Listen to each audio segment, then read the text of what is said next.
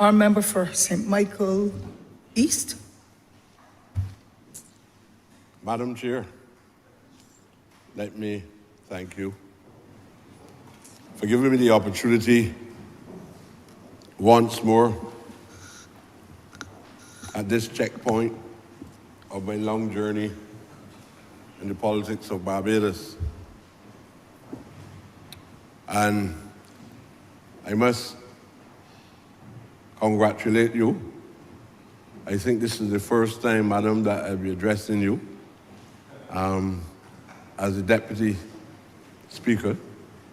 And I'm sure that if you stay a little longer, you can never tell, you're likely to become the first female Speaker of the House of Assembly. Thank you for your kind words, but I know when I should go. Well,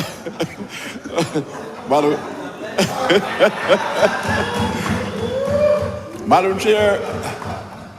Chair, I don't want to trouble you in any way. Please do not. I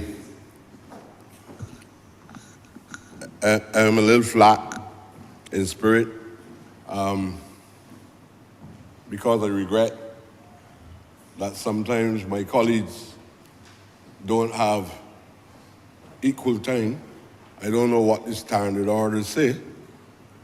Other people likely to overrule the standard orders and decide on how long, I don't know. So out of ignorance, I'm a little concerned about that.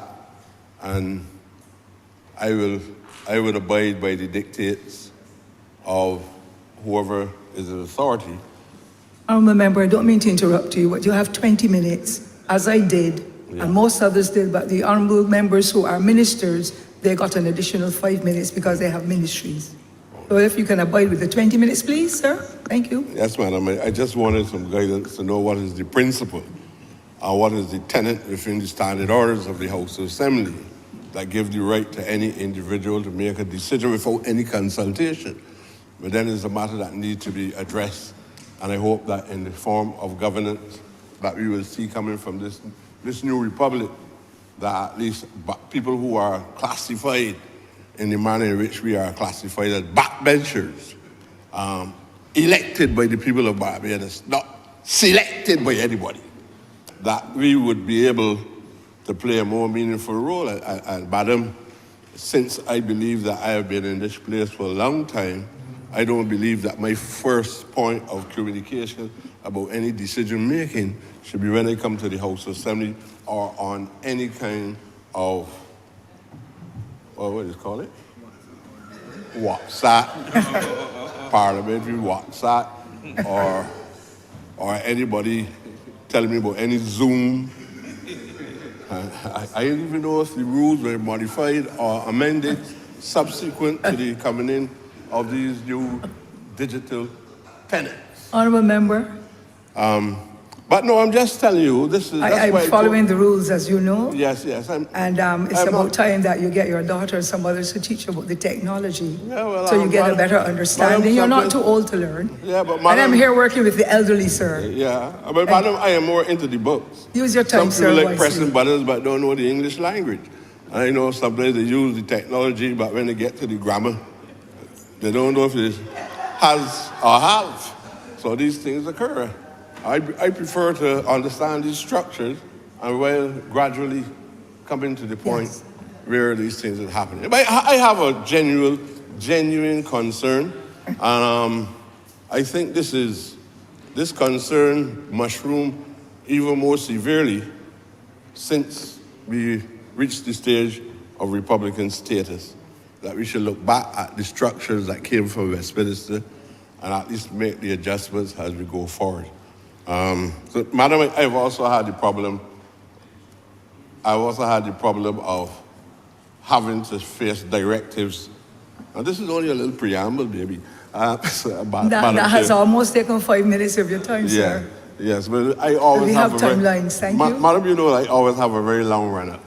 Yeah, it can't be too long tonight. And then the pace follows. May have another long run, another place. But yeah, okay, but madam, sorry again. But yes. I want to focus a little different because everybody made their little contributions looking at the body of the economy of Barbados, and everybody, all those who never even studied the subject in any serious way, never even went beyond arithmetic, all of a sudden become experts on the subject matter of economics. I prefer to follow the road or the directions of Kwame Nkrumah. So I prefer to seek ye first the political kingdom, and that is why I enter into politics, right? And all other things will come unto thee. I believe that the politician is the decision maker. And I believe that the politician must shape the kind of politics. But you can only shape the kind of politics if you have a clear trajectory in the philosophy that underpins the form of governance. And so therefore I feel that the state has to play an important role at all times. I am not one of those people who would tell you that it might be so, but it's not what I agree on. That those who control the economy shape the direction of the state. The ministers must know that they have power. I am not going to water down the word power by using any term about any authority. Is because people don't respect the authority that you have. So if you have power, you have to learn to assert yourself as a minister. For a considerable time, those faces of people who look like me in here and outside been given political power. And there's an expectation, especially as a consequence of the historic journey that we have had, there's an expectation but that we will see great economic transformation. There's an expectation that capital will not always dominate. And there emerge the labor's institution of a workers' union. But in addition to that,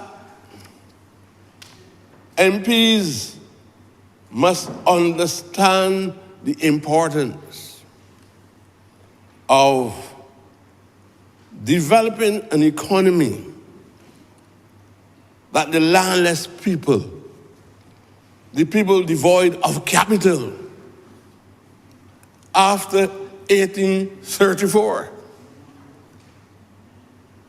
that it is time that we do all that we can, even if you expand the economy or not, but to ensure that the black intelligent people, not the ones that don't accept that they have intelligence, but the black intelligent people becomes owners of wealth and business. So I want to put it on the table very early. Very, very, very early. I don't get into a state of euphoria over my traditional slave master expand its economy and start adding the word us to it. That we this and we that, and you have nothing but the salary that you get from here. I expect that members in this parliament would understand that when we talk about economic restructuring, all this economic restructuring and debt restructuring and so on, I don't want to see black businesses declining at a rapid rate in the society because the politician has done nothing of the time. If under a regime, the black businesses decline. I came up hearing people saying that the whole of Robert Street once belonged. But wait, it's called, no? Not in the Reconstruction period. They used to call it Black Wall Street. And I know how it was destroyed. I know how it was destroyed, Black Wall Street. But I also know Black Robert Street. And that is no more. I also know through the street, and through the street produced many black people that occupied the halls of Parliament. How do we feel with all of these skills in our hands, that people who stole the land, the people who exploit us, never pay a cent for labor, that we now glorifying and continue to have an economy that is still dominated by those same people. They will hate me till eternity. But I know this is the role that I will play. I'm not stopping anybody else from being an agent of whoever they want to. I am not saying that other people should not survive on the face of the earth. But I say, how do we redress these serious imbalances in our economy if we do not understand the priorities that must be given to the political energy of the politician over those who control the economy and work assiduously for the transformation of the economy into the hands of our people? Look, I had some friends, they're no longer around. Some of them. They had hotels on the South Coast. Their families struggling to keep the hotels. I saw there was a big industry, what do we call it? Industry with the clothes that make clothing?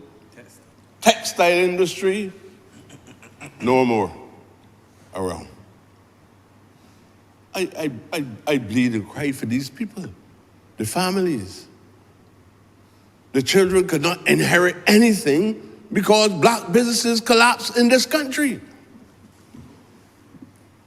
I know you can't do it the way it was done with the highway to way. I know that because I understand how the law is structured and how the international institutions exist and how they direct small states, especially third world states, that we must follow their directives.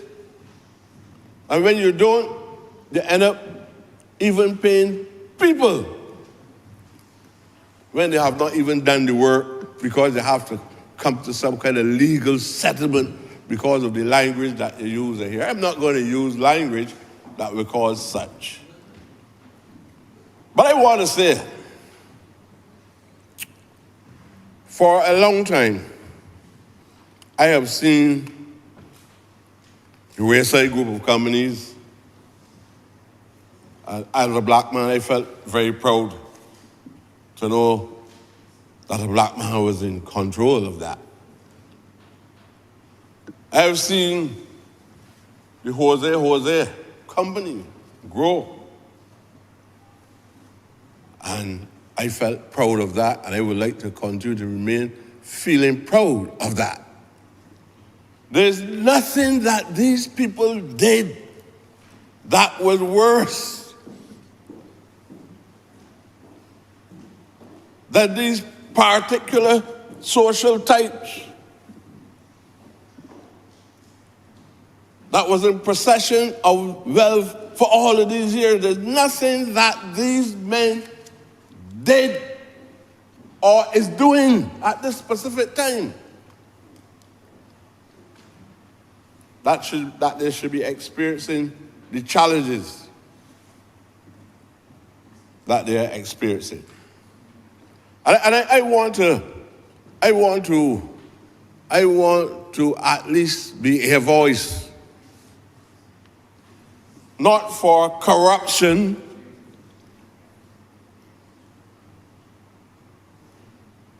not for being subjective in my view because I'm a black man, but I believe that any one of us with a conscience understand very well that we have to do something to help these people. These people should not going to run from this country to go to other parts of the region in order to survive. Honourable member, have me excused. You have 3 minutes to go, please. Madam, I really want to get to St. Michael's East, and that is why I was very concerned about these rules, you know. I would never. Please don't shoot the messenger.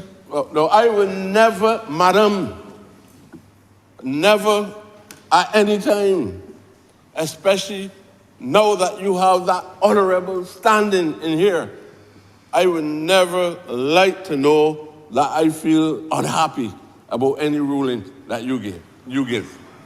Ma'am? Honourable member, none of us has been unhappy. Yeah. Those are the schedules that were set. Yeah. Everybody has conformed as far. And you see, would you please, sir, continue? Yes, madam, I will. Thank you. Especially if it pleases you. And I know that you're not going to be a dictator from the chair, right? As long as it pleases you, madam. My view, and then let me say this to all of you. I don't want to make a fuss out of anything, you know. But I am, as a backbencher, I believe that I am deprived on many occasions, as I said at the inception, from participating. I have to go cap in hand and beg somebody to fix a road. A man that spent all of these years in the House of Assembly. I got to go and ask, can I get a house? And I don't know, for a woman who doesn't have anywhere to live. There's no policy that tells me if you build houses in my community, how much houses I will get. I have people that don't have food.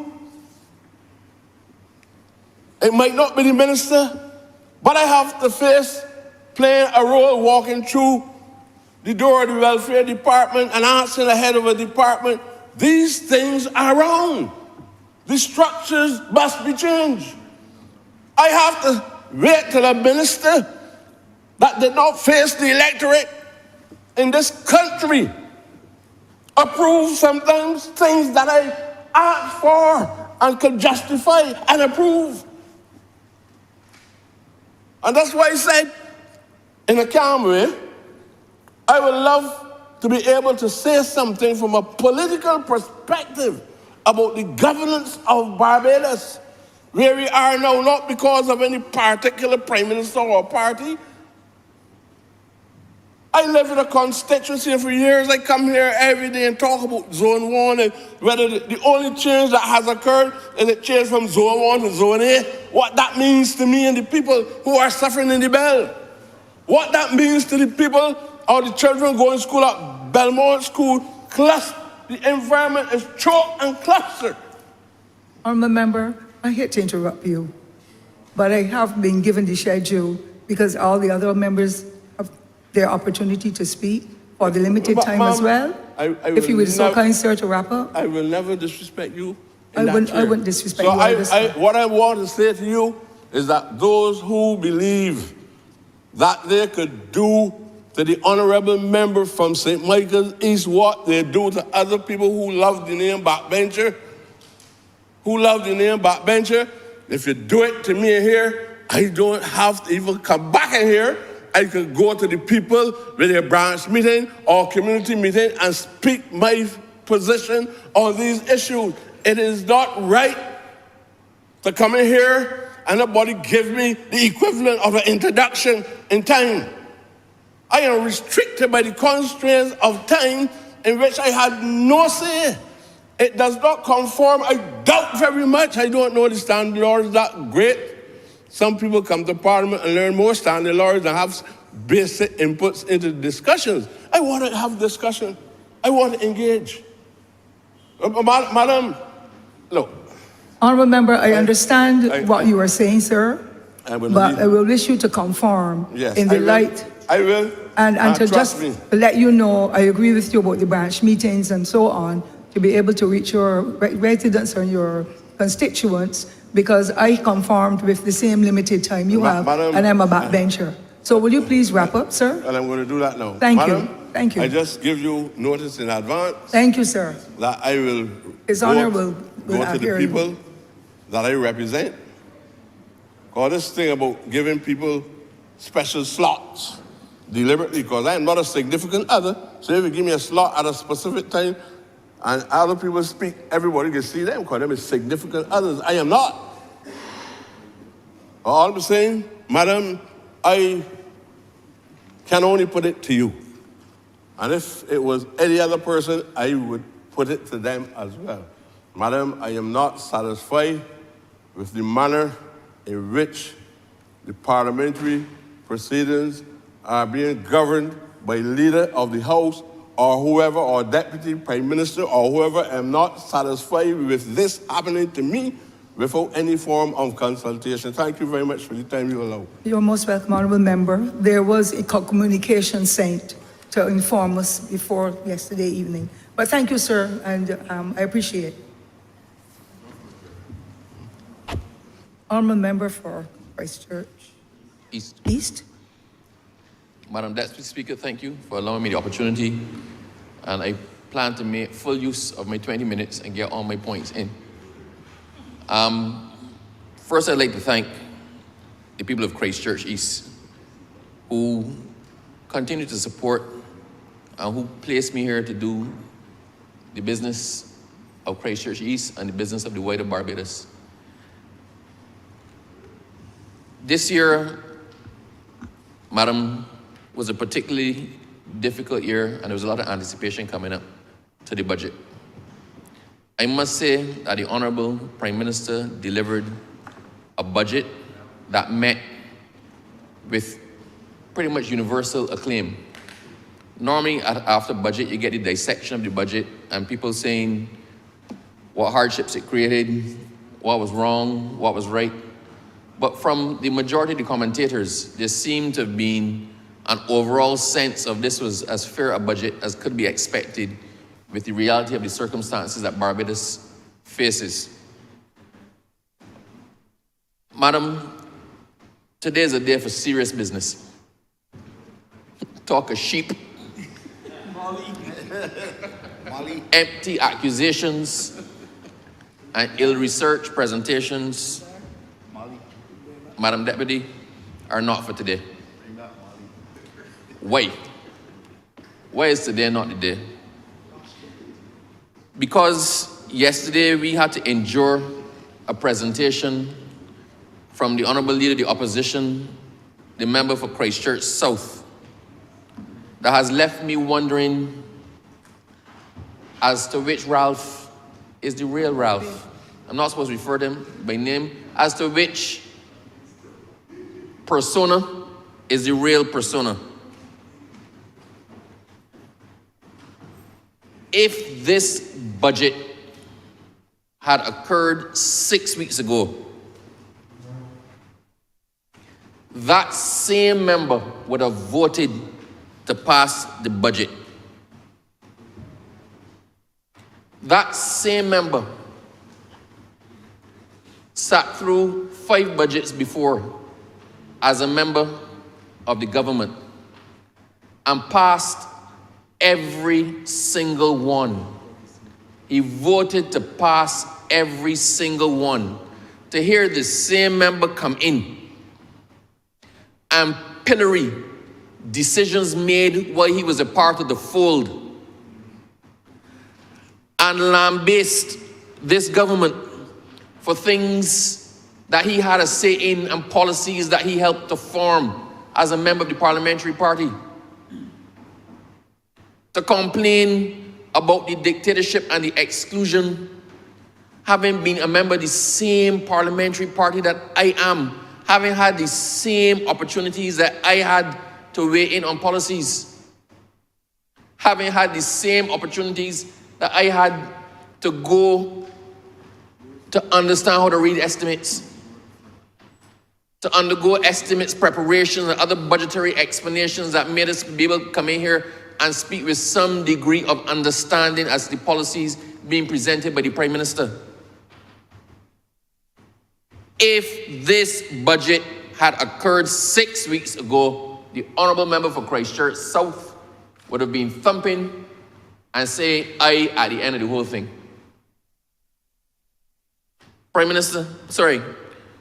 Madam Chair,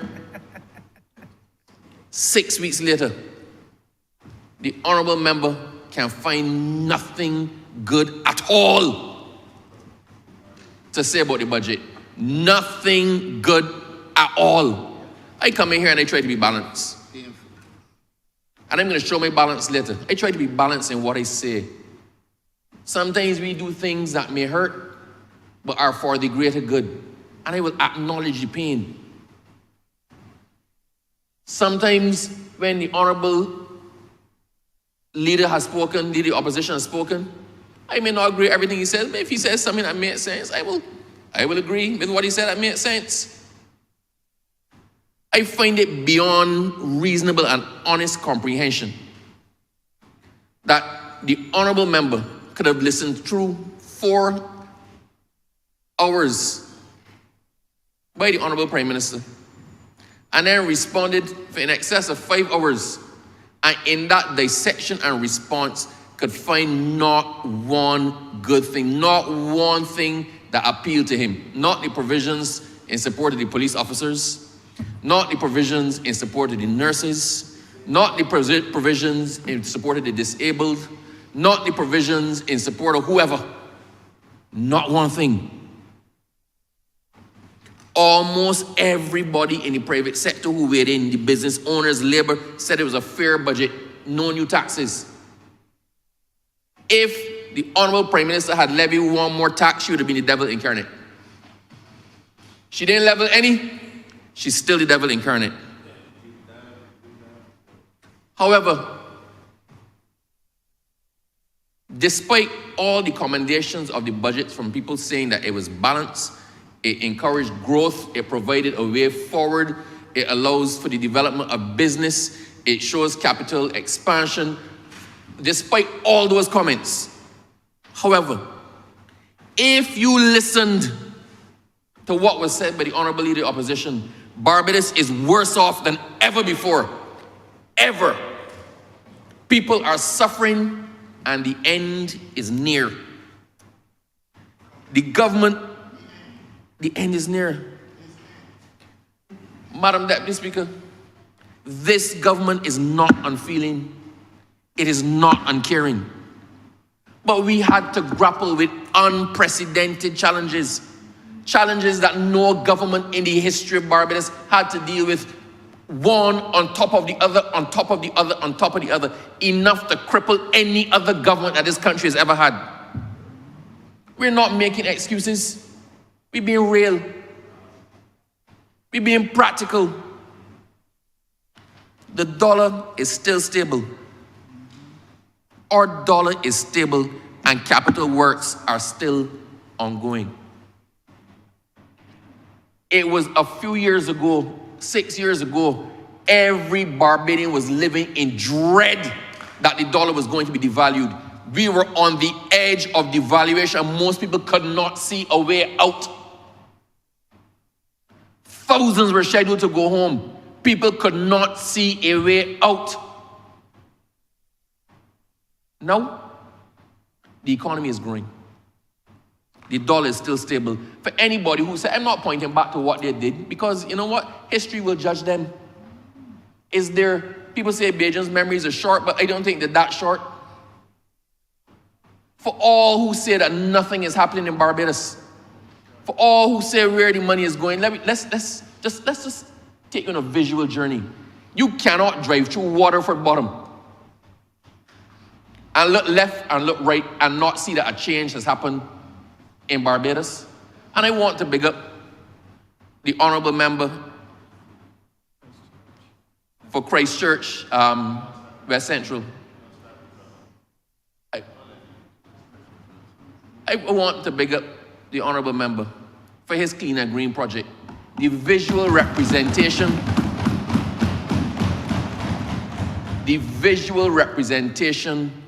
of a country that is turning around. His 101 clean and green sites, a number of them, and God bless you, a number of them in Christchurch East. A number of them in Christchurch East. Madam Deputy, for anybody who says that the government has done nothing and we're worse off, then I just said, look out for the electric buses. We had a shortage of PSVs, a shortage of public service vehicles across the board in Barbados. We had a shortage of government buses. The Transport Board could not muster a proper complement to service its obligations. Now we have electric buses. Now the biggest complaint is one I heard recently, that the AC wasn't working in a bus. That's the complaint now, not that the buses don't come. And you can actually get a schedule. You can actually call the bus terminals. You can call Oisins. The people from Christchurch East can call Oisins to find out when a bus is coming. When is the bus scheduled to leave? We ain't had that before. Madam Deputy Speaker, you remember the garbage was piling up. Every which way we looked, the garbage was piling up. Now we have garbage trucks to properly service Barbados. We now have more roads being fixed than in the history of Barbados. This is probably the most aggressive road program in the history of Barbados. People complain about the potholes, having the road surface all over the place. And yet, nothing good has happened. The government is not doing anything. More houses are now being built for low-income persons in Barbados than in the history of Barbados. More housing solutions are going on at this point in time than ever before, but yet to hear him, nothing has been done. And solutions started with them. The ELSA repairs and rebuilds, the most aggressive post-disaster social improvement program in the history of Barbados.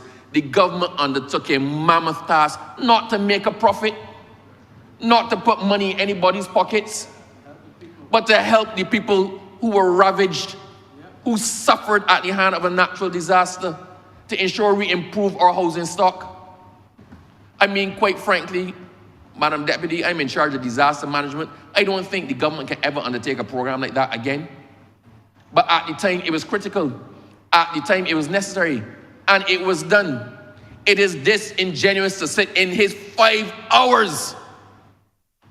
He could not find one good thing that this government has done. We have, Madam Deputy, we have more upgrades and refurbishments of pavilions and community centers and lighting areas than ever before. I have one in Inchmarlow in Christchurch, and God bless you. God bless you too. I have one in Inchmarlow that allows people to use that field on the evening, that field that nobody ever used to use. Is now in constant use. 3 football teams have made that their home field. You drive around Barbados, you see people out exercising, utilizing the fields. But nothing was done. This budget, Madam Deputy, is not about promises and unrealistic plans. This is real talk and real works within the context of what can be achieved given the current circumstances here and abroad. Ultimately, we're in this house to serve people, not to grandstand and spew propaganda and conspiracy theories. It is the height of hypocrisy to support policies one day and then come back the next day and criticize the same policies that you supported and you had a hand in backing. It is the height of hypocrisy. As soon as you jump ship and return to where you really belong, you can find fault with everything, even the things that you supported. The programs of this budget, Madam Deputy, will be successful if we explain them to our constituents and then encourage them to make the greatest use of the opportunities and benefits. And I challenge my colleagues, and I also challenge the Honourable Member for Christchurch South. If you are honest with your constituents, wherever it is that you land up, if you're honest with them and you explain to them the budgetary provisions and what is in store for them and how they can make use of what is being provided to advance themselves and their families, we will all be better off. But that requires an honesty from everybody. I'm sure we're going to get it from this side. In persons talking to their constituents, I hope we can get it from the other side, because it is not about self-aggrandizement. It is about helping and supporting your constituents. Madam Deputy, I said it's going to be honest. Every man thinks his burden is the heaviest. right? No matter how much is going on in Barbados, there's some people who have not felt it. Let's be honest. There's some people who have not felt it. There's some businesses that have not recovered from COVID. There's some persons who have not yet caught their feet. It is our responsibility as a government that if the country is buzzing, that we have to find ways to get that money to trickle all the way down to those who need it. It is a particularly sore feeling for somebody if you look at somebody who is now doing well and prospering and you're in the same position. That is our role as a government. We have to get the money trickling down to the small entrepreneurs looking for a break. But Madam Deputy, the money can't trickle down if there's no money. We had to first right-size our economy. We had to get it going back in the right direction. If Barbados is on the rebound, but your business is still suffering, then your perspective and your pain is real. And we as a government have to help you to realize your fullest potential. So let's be real. Is it hard? Yes. But we're also coming from a long way back. Is the cost of living high? Yes. But the government is doing what it can to try to bring that down. Are some people suffering? Yes. But equally, is the dollar stable? Yes. Is there confidence in the economy?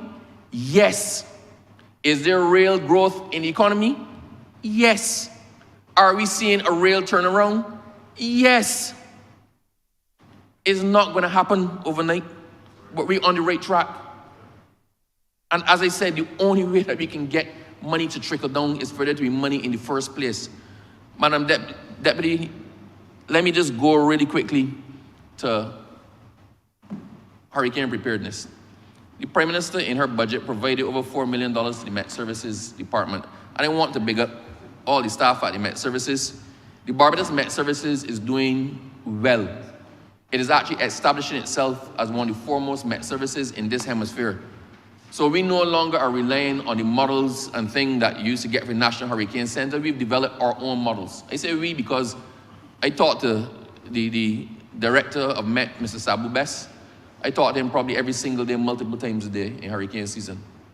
And we have a progressive department that is on the cutting edge. It actually filled my heart with pride early this week to see Cuba, the Met Services in Cuba, using a Barbadian developed model to actually deal with their weather and their weather situations. Why is this important?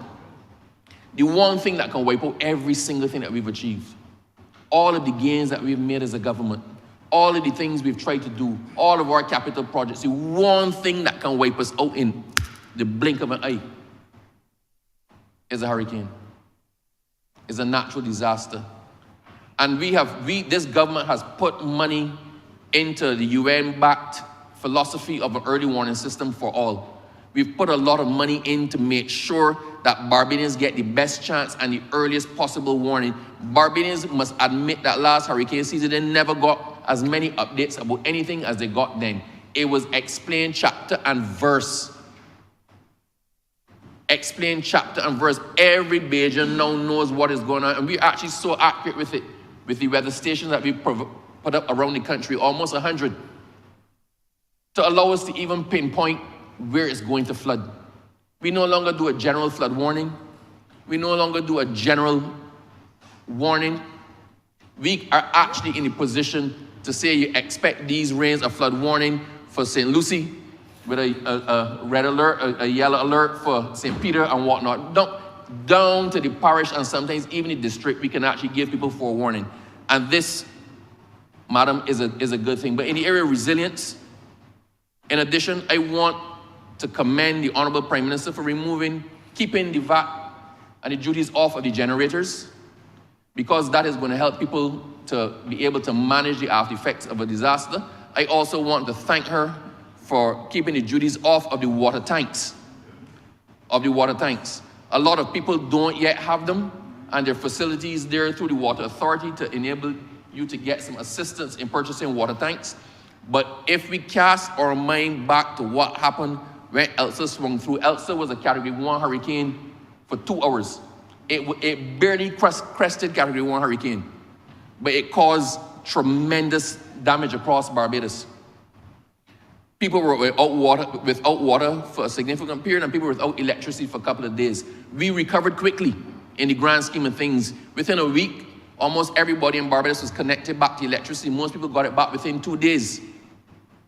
But I want people to remember the hardship that they went through for the 2 days to the week. I want to remember the difficulty that they had when the electricity was not on to the pumping stations and they couldn't get the water. I want to thank the Water Authority for actually doing their own independent generation to be able to power the pumping stations, even if the national grid is down. But for all Barbadians, we're coming into that time of the year. Hurricane season generally begins on the 1st of June, but nationally and internally, because we're being affected by systems as early as May, we, the government in Barbados, are treating the hurricane season as actually beginning on the 1st of May. I'm asking people who are in a position to do so, look out for yourself. Put on the hurricane straps. There's a hurricane strap program as well provided under this budget.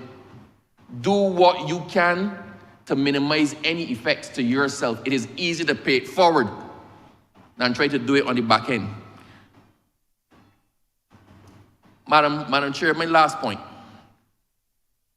We have to look at initiatives to help people.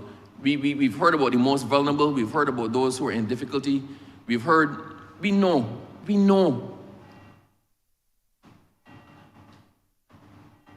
I want to urge Barbadians as well to take advantage of the opportunities that present themselves.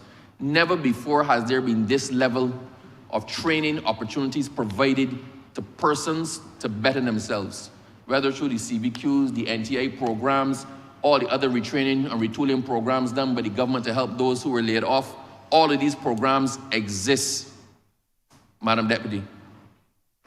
I urge people to take advantage of it. In my own constituency, we just did a CXC Second Chance program where we provided scholarships effectively for 30 persons. If you have no CXC certificates, this allows you the opportunity to be fully funded, to undertake the courses and to take the exams for 30 persons.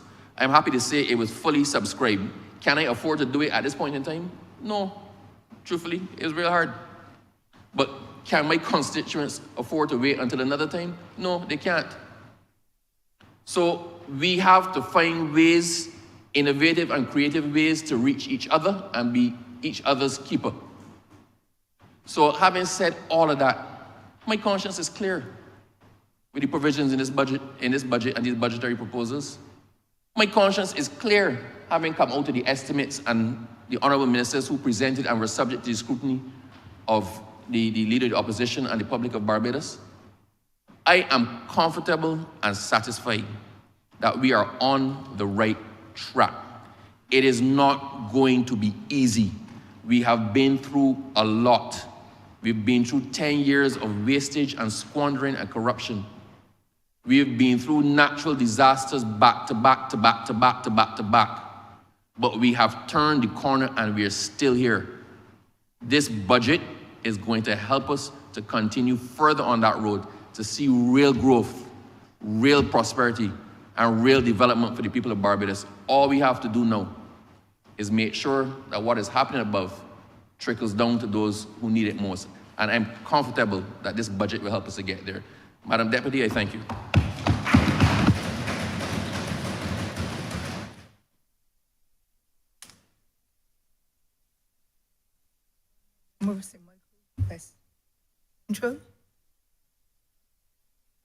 Thank you, Madam Deputy Speaker. And I want to, at this time, also thank the wonderful people of St. Michael West Central who sent me to this chamber, initially to serve their interests as a backbencher, and then later, of course, I joined the cabinet. But in thanking them, I want to say what I always say in every budget speech, that whenever given an opportunity to serve in the government, or in the cabinet certainly, that I would give it my best shot. And I stand here today with that same mantra, that I will continue to give this Ministry of Tourism my very best shot. Madam Speaker, Deputy Speaker, the Honourable Member for St. Michael Northeast and her able economic team, also greatly assisted by the Honourable Member for Christchurch East Central, must be thanked for the budget presentation which she delivered in here on Monday. Mr. Speaker, the budget was a no-tax budget. It was one focusing on growth and development of the Barbados economy. And for that, we have to thank them. Madam Deputy Speaker, I should also thank the Leader of the Opposition, because the Leader of the Opposition has certainly expressed his concern about the continued reliance on that Barbados has on tourism as a major economic driver of the economy. He himself, Madam Deputy Speaker, complimented the Ministry of Tourism and certainly the team by extension for the success being enjoyed in Barbados by the ministry under my leadership. And clearly, if you have policies within a government, those policies are within the government. And therefore, he's also, by extension, congratulating the government. But I want to assure him that our best efforts and his best wishes certainly expressed for the support of the tourism sector will not go to waste. I can assure him of that. Because, Madam Deputy Speaker, the Barbados economy, when it had sugar as king, sugar led the economic growth in this country. With the reduction of sugar as king in the economy, tourism stepped in, Madam Deputy Speaker, and filled that void. So, even though we rely heavily on tourism, it must be established and context has to be set. That you had sugar, it was king, and there was much reliance on sugar. But today, as we evolve and we move, we have now tourism playing its role. So I'm happy that the Leader of the Opposition has associated himself with one of the successful policies of the Barbados Labour Party, and that tourism is on its way. Mr. Speaker, I also am very happy to announce that the Barbados Tourism Marketing Inc. is set to welcome on April the 2nd, I believe that's the Monday, contractually the first, but first work day is the 2nd, its new Chief Executive Officer and its new Chief Operating Officer, both of whom are highly qualified Barbadians, Mr. Speaker. Mr. Speaker, the success of the tourism sector. In fact, last year I was in St. Lawrence Gap when we had a water issue. And whilst I was there, the operators and the workers told me, Minister, the winter season has started early. It has started in November. And that continues, Madam Deputy Speaker, to this day. Where operators in the industry, wherever you go, are complimenting the government and the tourism policies for what they are earning. And I might also add that the workers in the tourism industry are telling us about their service charge and the fact that they're enjoying a bigger service charge and more tips, ladies and gentlemen, and that is what is happening in Barbados. So it is important that we join the national debate, but it is also important that I also acknowledge the team that I have working for me, Madam Deputy Speaker, and I give you the assurance that the team working at the ministry and all the agencies supporting the ministry will continue to do so in earnest, because we recognize the value of tourism, but furthermore, we recognize the value of the sector that employs thousands of Barbadians. And I remain conscious of this. And that is why I've always said, Madam Deputy Speaker, that I will always ensure, as long as I am Minister of Tourism, that there will be no trickling down, but we will ensure that we pour down and pour through to bring about personal development out of economic growth and development in this country, Madam Deputy Speaker. And I'm committed to that, and I will ensure that we do everything possible to ensure that the trickle-down gives way to flow through and proper development. In other words, Madam Deputy Speaker, I want to see us moving beyond celebrating growth to experiencing growth and development in the livelihoods and lives of all workers at all levels within the tourism sector. And I will do everything, like I said, to ensure that we do so. Madam Deputy Speaker, you know, the Barbados Labour Party has a very strong philosophy. It has an objective. In fact, such a philosophy and objective are already captured and expressed in the Barbados Labour Party's motto. That long-standing BLP motto, a better life for our people. And this is what the Barbados Labour Party has been doing. And as we approach our 86th year in April, we will clearly show and continue to show that the mission at hand that was established long time ago, has nothing to do with the lofty rhetoric, Madam Deputy Speaker, but practical realization that we will make life better for our people. And I say all of this, Madam Deputy Speaker, because something that I refer to as the AAA leadership. We had the Right Excellent Sir Grantley Herbert Adams, his son Tom Adams, and Owen Arthur.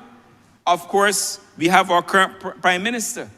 The effect of the AAA leadership that has, from within the Barbados Labour Party, that has caused us to be where we are and to help define us as a people. Now, Mr. Speaker, Madam Deputy Speaker, let me go straight to the point because I'm conscious of the time. The UK market delivered last year over 243,000 visitors to Barbados. The market surpassed the pre-COVID numbers at 110% of the pre-COVID number. The United States market is gradually recovering to almost pre-COVID numbers. The Canadian market almost did the same, along with Europe and, of course, the Caribbean. But, Madam Deputy Speaker, all of this was driven because we, as I've said before, relaxed all of our protocols in September of 2022. And having relaxed our protocols in September of 2022, airline schedules would have been, and the network planners would have already announced their schedules. The cruise ships would have built their itinerary. But, Madam Deputy Speaker, in 2023, we realized the rebound that we were looking for. Mr. Speaker, I am pleased that the outlook is very, very encouraging for the tourism industry. The seat capacity for 2024-2025 is expanded to expand by over 85,000 seats. In other words, Madam Deputy Speaker, next season, we will, in Barbados, have extra seat capacity of over 85,000 seats in this destination. Madam Deputy Speaker, the growth is led largely by the reintroduction of Delta Airlines from Atlanta and New York, and American Airlines from New York and Philadelphia gateways. And of course, Delta will be flying to Barbados from November the 21st of this year. from New York, that is out of Atlanta, from New York on December the 23rd, 30,000 seats coming from that market. American Airlines from JFK, 30,000 seats. And from Philadelphia next winter, 4,750 seats. In fact, to recognize the historical significance of the return of American Airlines to Barbados, the flight numbers from JFK to Barbados will be Flight 585. And the return flight from Barbados to JFK will be 707. And let me give you history. Flight 585 was the first American Airlines flight to Barbados, touching down at the then Seawell on November 1st, 1975.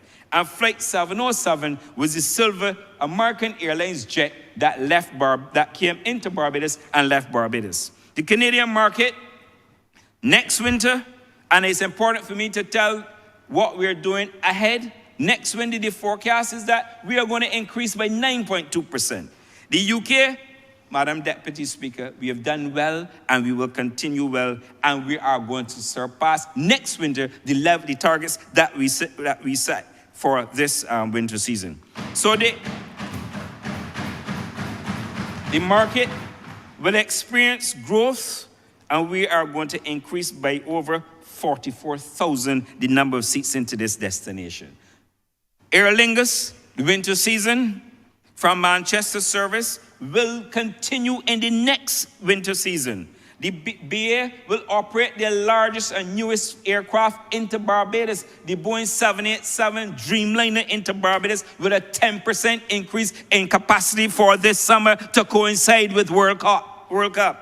Virgin, as we all know, introduced a double daily from January to March, and their forecast was lower. And I am pleased to inform this chamber that Virgin told me 2 weeks ago that they beat the forecast and we can count on them next winter season. United Airlines announced a year-round service from New Jersey and also from Washington, D.C., resulting in increased capacity. JetBlue launched their first ever midweek service from Boston into Barbados, and American Airlines, as we all know, now has 3 daily flights out of Miami and 1 daily service out of Charlotte. Mr. Speaker, for the avoidance of doubt and to show the stark contrast between this Barbados Labour Party and the Democratic Labour Party when it comes to tourism, let me highlight some things. The Democratic Labour Party was in control of this government from 2008 until 2018. And Madam Deputy Speaker, can I tell you that under the Democratic Labour Party's watch, and I can call them out, they lost American Airlines from Puerto Rico into Barbados April 2011. They lost Dallas-Fort Worth on August 2012.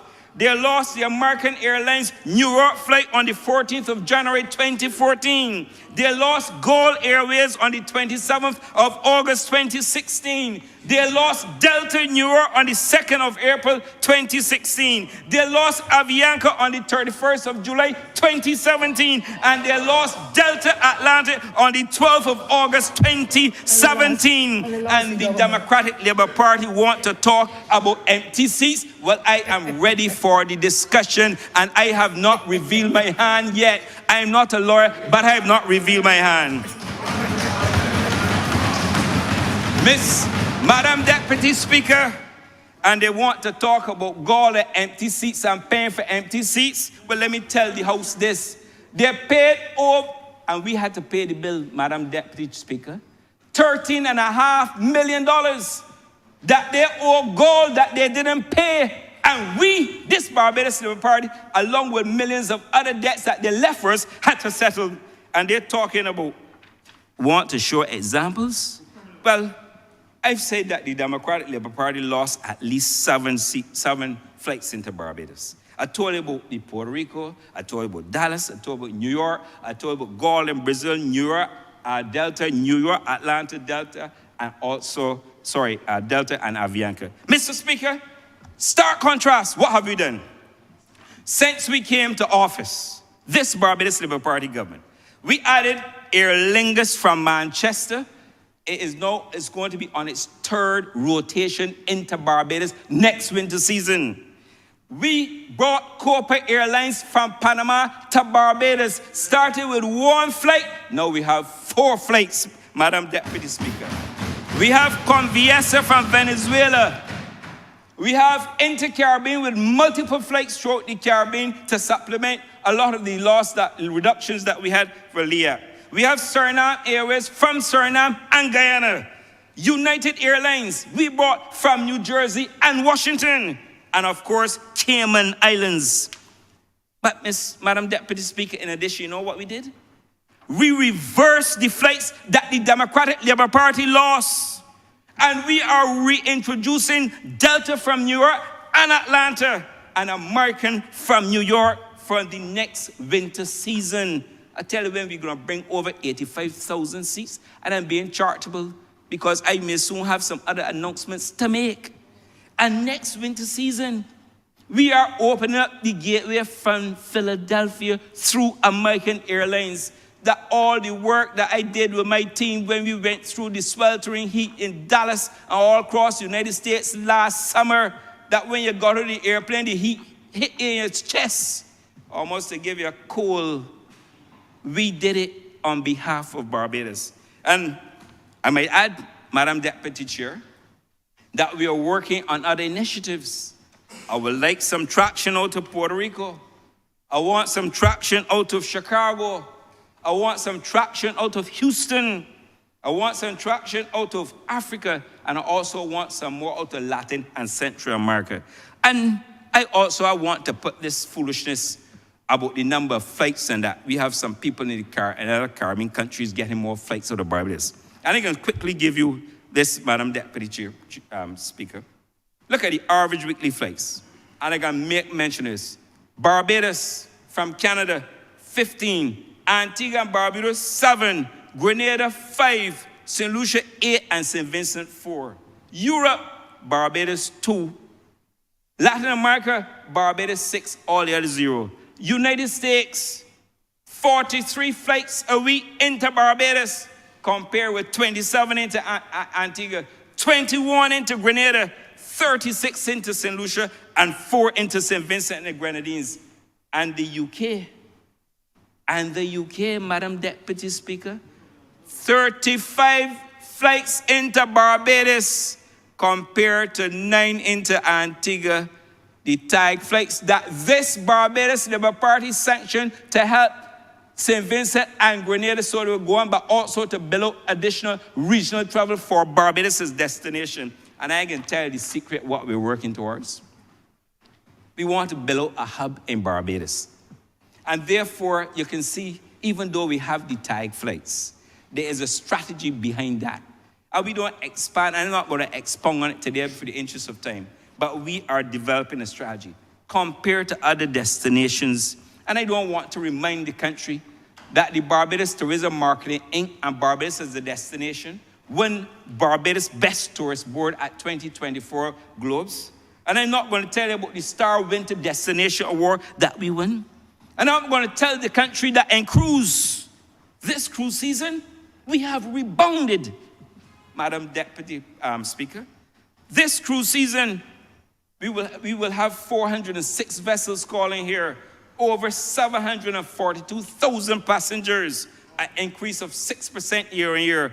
And in the summer, I am pleased to let the country know that summer cruise has returned, and therefore we anticipate 24 calls with close to 50,000 cruise passengers this summer.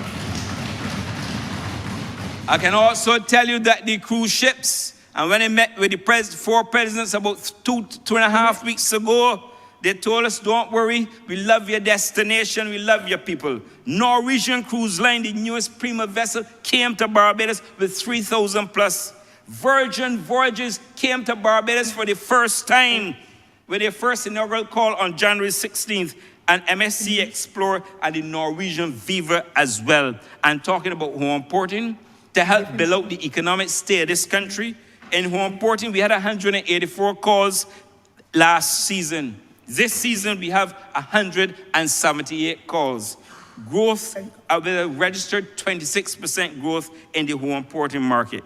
And of course, down the road, forward thinking, I can also tell you, and the Prime Minister also had a statement in the comment issued by P&O that the iconic cunard Queen Elizabeth will visit Barbados throughout 2025 and 2026. And we are also seeing increased demand for luxury yachts in Barbados, the Ritz-Carlton luxury yacht. And of course, we are going to soon welcome a very special one that I cannot announce. I'm not going to talk about all the developments. Remember, you have 2 minutes, sir. Thank you.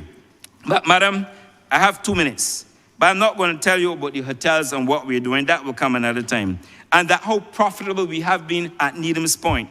We're removed from a profit of $3 million in 2017 under the Dems to $9 million under the Barbados Labour Party. But, Madam Deputy, I want to tell you that I will ensure that this Barbados Labour Party continues to do very well in tourism.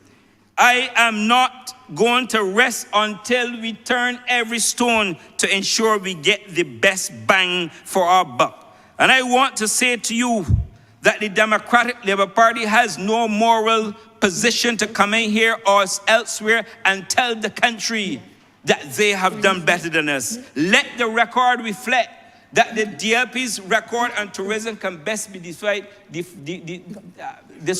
as ineffective. That the Barbados Labour Party has restored Airlift to Barbados. The Democratic Labour Party lost Airlift into Barbados. And I'm going to repeat it finally. They lost American Airlines out of Puerto Rico. American Airlines out of Dallas. American Airlines out of New York. Avianca, Gold, Delta out of New York, Delta out of Atlanta. Not only did the former Minister of Tourism elected to give away and cause us to lose those flights, Mr. Speaker, we also lost earnings. But, Madam Deputy Speaker, as I conclude, let me assure this country that tourism is in safe and productive hands with this minister, assisted by a first-rate team. I want to thank all those who work in the tourism industry for their contributions. We have seen the difference. The country is abuzz. People are making money, and I believe that all players in the tourism sector are happy, and I want to thank them, but to give this House the further assurance that we will continue to grow tourism under this Barbados Labour Party. I'm obliged.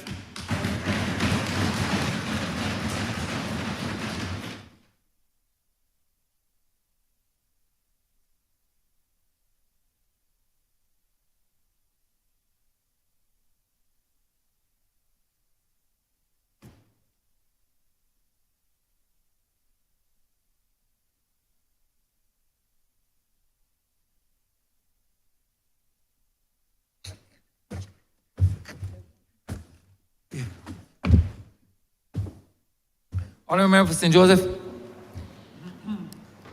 Mr. Speaker, thank you for according me again the privilege of speaking in this chamber. And this particular budget is of especially great interest given the entrance of a new player on the landscape. Mr. Speaker, it would have been easy to ignore the speech of the Honourable Member for Christchurch South. It would be. It was remarkable only for its length. The Honourable Member waxed philosophical and cited all kinds of classical scholars, and he told the leader of this party, the Prime Minister, I am better at English than you. Well, I would like to refresh his memory about something called a brutum fulmen, a thing full of sound and fury signifying nothing. We had 5 hours of that yesterday. Truth is, Mr. Speaker, it was even embarrassing for those people who came here to support him because one by one, they all slunk away out of the chamber in total disgust. The honourable member waxed biblical. And I feel I must point out to him that his speech was characterized by 3 of the 7 deadly sins. And when taken as a whole, it added a 4th. Mr. Speaker, those deadly sins, I think you would recall the deadly sin of pride. And throughout his speech, it was clear that there was an excessive belief in his own abilities and to his skill and qualifications, the sin of pride. And the sin of envy, I feel, was perhaps more obvious than any other because he couldn't keep the title Attorney General out of his mouth. Every 8 words, he was referring to the Attorney General. So it must be that there's something that they have that he wants. So he's guilty of the sin of envy. Mr. Speaker, he's also guilty of the sin of sloth. The sin of sloth, Mr. Speaker, is the sin of laziness. But we are not surprised because when he sat on this side of the chamber, he was never here. When he was here, he was sleeping. He showed no interest in following any of the things that the government was doing. And in fact, Mr. Speaker, you know that it is sloth when he does not even remember that the former leader of the opposition read the same article about a white oak in a budget not long ago. His speech characterized laziness of thought and absence of duty. Mr. Speaker, the member for Christchurch South quoted Shakespeare many times, and there are 2 other quotes that are attributed to Shakespeare, Mr. Speaker. One of them is that talkers are not generally good doers. That's a warning. But the other quote attributed to Shakespeare, better to be king of your own silence than slave of your word. Mr. Speaker, the Bible, which he also quoted freely, has a passage that said, by your words you will be condemned. The honourable member had everything negative to say about this administration. He had everything negative to say about everything that we've done. In the words of the member for Christchurch, for St. George South, the honourable member has hitched his wagon to the horses of the Democratic Labour Party. And he's done so with great pride and aplomb. But there's a downside to that, Mr. Speaker. Having hitched his wagons to the horses of the Democratic Labour Party, he has become the face of the Democratic Labour Party, not just in this chamber, but also in the country. He has become the face of the most corrupt political party in modern Barbados history. He has become the face of wastefulness, carelessness, and mismanagement. So the honourable member for Christchurch South must now claim everything that the Democratic Labour Party did as his own. But that's the great irony, you see. This party has worked hard for 5 years to turn around all the wrong things that they did. And for some bizarre reason, he wants to disavow everything we've done. What we have done and achieved for this country is not worthy of him saying, I want to own this. Instead, he wants to own all the wrong things that were done by the last administration. Mr. Speaker, he doesn't want to claim the success of White Oak. And I am a little bit worried because the honourable member sat in this chamber when we talked about White Oak. He sat in this chamber when we passed legislation for our debt restructuring. And in every speech we went through methodically exactly what was done and why. We went through the fact, Mr. Speaker, that our national debt was at a whopping $18 billion. when the Dems left. And at the end of White Oak's hard work, it was down to $12 billion. Now, Mr. Speaker, you know, I don't think the honourable member understands what it means to save $6 billion. $6 billion. And it is the fact that we were able to save $6 billion that was able to put this country on a good footing. But you know what? The honourable member would have preferred us not to pay White Oak and keep that debt hanging around our neck. But you know what, Mr. Speaker? It means that he also owning the $18 billion in debt that we were left with. I was dismayed, Mr. Speaker, at the fact that the honourable member could talk about White Oak's fee. But let me tell the honourable member what I want him to own today. Because under the last administration, a lawyer did work for a corporation, a statutory corporation. The transaction was cancelled after a few months. You know how much the lawyer charged? $5 million. $5 million the lawyer charged. And another lawyer did no work at all in relation to the Four Seasons. Did no work. He was asked to sit on a committee. The committee met once. And he sent an invoice to the Ministry of Finance for $1.6 million to sit in a committee that met once. And another lawyer in their ranks did a little project for the port. Charged $3 million. And up to today, he can't justify even $100,000 of it.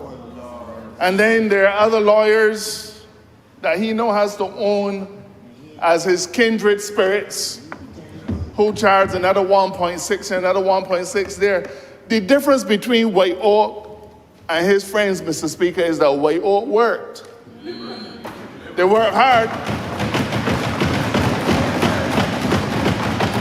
We can identify what White Oak charged for. We can identify what we paid them for. And today, the work of White Oak is what has enabled us to have an economy with a future. But that is what the honourable member wants to disavow. Mr. Speaker, it took him 30 minutes to read one article in the Financial Times. I believe he was trying to fill up his speech. It took formerly the opposition who read it 3 minutes. But we understand his difficulty. You know, Mr. Speaker, when he was on this side, we explained that the critics of White Oak were the very people who did not want us to restructure the debt. Isn't that a strategy that we know? They didn't want us to restructure the debt because it meant they all had to take a haircut. So you know what you do? You curse the people who are doing the work. Oh, you're paying them too much, you're paying them too much. They never said that we were paying them too much as banks, but they cursed White Oak. And we explained that on this side, and somehow the honourable member still does not have a clue. Well, there are some more things that I want the honourable member to own. I want him to own the 2 5 Series BMWs that a contractor in this country gave to 2 of his ministers. 2 of his ministers. And they parked them in Parliament Yard. I want him to own that too. You don't want to own anything we do, we'll own everything that they did. I want him to own, Mr. Speaker, the results of the special audit of the Barbados Water Authority.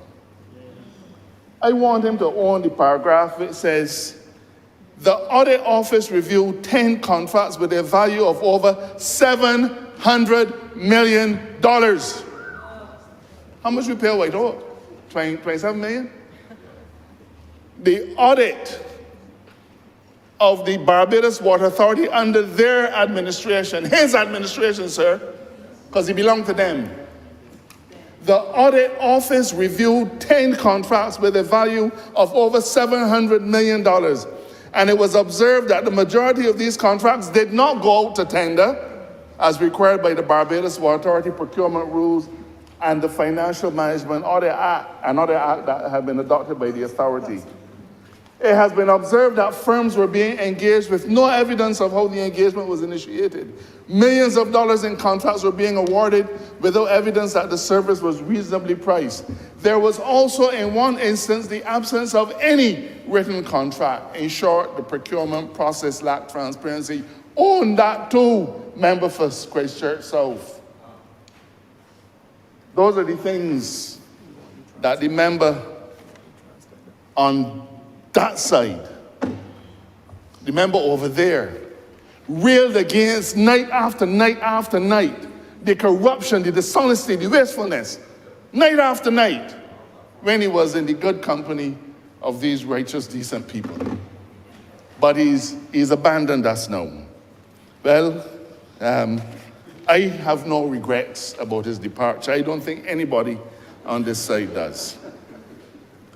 We are happy to see you over there.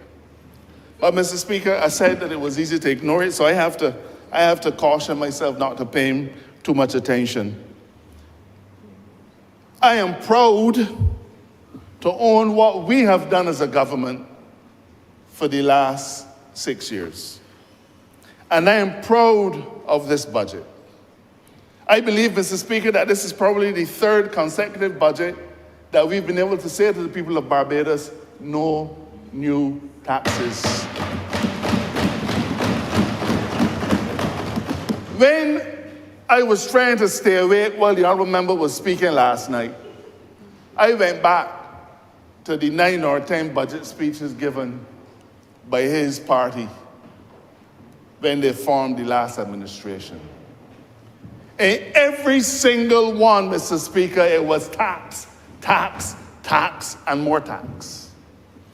Our country was on its knees. We were buckling, Mr. Speaker, and his ministers of finance were imposing tax after tax after tax. We have come yet again to this country to give, as we have to the disabled, to give as we have given to the police, to give to people who want to invest. And we're saying we're not going to extract a single tax from you in return. And the Honourable Member finds nothing commendable about that. Well, I am proud, and I know that we are all proud to own the achievements of this government, which could see us year after year after year saying to the people of Barbados, we will not burden you further. We will achieve the growth we want by being more efficient in our dealings, by being more transparent in how we conduct business, by encouraging people to come to our shores and help us to grow. That has been our strategy. Not taxing, relieving people of the burdens of taxes.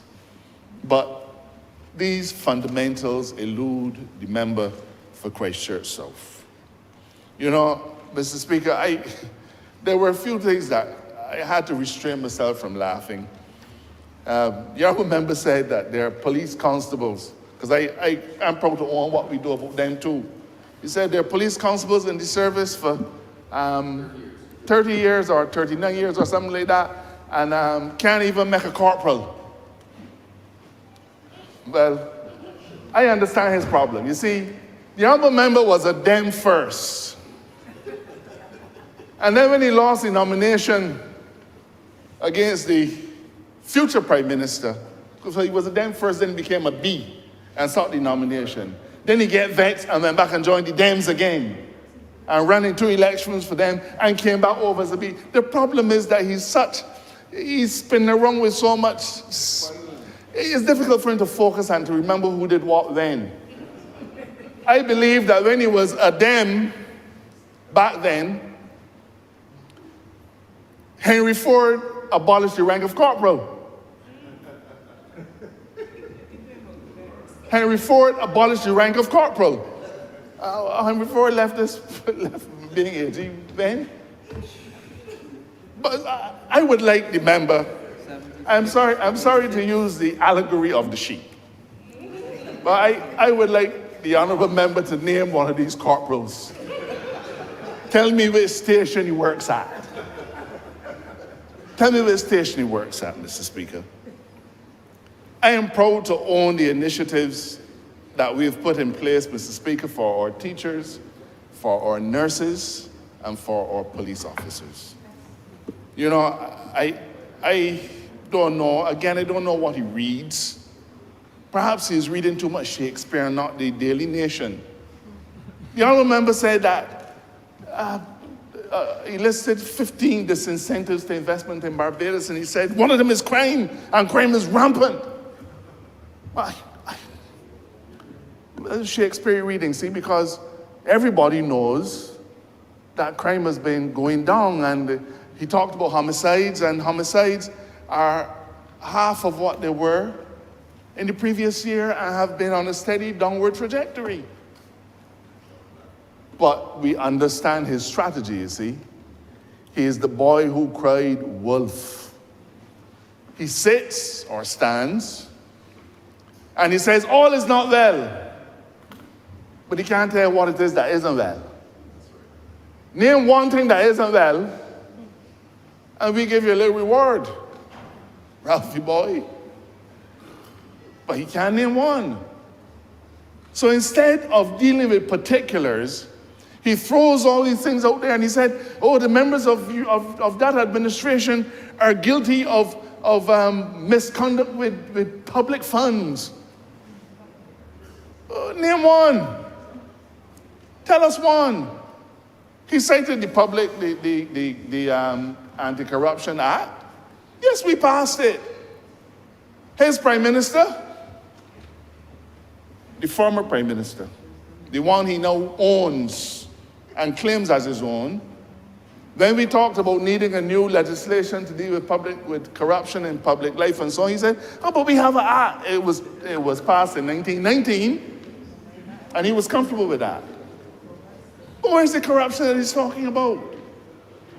Barbados had a sordid reputation for corrupt practices in every level of our government, in every level of our society. A taint, Mr. Speaker, that we have systematically worked at removing. And we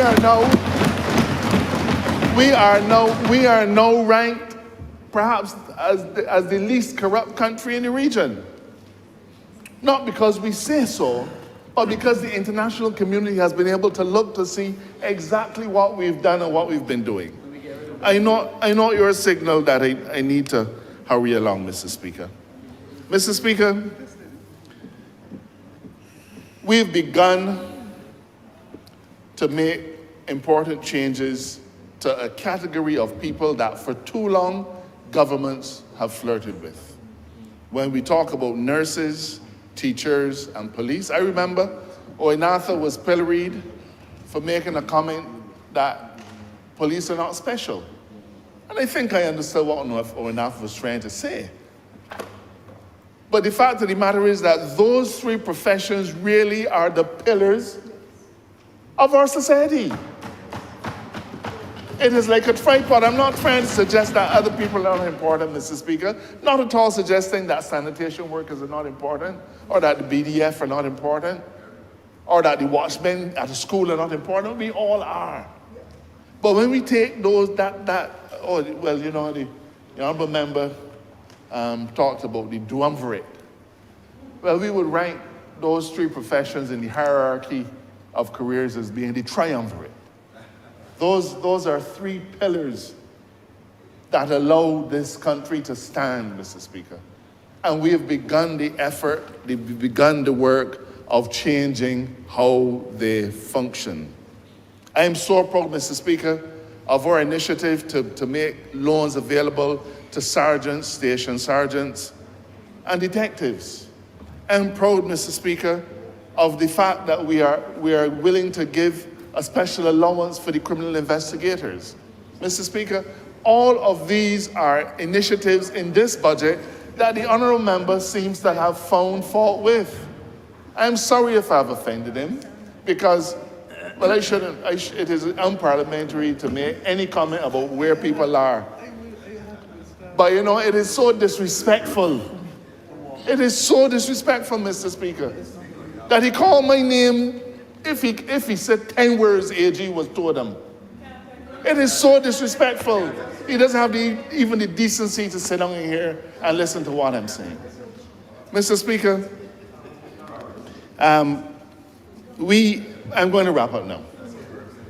Mr. Speaker, we have committed in this year's estimates a significant increase for the police service.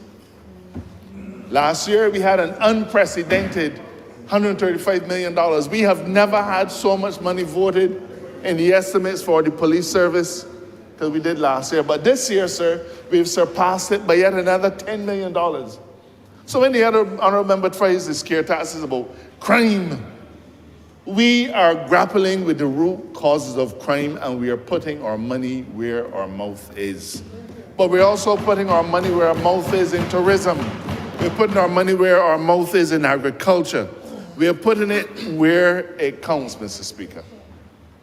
The next 12 months is going to be an exciting period for this administration. The Prime Minister said that it's a buzz. I believe that is a pun on the bees, and it's one that I like. So I will help to own that too. The next 12 months will, in fact, determine where we are, not at the end of the next financial year, but where we are in 10 years and in 15 years. And we have a competent team of individuals.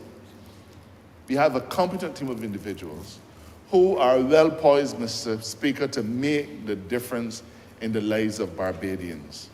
Every single initiative in this budget has a target audience, and we are going to deliver. We've left no one out. Mr. Speaker, I'm sorry that I can't go on for any longer, but out of fairness to my colleagues, let me thank the people of St. Joseph. Let me thank you for your patience. And most of all, Mr. Speaker, I want to say that we stand unified and committed to the causes that are important to this party: good governance and a people-centered governance. I'm obliged to you.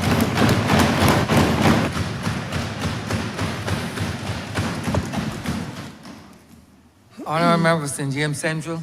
Mr. Speaker, sir, I rise to share a few thoughts and a few perspectives on this very important matter.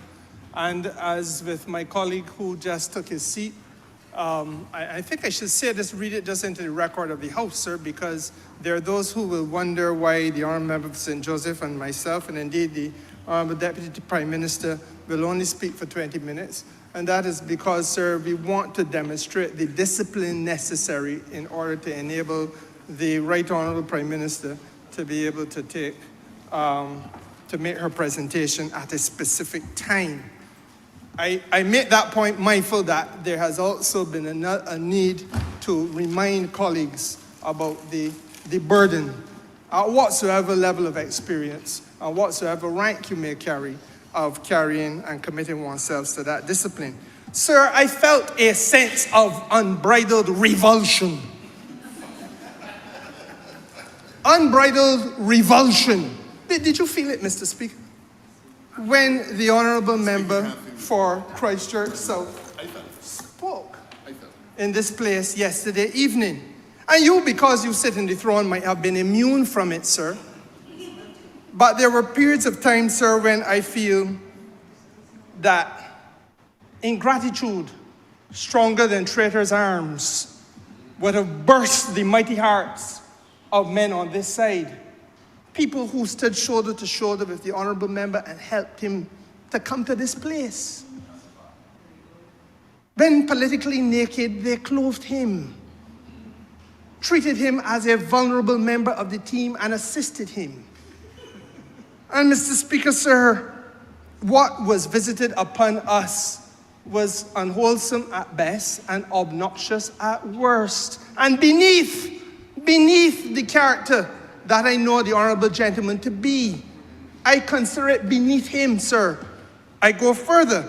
I feel he did an injustice by submitting this front bench to trial by ordeal.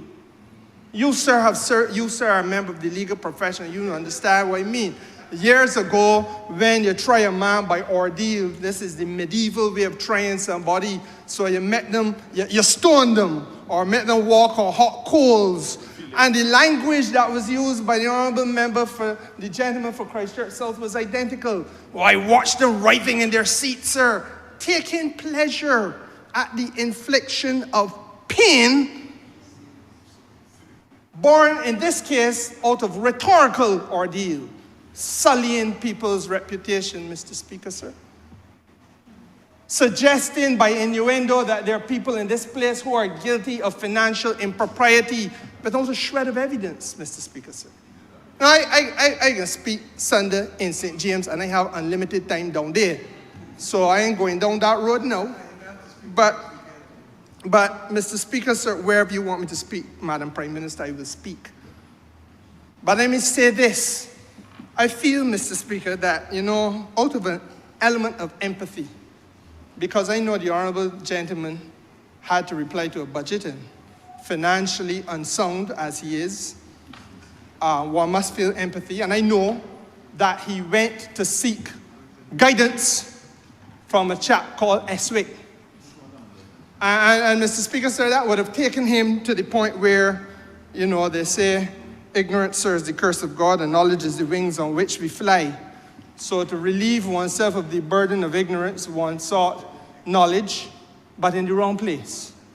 And the chap to whom he went would have given him that which he gave his predecessor, leader of the opposition, this White Oak story. And so he comes back to relitigate the White Oak story, sir. And as if not mindful of the fact that a whole general election campaign has gone since then. And since then, sir, 30 seats have been returned by the right-thinking people of Barbados in their judgment. And what is the fault? What is the fault, sir? An allegation about a professional fee. Now, first of all, the allegation, sir, is made by, I can be very blunt about it, because I do not know how self-respecting black people in 2024, especially those that I hold in high regard, how do you reduce yourself to come to the People's Parliament? This is no longer, sir, any extension of Britain. We are a republic. Let us own that and own self-respect at the same time. So you come to the People's Parliament to repeat the empty racist, imperialist, neo-colonial rantings of a white journalist who feels that a firm made up of people that got dark color skin ought not to be able to charge a fee. And this is made by an argument repeated in here by a professional, sir. A professional. And Mr. Speaker, sir, I don't know. I do not know what was visited on your chamber, on your house. Because the argument cannot be one of the size of the firm, that it is a two-man firm becomes an issue. Is that the substance of it? Because I would have thought it would be the competence of the two men. Mr. Speaker, sir, I died in a little office somewhere in London. Did not the honourable gentleman for many years practice in a little office in Roebuck Street? And did not the same little office produce an attorney at law in the form of that honourable gentleman who just walked out of here so disrespectfully? He's a senior counsel in Barbados, sir. Did his little office stand in the way of his becoming that? So what manner of fecal matter has been visited on this place? Now, Mr. Speaker, sir, I want to be very clear about the matter, because we are now at a point, sir, where 61 electoral exercises have taken place in this country. And in those 61 electoral exercises, the people of Barbados, in their wisdom, have determined that not a seat in this place is going to the Democratic Labour Party.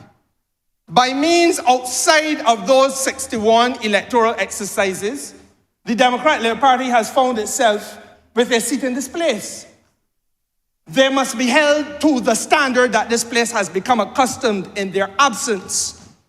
And in holding them to that standard, Mr. Speaker, sir, I begin by saying that I, for one, will not be subjected to any pupillage by that honourable gentleman on this question of financial impropriety and what he calls the likelihood of corruption. I listened to him very well. He didn't have any evidence, so he couldn't charge anybody with corruption. Talk about the likelihood of it. I am not submitting myself to pupillage on it, Mr. Speaker, sir. And why? Because on the evening that the gentleman from Christchurch South became leader of the Democratic Labour Party politically, because they have an administrative leader, I do not know what that means. I presume he orders the toilet paper and so on and so forth. But on the evening that the honourable member became the leader of the Democratic Labour Party, his first order of public business was to go to Ellerslie School, where he shared a public platform, where he shared, hear me, sir, he shared a public platform with an ex-convict who was incarcerated for corrupt practices. I am not taking any pupillage, because the very first signal that he sent was one of acceptance and association. Now, Mr. Speaker, sir, I go further. I want to say that this government must take no pupillage, because the honourable gentleman who sits to my immediate left, the Attorney General of Barbados, has presided over the most abundant suite of anti-corruption and integrity in public life legislation in the history of this 385 years of Parliament, sir. In the history of this 385 years of parliamentary democracy in Barbados. Right here, this government, that Attorney General. So, Mr. Speaker, sir, let us be very clear on that. Now, I do not know why he would go and subject himself to pupillage from SWA. I mean, why would you reduce yourself to being called the pit bull's poodle? Why would you do that? Why would you subject yourself to that? And Mr. Speaker, sir, then the other indignity is one that I take personally, because when you humbug my constituents, I feel it. And he should have left out Lancaster. I do not know what his vexation is, sir, before generally, because I'm still to understand that. But I want, Mr. Speaker, sir, to say that the innuendo about land at Lancaster that originally cost $18, but that was transferred for $2, sir, I want to understand from the honourable gentleman what is sinister about a government in the interest of the people, especially the ones in St. James who asked me to come in here and speak on their behalf. What is sinister, sir, about capping the cost of the land so as to make it more accessible by those people?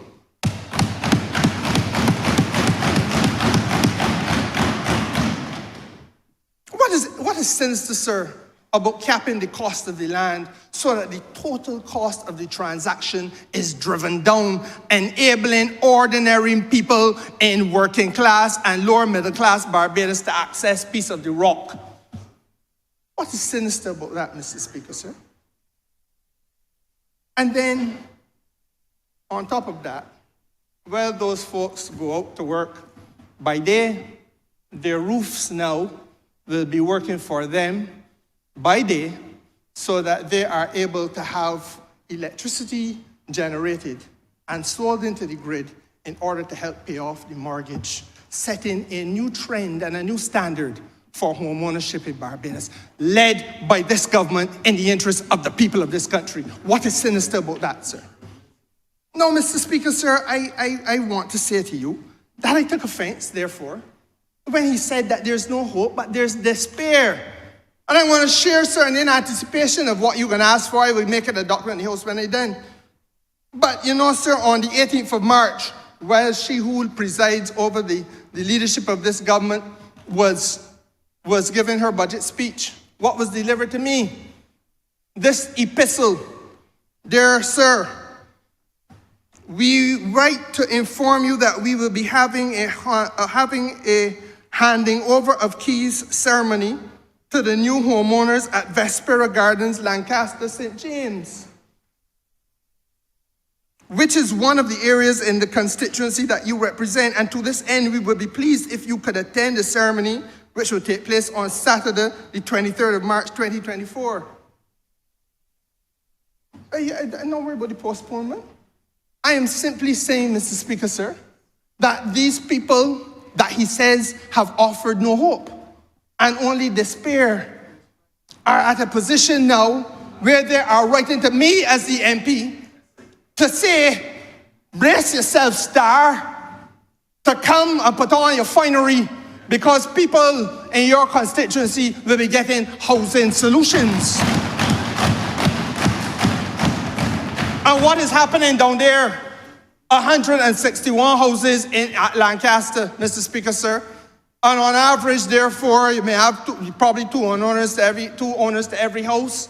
So you are in a position, sir, where we're having 322 people who will now be beneficiaries.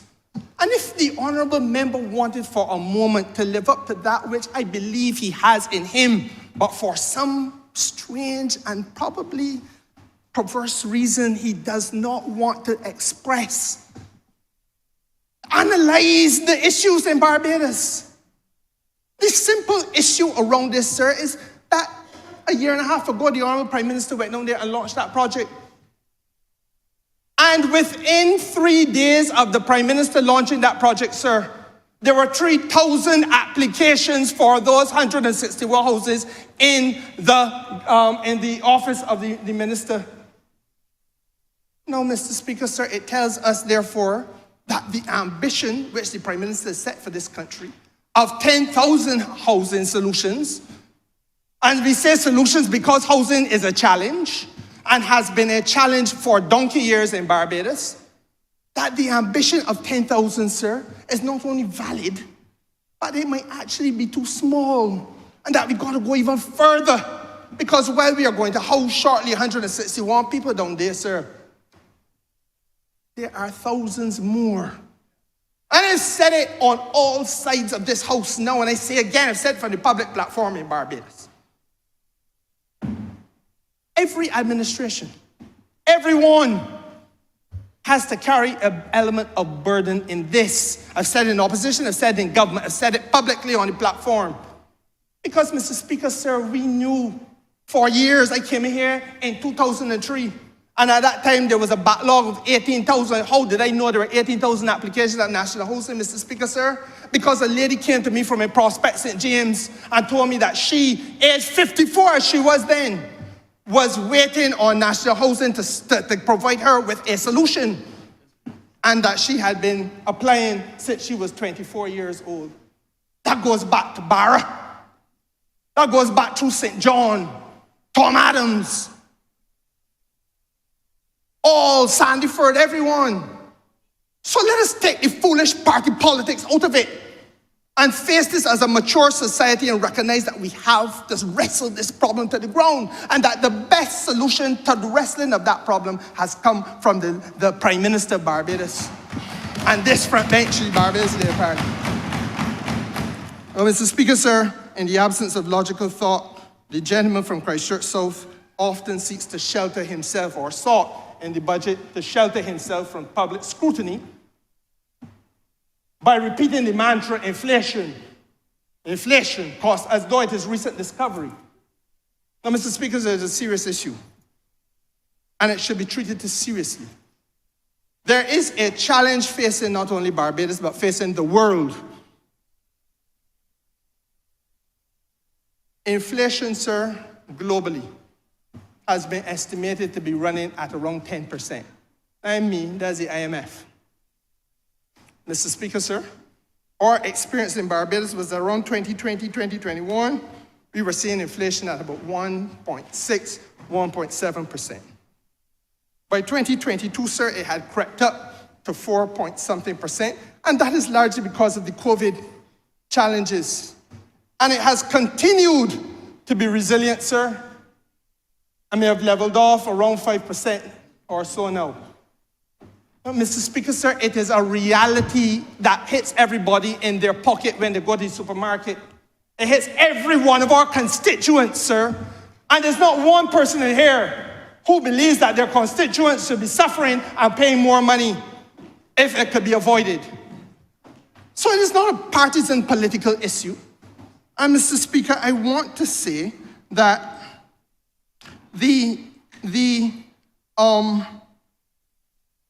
disproportionate way in which inflation impacts us as a small island is because we are really net importers of everything. We're net importers of food, and the government's agricultural program has been robustly defended today by the Minister of Agriculture.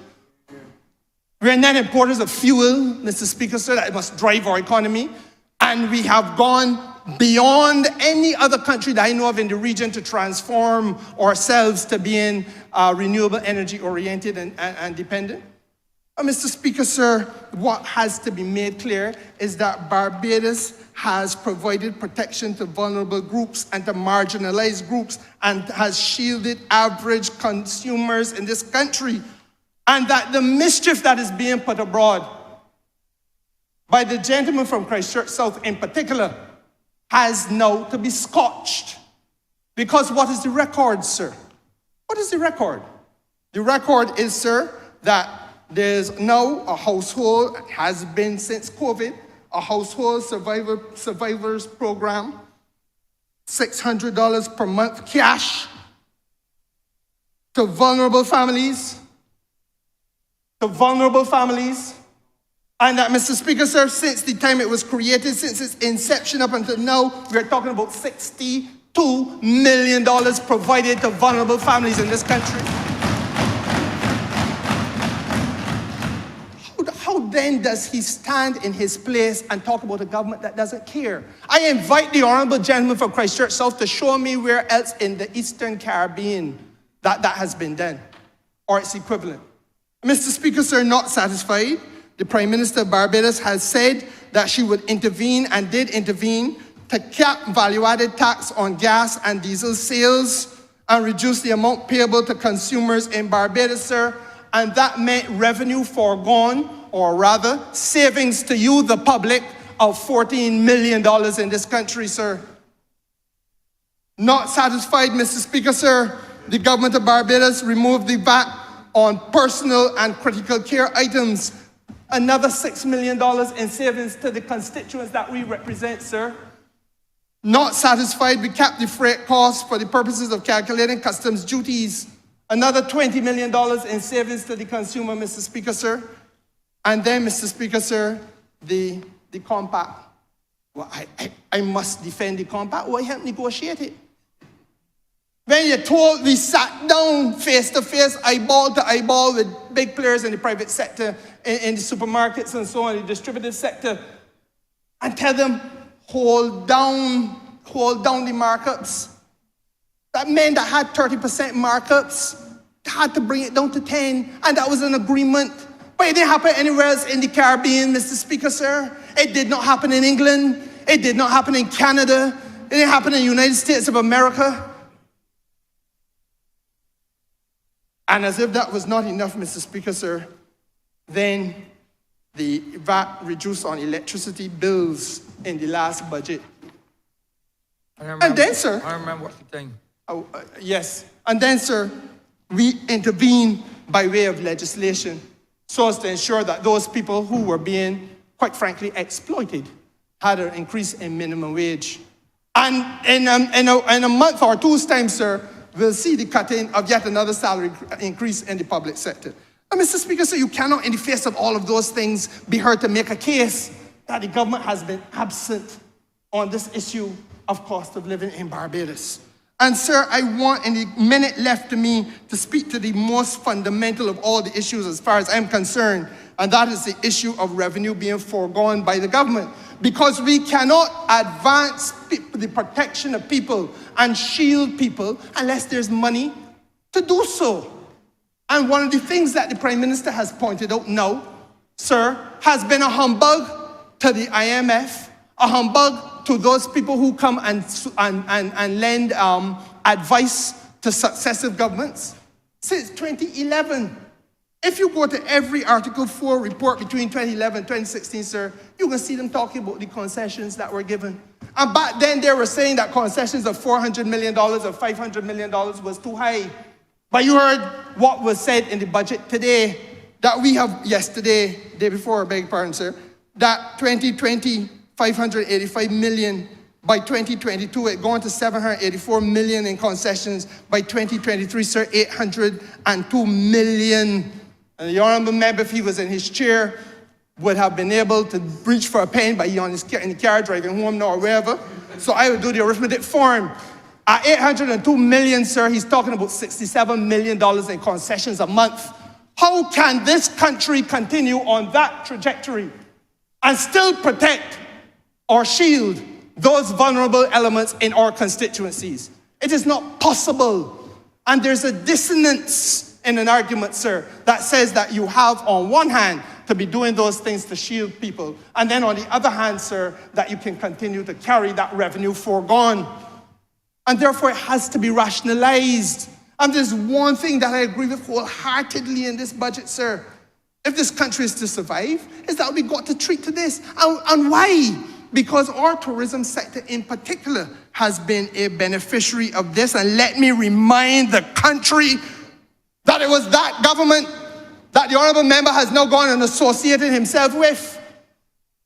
Sir, furniture fittings, vehicles, boats and watercraft. You understand the type of things that were being, that you were not paying any duty on in Barbados with your particular hotel. Boats and watercraft, that means you were taking out the people, the small men on the beach to protect a hotelier. Mr. Speaker, sir, promotional and marketing materials, taking out the marketers and people who went through UE. The same people that the honourable member cried crocodile tears about. And then, Mr. Speaker, sir, household and personal effects and so on. I know you know time. I coming home right now, sir. And I coming home on the point that left of that government, or the end result of that government, was that there was a tax holiday for 50 years, and then a further tax holiday, sir. Sorry, tax holiday for 25 years, and a further tax holiday at 1/2 of the duty payable for 15 years. 40 years, a 40-year free ride on the backs of the people of Barbados. That is the legacy of the Democratic Labour Party. That is what has been embraced by the Honourable Gentleman for Christchurch South. And I want to say to you, Mr. Speaker, sir, that those are the things that we now have to wrestle with to pull back and to make sure there's balance and fairness in this economy. Because we cannot build out a diversified Barbadian economy by going so far down the road as to offer one sector or one hotel in a sector virtually everything. And then there are others coming along trying to try something different, to build resilience in the economy, to make the economy more diversified, Mr. Speaker, sir, functioning better in the interest of all of us. And them don't get nothing because the government can't afford to help them. That's where we are today, and that's the fight we have, sir. And that is one of the reasons why I am wholeheartedly and unapologetically committed to what this Prime Minister has offered us in this budget. I thank you, sir.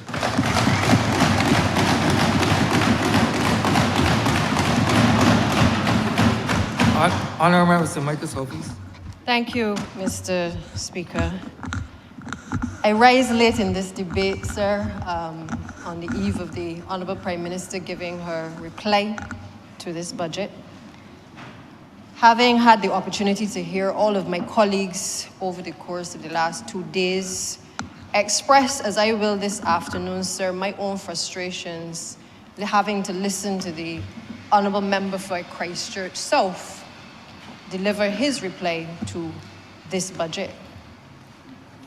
Those frustrations, sir, are very real, because I know that while some will agree that everything is not perfect that we are doing, that everything that we set about to accomplish, we have not yet accomplished.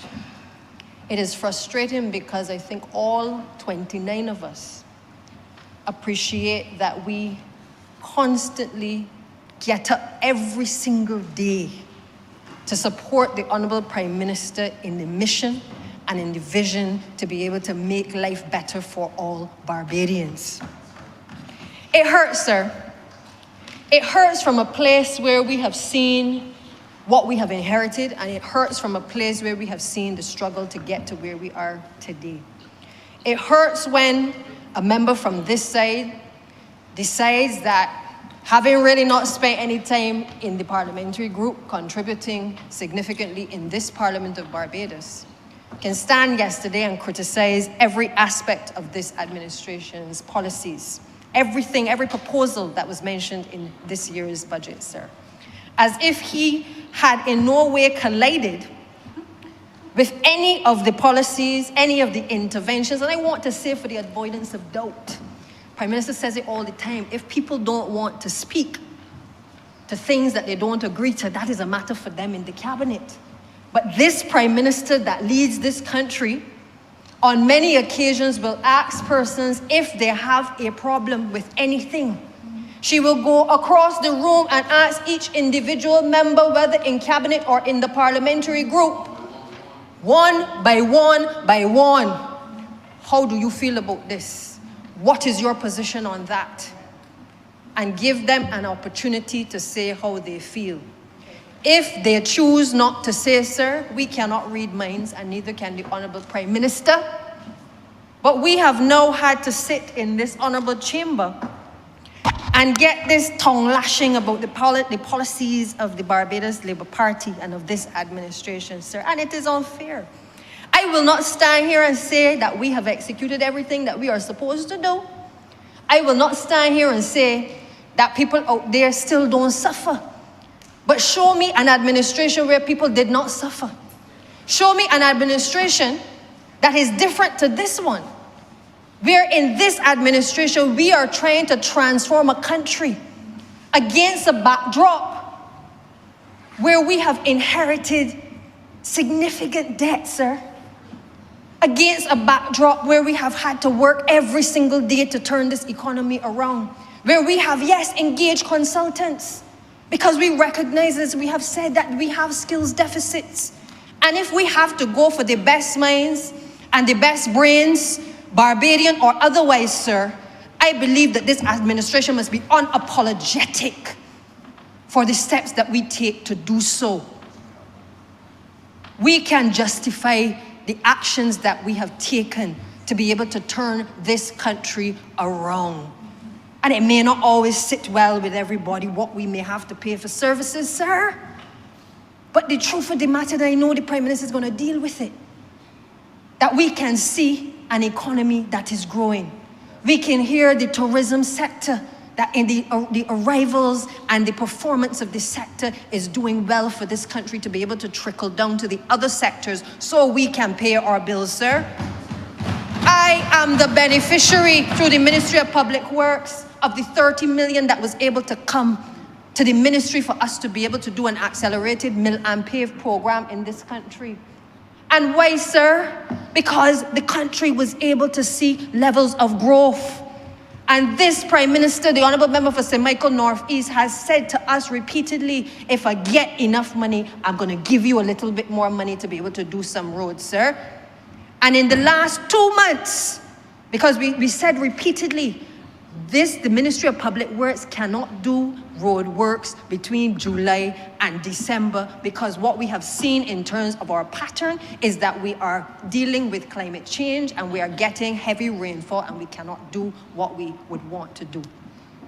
But what we have done is we've been planning, sir. And that is why when the Prime Minister snuck up on me in the middle of the night and said, Minister, you're getting 30 million to do what you're doing, we could hit the ground running. And regardless of whether it was in the parish of St. Lucie, St. James, St. Peter, Christchurch, all across this country, sir, has been touched by the accelerated mill and pave program. And for those who are asking the question, what happened with Highway 7? That is starting from Rendezvous, going towards Oyston, sir. That is starting as well. And you would have seen the works that have been done down from Old Town to Speightstown, sir. We have been working. We have made sure that we've got all of the designs and the tendering for the designs done and started in relation to Highway 7. We have been working on Highway 1, which regrettably didn't get off the ground when it was supposed to, but we have now been able to get that process started so that as soon as we can finish the sewage project on Highway 7, we are able to get going as well on developing Highway 1 and the road works, sir.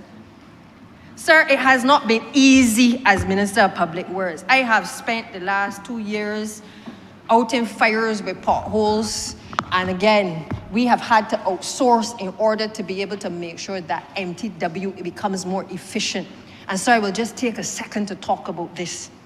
Part of the transformation is about taking a different approach. It is about making sure we do things differently, making sure people are held accountable. That people don't just, as Prime Minister keep calling me and telling me the men throw down the asphalt in the road and they didn't lay it down properly. Sir, it is about changing a culture that has been allowed to get out of control, and we are going to continue to do it and to hold people to account. Those who are getting hazard allowances and they are not involved in any hazards, it got to stop. Where they're traveling, and when I drive across the length and breadth of this country, they're claiming travel allowances, sir, and we are finding that people are still having problems in community. It got to stop. We are holding our people accountable because you see, this budget is about transformation. This budget, if we are able to grow the economy, will allow the Ministry of Public Works to do all the things that every single member in this chamber is constantly asking us to do on behalf of their constituents. That is why we need the growth in the economy, sir, and that is why I support this budget. But as I sat here yesterday, I had to listen to the Honourable Member for Christchurch South speak to issues, cast aspersions on people's characters. You know, they say who the cap fit, let them wear it. And sir, I felt at one point like the cap was trying to fit on my little bald head, because I believe that from across the other side, he was trying to put a cap on my head. And sir, I want to set the record straight this afternoon, because the Honourable Member has chosen not to be in here while any of the last set of us are speaking. He wasn't here this morning, he came for a few minutes, but this is normal, sir. The other side will come to realize that the Honourable Member is not in any way somebody who is a party player. He's not an individual who is going to stay long on anything. We have that experience on this side. We know he is not going to turn up for meetings. You're lucky if he turns up for the branch meetings. You're lucky if he goes into any constituency wherever he chooses to run.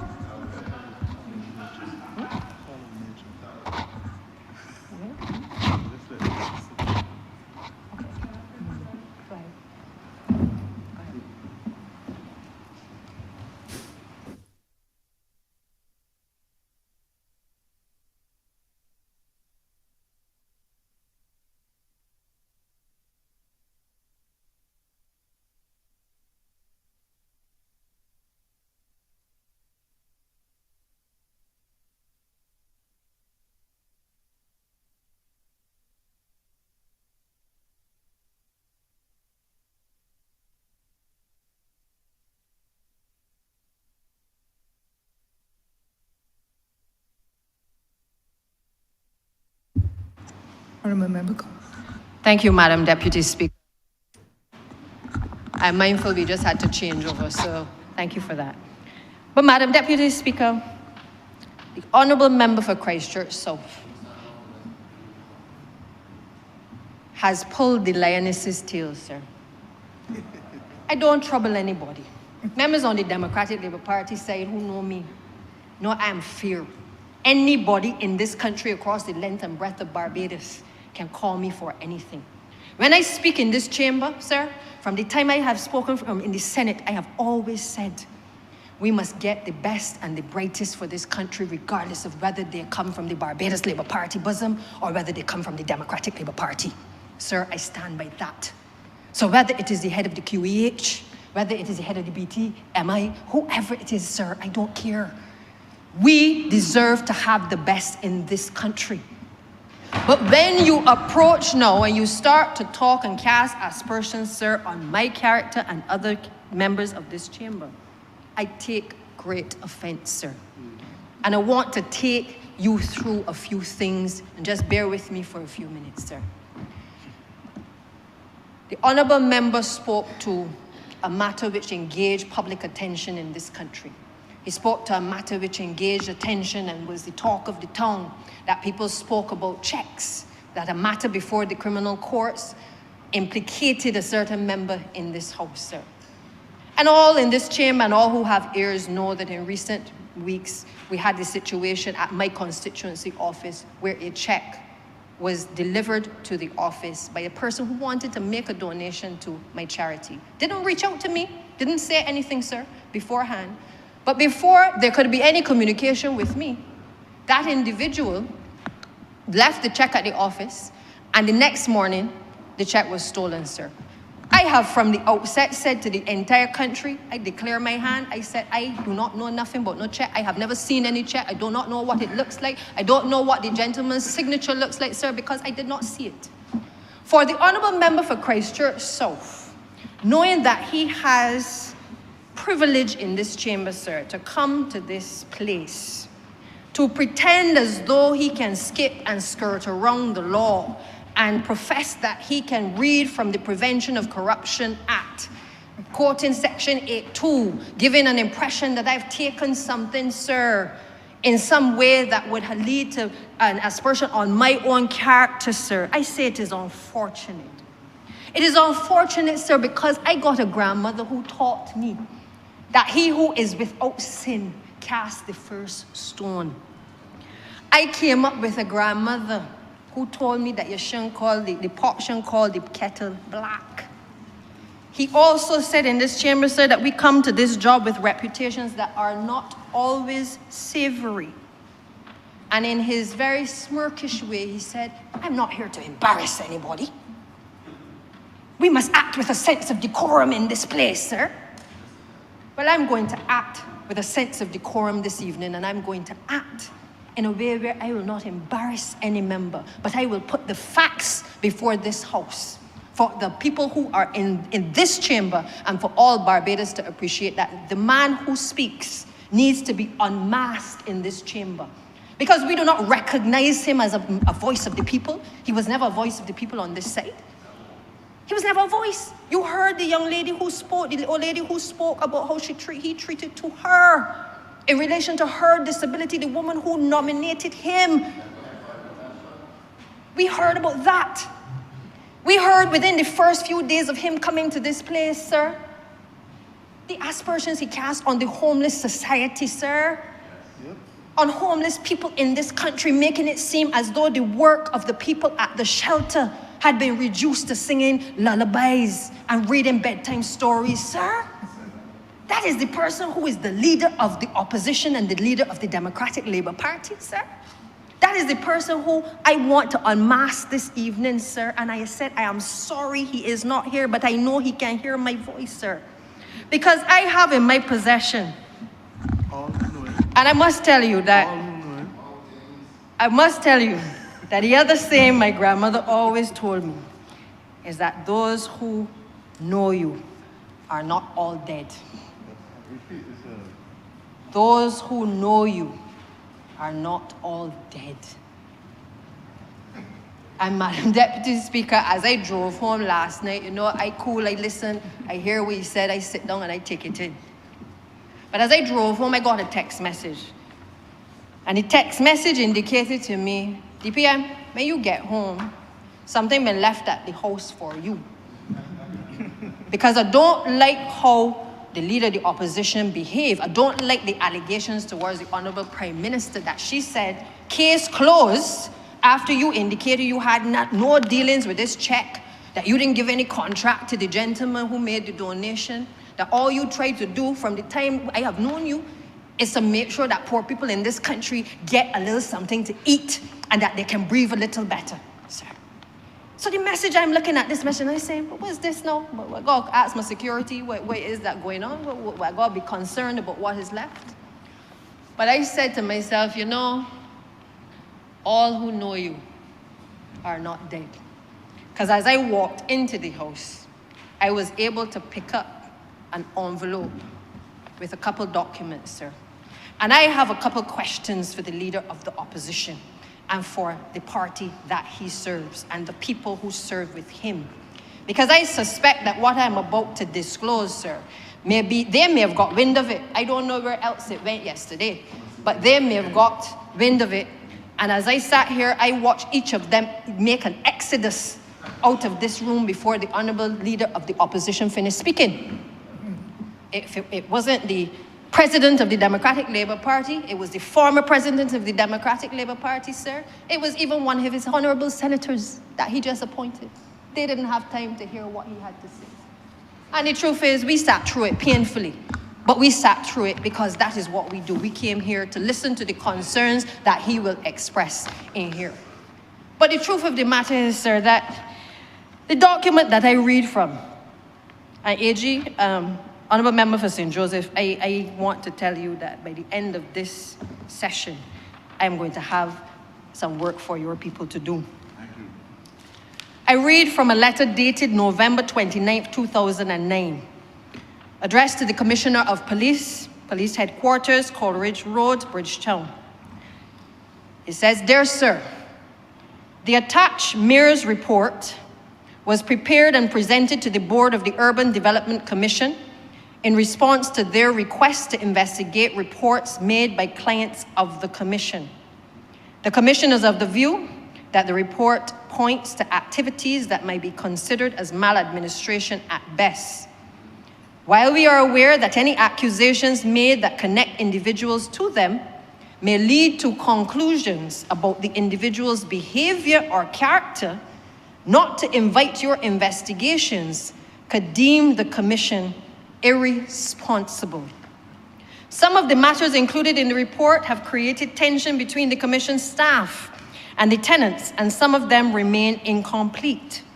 We therefore urge your office to move quickly to have any matter raised in the report fully investigated so that the Commission can make a determination on the way forward. Your prompt attention is appreciated and anticipated. Yours truly, Derek Aline, Director of the Urban Development Commission." And many of you may wonder where this is going. I call the names because I come to this chamber with a sense of decorum. I come here not to embarrass, but I know that the author of this letter also has supported the Honourable Leader of the Opposition, and I believe was here present yesterday as well in support of his presentation, and is also one of two individuals who were former General Secretaries of the Democratic Labour Party. And therefore, the report that I am about to refer to, Madam Deputy Speaker, is a report which was authored by none other than Guy Mears, also another General Secretary, former General Secretary of the Democratic Labour Party.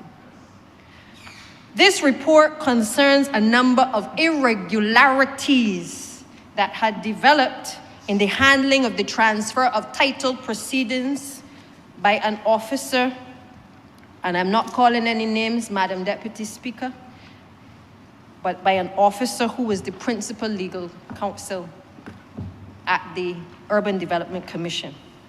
And it was in respect of several tenantries, the transfer of several tenantries. The first one was Nurse Land, sir. Nurse Land tenantry in St. Stephen's Hill, Blackrock. On the 9th of August, 2004, there was a check, imagine that, a check, bearing reference number 7958, constituting a subsidy payment of $12,250 drawn on the UDC Capital Works account, paid to Mr. Ralph A. Thorne, attorney at law, in respect of Lot 7, on behalf of a client of the Commission. The unsigned copy of the document bears the name of the legal officer and the legal assistant who seem to have signed on behalf of the director. On the same date, 9th of August, another check, also signed, prepared a subsidy of $6,705.97, drawn on the UDC Capital Works account paid to Mr. Ralph A. Thorne, attorney at law, in respect of Lot 3, on behalf of another client of the Commission. On the 9th of August again, another check constituting a subsidy payment of $12,500 was drawn on the UDC Capital Works account paid to Mr. Ralph A. Thorne, attorney at law, in respect of a Lot 4 on behalf of another client of the Commission. The report says, Madam Deputy Speaker, that it is of interest and probably a matter that needs further investigation, that these cases were all referred to the same attorney at law, who is known to be close to the principal legal counsel on the same date. Some considerable time has passed since these referrals without the work had been completed.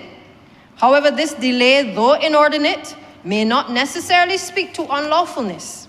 However, the determinative factor is whether the attorney's inaction amounts to him assuming the role of the owner by deciding what should be done with the money in his possession.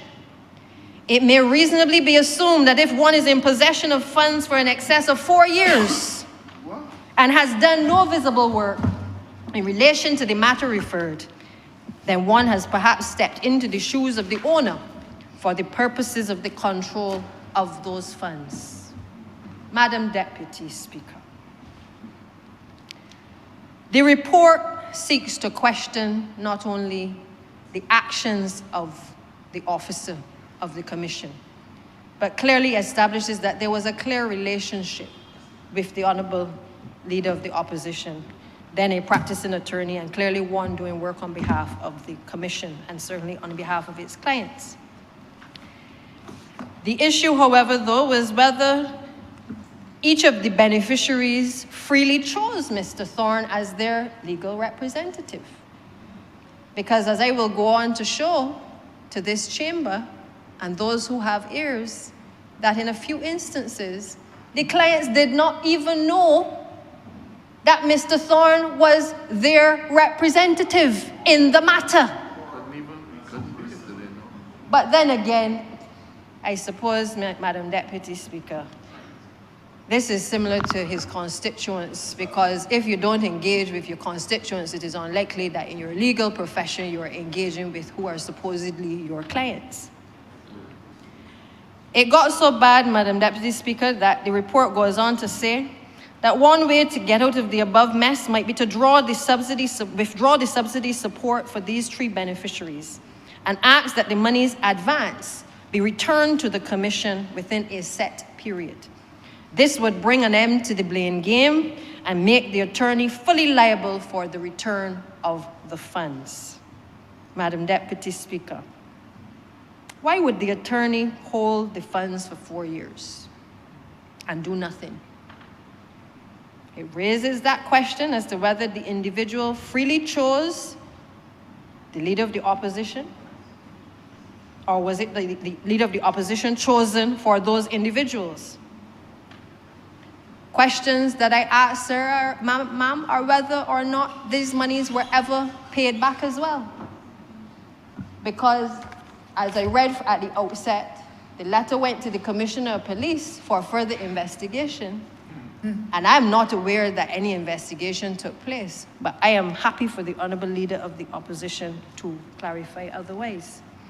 I couldn't understand in the course of the debate yesterday, Madam Deputy Speaker, why Lower Burning, the fact that the Honourable Member for St. George South and I had a meeting and we talked to the residents of Lower Burning and to the residents of St. Michael's South East about this administration easing the pressure in the Pinelands area in particular, where it is densely populated, would offend his soul. Why was this meeting so important to him? But then I realized that it had nothing to do with the policy of this government as it related to hope. When I read this report, I realized that Lower Burning was also a subject in question, that there were also clients from the Lower Burnings area. And I will start here by explaining Lower Burnings was not technically part of the Urban Development Commission. But in this scenario, the Commission acted along with the principal officer and the Leader of the Opposition to act on behalf of clients who were purchasing lots in the Lower Bernese area. Madam Deputy Speaker, I will not get into the rightness or the wrongness of that action. Suffice to say that clearly there was an intention to allow these persons to be able to purchase. The actions were done, and therefore those people obviously had a legitimate expectation that the leader of the opposition would so act on their behalf. The facts are, though, that the principal legal officer advanced a government subsidy of checks to Mr. Thorne on the 19th of March 2007 concerning lots 9 and 10 in Lower Burney. The accompanying letters were signed by the legal officer, who stated that the checks were expected to be held in escrow by Mr. Thorne, pending delivery of an executed copy of the conveyance in these matters. The report goes on to say, in the opinion of Mr. Gyson Mears, it is not common practice for money to be sent to another in order that it can be held in escrow pending the delivery of completed work. That this may have been peculiarly motivated may be evidenced by the fact that 2 years later, the documents awaited have not yet been delivered and the monies forwarded have not yet been paid to the named beneficiary. They want a sniff test, Madam Deputy Speaker, because this one is not passing the sniff test. It goes on to say that they doubted whether proper procedure had been followed. It questioned the fact that the practice at the Commission was for the Commission's principal legal assistants to prepare the conveyance in matters of this nature, which would then be forwarded to the attorney at law who is acting for the tenant.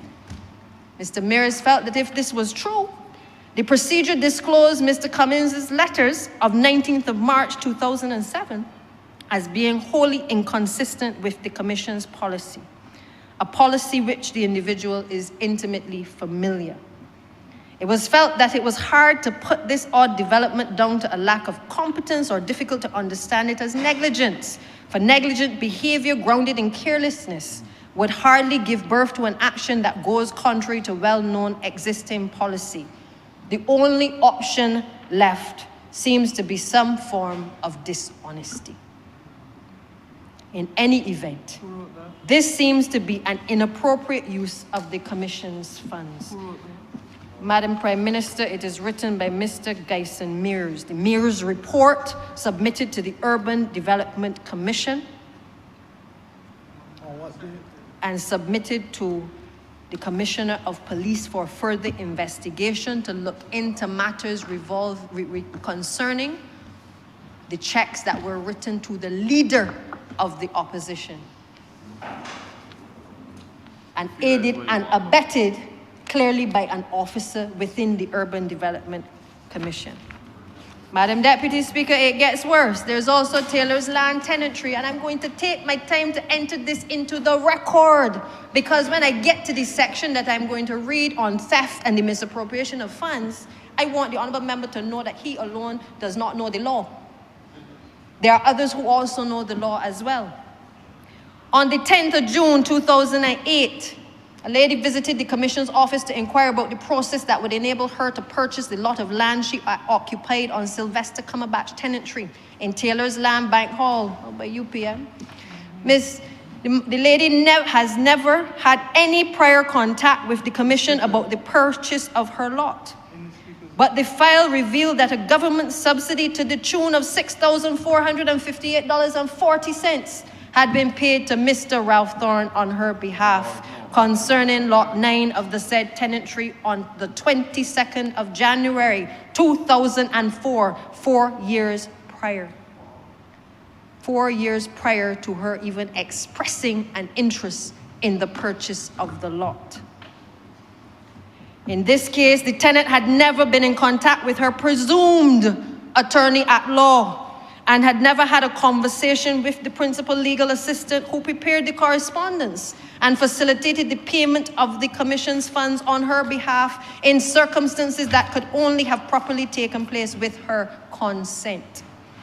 If the facts are stated here are correct, This state of affairs reveals a clear case of dishonesty. It goes on, Madam Deputy Speaker, Hall's land in Bank Hall, and it gets sweeter. On the 9th of September 2005, the Commission paid a subsidy in the amount of $17,500 to Mr. Ralph Thorne, attorney at law, on behalf of another client for Hall's land tenantry in St. Michael. This payment was directed to Mr. Thorne in error, as it was intended for another attorney.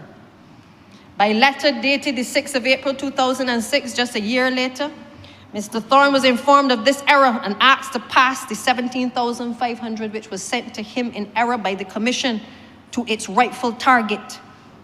To date, and this was the date of 2009, it had not been honored. It was not returned. It is worth noting that the officer had directed this check to Mr. Thorne, and it was not until the tenant visited the Commission's office and asserted that Mr. Thorne was not her attorney, but in fact that there was another attorney that was on record for her, that a reversal of this transfer was attempted by the Chief Project Officer. This raises questions as to what instructions the officer had and from whom to cause him to direct these funds to Mr. Thorne in the first place. Because when seen against the background of the facts here contemplated, Mr. Mears indicated that this seems to be one more event in a series that points to a special relationship with the officer of the Commission and Mr. Thorne in dealing with the funds of the Urban Development Commission. There is one more, Madam Deputy Speaker. Well, there's only one more in this report. I suspect that, like the other honourable member who spoke this morning, there may be more coming, and I may get more things dropped at the House. The other matter is dated the 23rd of January 2009, where a client visited the Commission's office in connection with the Johnson land tenantries at Green Hill and Whitehall, again in the Prime Minister's constituency. Last one was the Speaker. The lady was the owner of the lands, one of the owners of the lands, which was being sought to be transferred to tenants. It notes that the Commission started the transfer of the title deeds at 2 tenantries as early as 2000. They advertised in the newspaper. Surveying work was contracted for, and it was completed in 2002.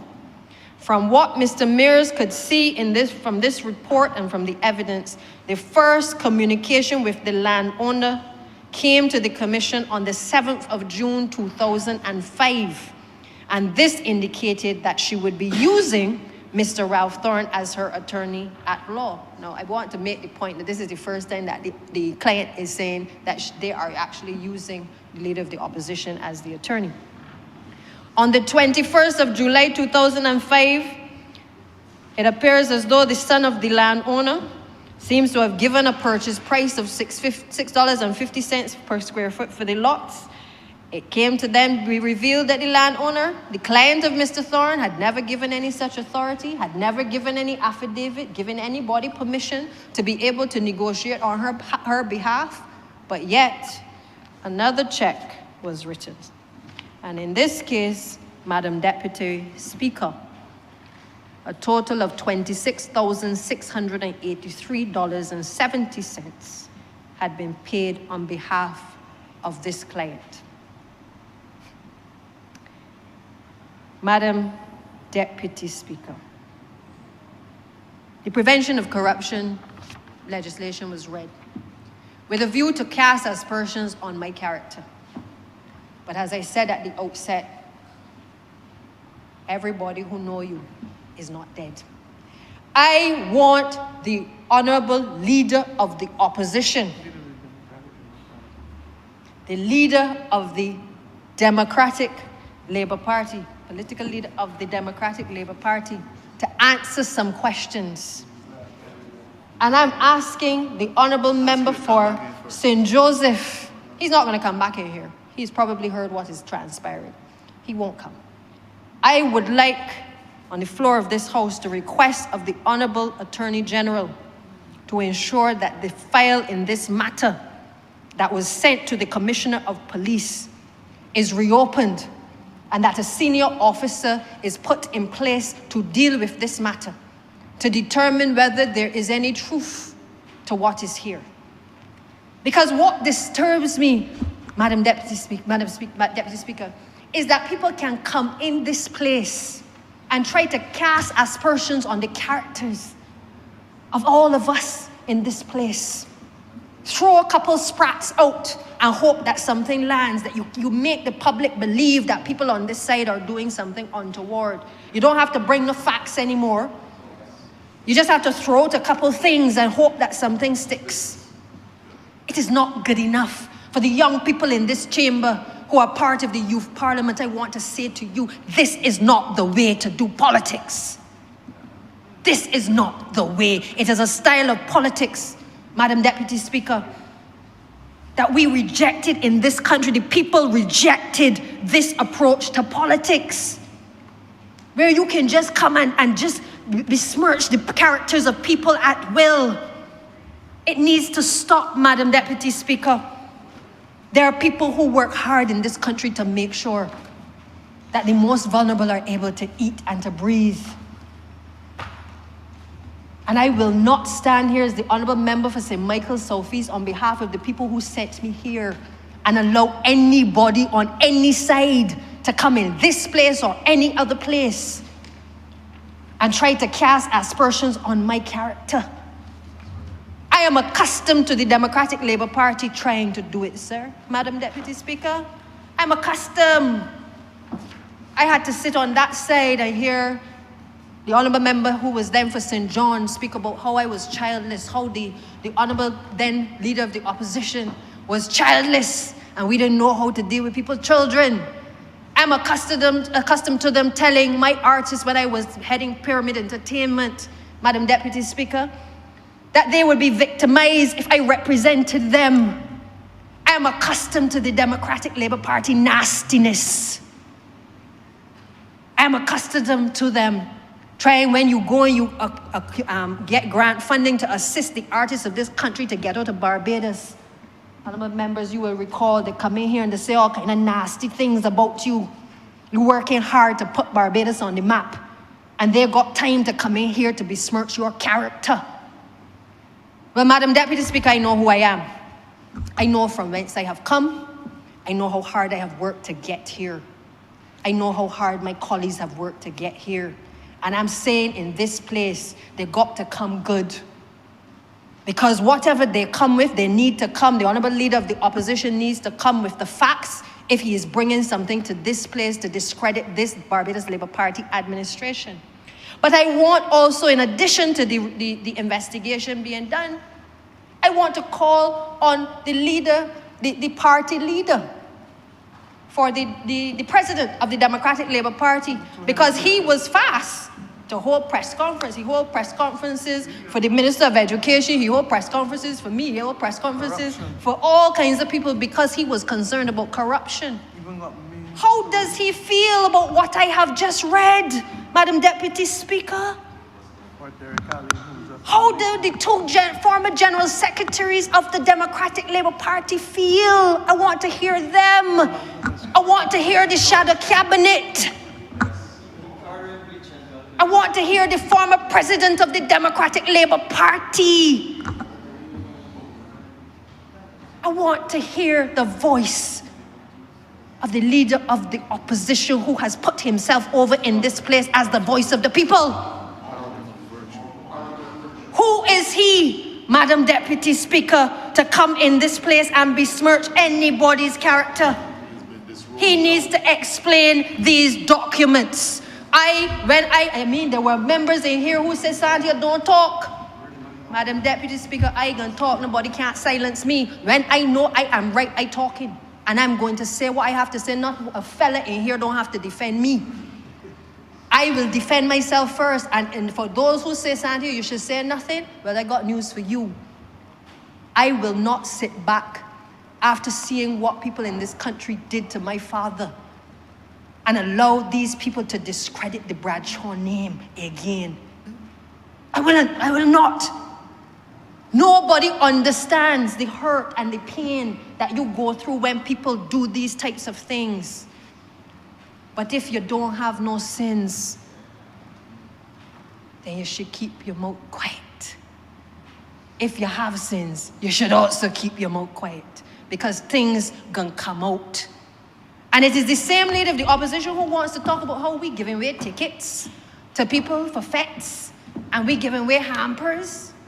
The honourable leader needs to tell this place and the people of this country, what does he do for his constituents, apart from cross the floor, apart from disrespect them? What has he done? He didn't even have the decency to say thank you for Thornberry Hill. That's when it's done in his constituency. He's worried about who's canvassing and which side of the road is his and which is the other person's side of the road. That's what concerns him. He didn't even say thank you for the roadworks program, knowing what a Democratic Labour Party administration did in this country when it came to roadworks and bridges. And now they have the gall to talk about in this place that he hoped that the roads don't wash away. Well, I hope that he don't wash away. But I know that we gonna wash them out another 30 love when that time comes. Because this behavior is totally unacceptable. It is totally unacceptable. And we must never reduce ourselves to this in this place, Madam Deputy Speaker. I leave the honourable member for Christchurch South to respond to what I have spoken to today. I leave the people of Barbados to judge. My first day in this parliament, Madam Leader, you may recall, sitting on the other side as opposition leader, I got up in this place and raised the issues of the then speaker and the behavior of the then speaker, because it did not sit well with me. It did not sit well with any of my colleagues in relation to actions and omissions on his part. I supported the integrity and public life legislation, and I still do to this day. I got name much, I got disclose everything. That's what this administration is about. We disclose things even when there was no legislation. Yep. The honourable leader of this party, as well as the former leader, disclose. That's who we are. We don't hide up anything, because we come in the name of the people. And the fact that the honourable leader could not even collide with the budget speaks volumes. I believe, Madam Deputy Speaker, I will not detain this House. The Honourable Prime Minister will respond appropriately to all of the other matters. But let me just say, I am proud of my colleagues. I am proud of the work that my Prime Minister is doing. She don't get a lot of sleep. Sometimes she's a little grumpy. But we have come to accept that she does what she does in the interest of the people. And I want to say sorry to some of the people of this country as well, because, you know, there are times when, as ministers, as representatives, we don't always get to address the concerns that you have. I hear the cries. We all hear it. And I hope that in the course of the next few weeks, certainly as we bring this debate to a close, that members have the opportunity to be able to get back on the ground and to let the people of their constituencies know the good work that this administration is doing. Madam Deputy Speaker, I am obliged.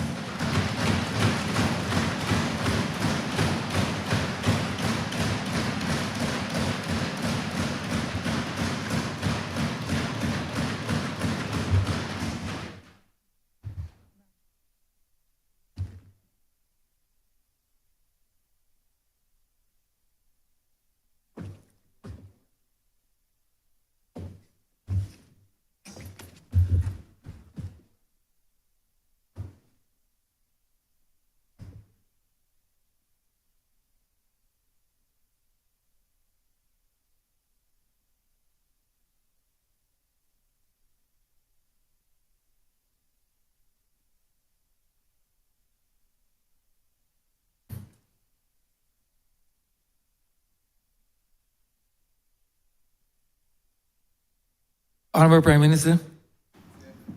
Thank you very much, Mr. Speaker, sir. This has been a long 3 days, but I am sure that you appreciate the necessity of this exercise in this honourable chamber which is required by our Constitution, such that we approve the estimates of expenditure and revenue before the 31st of March of every year. This government was particularly keen when we came to office to deepen our democracy and to allow the process to move from a series of second reading speeches that invariably over the decades became very political. 15-minute speeches in and out for a whole week, and very little to do with the estimates. In fact, the Leader of the Opposition's speech yesterday was reminiscent of what used to take place in the estimates, where people collided more with politics than with the substance of the estimates in that very large purple book that you see on the desk of many. And for those of us who choose to have digitized, you see in this iPad, and certainly open to the public of Barbados on the Parliament of Barbados' website. But sir, we took a decision that it was important that the people of Barbados receive details over the course of a 4-week period as to what takes place in the functioning of ministries in this country. Because when we said that we wanted to become more accountable, we didn't need a Leader of the Opposition to tell us that we needed to become more accountable. Indeed, the Leader of the Opposition himself was very much absent, the Leader of the Democratic Labour Party, in most of the sessions that took place in the Well, and I'm therefore happy that for once the people of Christchurch South have a representative who can now ask questions on their behalf with the Well, because he is only now present in this honourable chamber so to do. But I want to thank all of the ministers and all of the public officers. We take it for granted. And the extent to which they sit in the middle of this parliament and they go for days and days and days, so much so that the newspapers can't even cover all of the information that they have been given because of the sheer volume of it. Sir, we believe as a party this is how our democracy is to function. And sir, it is culminated in the second reading speeches. And let me just say before I go, because there was a lot of talk about whether I was in here for those sessions in the Well. Sir, I have come up in a tradition in this parliament where you give the opportunity to ministers to show and shine during the period of the estimates, because this is their opportunity to be able to share with the public of Barbados what they're doing in their ministries. And Mr. Speaker, I have continued to believe that this is the appropriate way. Even in years before, some years I've asked, some years I haven't asked questions. And even when I've asked, I've only done it once. Why? Because I'm deeply conscious that if I speak, it may take a lot of the oxygen out of the room, and the coverage that I need to be able to have line ministries to share what they're doing may not be readily available. But I want to thank now for this set of second reading speeches the honourable members on this side who have spoken. For the most part, we have been very faithful to ensuring that you understand what the program of the government is, that you understand what the objective of this budget speech is, which is simply to achieve higher levels of growth and to ensure that that growth is balanced and shared and fair, and to ensure that in this world where so much is happening around us over which we have little control, that we develop even greater resilience, Mr. Speaker, to be able to withstand all of the crises that we will face as a country, or as a family, or as a community, sir. Because crises are coming one after the other, after the other, after the other. That has been our experience. And Mr. Speaker, I truly, truly want to say to this side that they rose to the occasion in almost every respect today. As Matt Fingal would say, you can clap for that, yes. The truth is that from last night, when the Honourable Member for Christchurch East Central spoke and reminded this country that had it not been for COVID or the natural disasters our debt would not be 2 billion more than what we restructured, but it would be more like just under $1 billion more, because we spent $1.1 billion keeping this country afloat when unemployment went over 18%, and when over 50,000 people had to claim from the National Insurance Scheme to stay alive because not a red cent was going into those people's bank accounts or into their hands. That we had to do hampers for people when they couldn't sufficiently either earn or get to where they needed to get safely. That we had to build a hospital up in the north.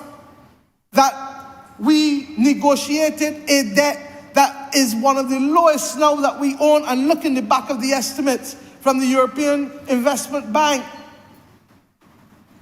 Mr. Speaker, when we went up there, the bush was over 15 foot high. The member for St. Peter spoke about it in his speech this morning, because we left him from renaming the highway in St. Peter and went straight, the Attorney General and I, up to Harrison's Point at 6 o'clock in the evening. And by the next morning, the Ministry of Public Works and their officials were there. And within 1 month, we had a hospital there with over 40-something ICU beds, more than we had before, and others going in, sir. Sir, this is the reality of what this government has had to face. And sir, you know, I came here because I heard a lot about debt and a lot about growth and a lot. It is clear to me that the honourable member doesn't only know arithmetic, he knows nothing about the economy. He knows nothing and has been paying. The member for St. James South was the one who said today that when he was finished with his slumber for the years that he had, he woke up and realized that the world had changed. I adopt her words. And I will soon adopt the words for the member for St. Lucie too. And I will bemoan the words for the member for St. Michael Northwest. I've listened to everybody in here today, sir, carefully while doing my business. And I say to this honourable country that I am proud of the government that I lead. We may not be perfect, but these men and women in here come to work to try to do their best every day for the people of this country.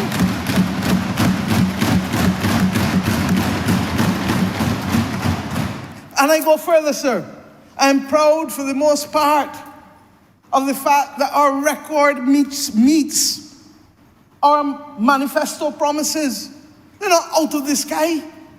And you take up, and I defy anybody, take up our manifesto and see not just a work in progress, but you see actual achievements in a major way that have already altered the circumstances of people's lives in this country. Mr. Speaker, this is not idle talk. And just for the record, let me also defend the public servants of this country. What I saw taking place as behavior in here when the leader of the opposition, the leader of the Democratic Labour Party, was questioning people in the well, when he was doing it with the Ministry of Agriculture and doubting all that they said. And I'm going to come to the sheet too, and I don't know which one he owns, 707, 708, Dolly or Molly. I don't know which one. I don't know the obsession either. But one day we might find out. Mr. Speaker, sir, I spoke in this country on Monday, sir. And you know, sometimes the member hit home when he told me that he really didn't know arithmetic good. And I said, you know what? Bring a graph for him. And I brought the graph and the tables in the hope that he would be there, sir. But for whatever reason, the Attorney General seems to have run him out of here.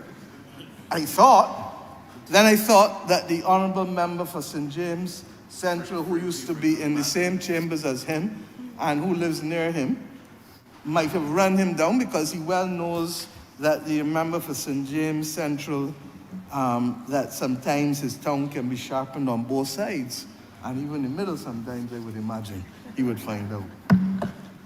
But then I realized that somebody may have told him that something was dropped off at the house of the Deputy Prime Minister, and that he may not want to be in this chamber for that. You say one thing for the former Prime Minister who led the Democratic Labour Party and became Prime Minister of the Democratic Labour Party, the Honourable David Thompson. He stood there and he took everything that came and he understood as I did yesterday. I stood and sat down here for the leader of the opposition speech other than the 2 bathroom breaks I had because I drinking a lot of water trying to lose weight. So, excuse me, sir. But I sat in my seat because that is the tradition of this honourable chamber. And you can't give and not want to get. You cannot give and not want to get. And his absence this evening is scandalous and shameful. And I say so, sir. But if he was here, and if he isn't, I don't know if these cameras can look a little thing, but I can make sure that they get on the internet if you can't read them.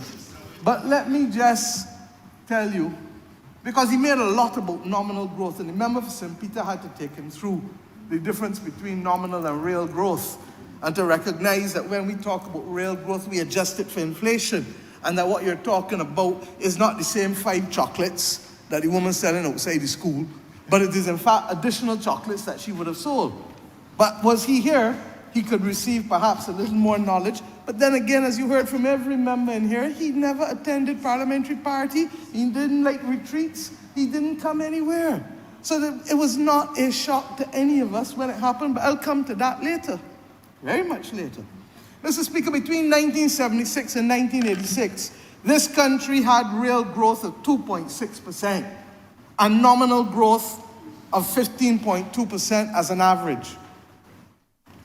Barbados Labour Party in charge. Mr. Speaker, between 1987 and 1993, there was no real growth in those years, and the nominal decline was minus 8.7%. The Democratic Labour Party in charge.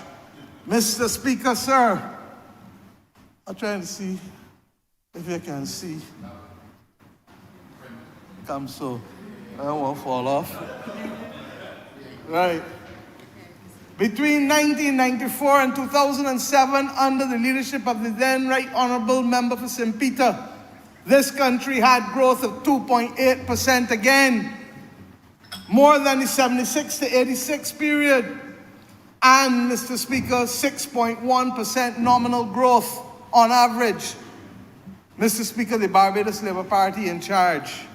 Mr. Speaker, between 2008 and 2018, the last decade, this country had negative real growth of 0.2%, minus 0.2%, and nominal growth of 0.7%. Mr. Speaker, I already told you that we left an economy of 9.6 billion and came back and found one of 10, 400 million more in 10 years. Next came to nothing. And that is when people's purchasing power started to reduce in this country. And that is when people lost their jobs in the thousands. We went to an IMF program, Mr. Speaker, in 2018-19. And less people went home then than went home in 2013, Mr. Speaker. Mr. Speaker, this government's growth to date is at 0.6% on average in real terms and 4.5% in nominal terms. And you know why, Mr. Speaker? Because the first pandemic in 102 years happened. And this economy declined by 14%, not due to anything done by the people of Barbados, but simply, Mr. Speaker, that you could not travel in a tourism economy. That the fact of the hotels not needing to buy pork, not needing to buy chickens, not needing to have anybody move goods from Brighton's or Stanford Scott. Massey had less to sell, no hotels opening. And in spite of that, Mr. Speaker, do you know that we don't even have the negative growth that the last decade have? And we have more growth than the Dems had between 87 and 1993, in spite of a pandemic, in spite of the worst ashfall the country knew in 119 years, in spite, and we're still paying the price of it, because the 38 buildings that closed down last year, owned by government, owned by the private sector, those 38 buildings, the majority of them, the member for Christchurch West will tell you that he was advised, sir, that the fine dust from the ash getting into the air conditioning systems, as we knew happened up at the airport, as the member for St. Michael West Central would tell you, cause systems to fail and falter. And we therefore have to respond accordingly.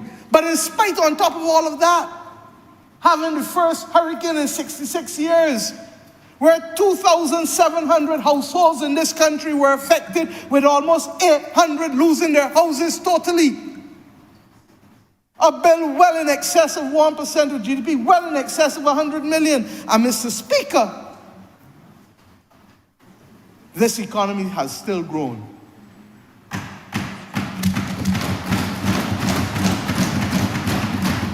Sir, there was no ashfall in the last decade.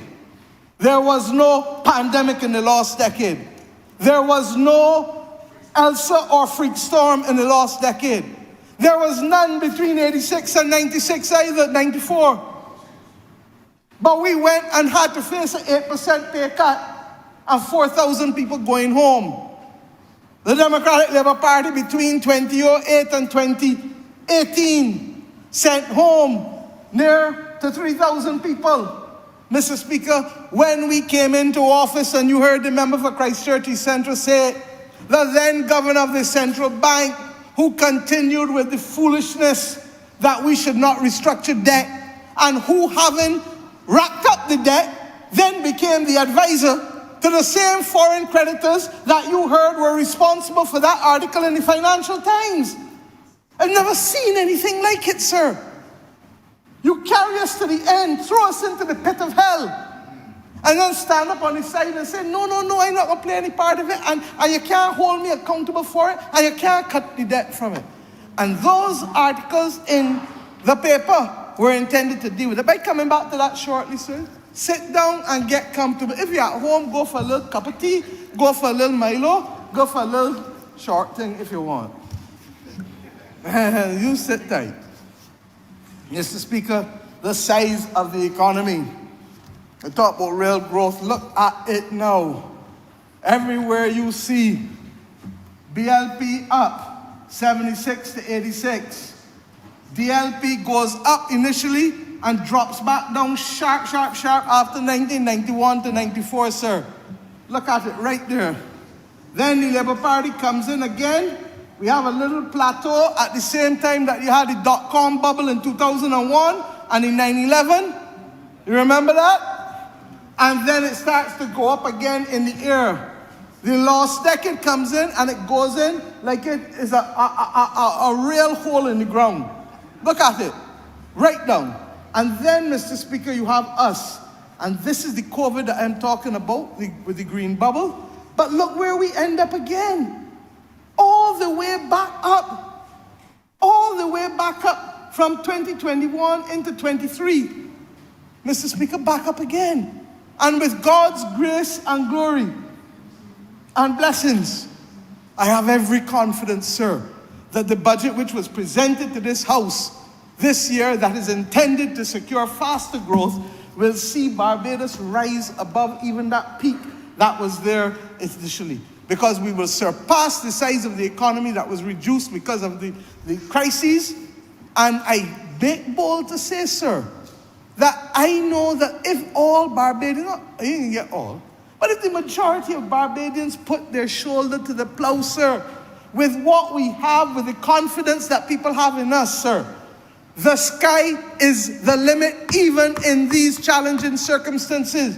And we will learn to surf the waves, and we will learn when to duck, and we will learn when to stand up strong, because at the end of the day, sir, if you are small, use the benefit of nimbleness to your advantage, Mr. Speaker.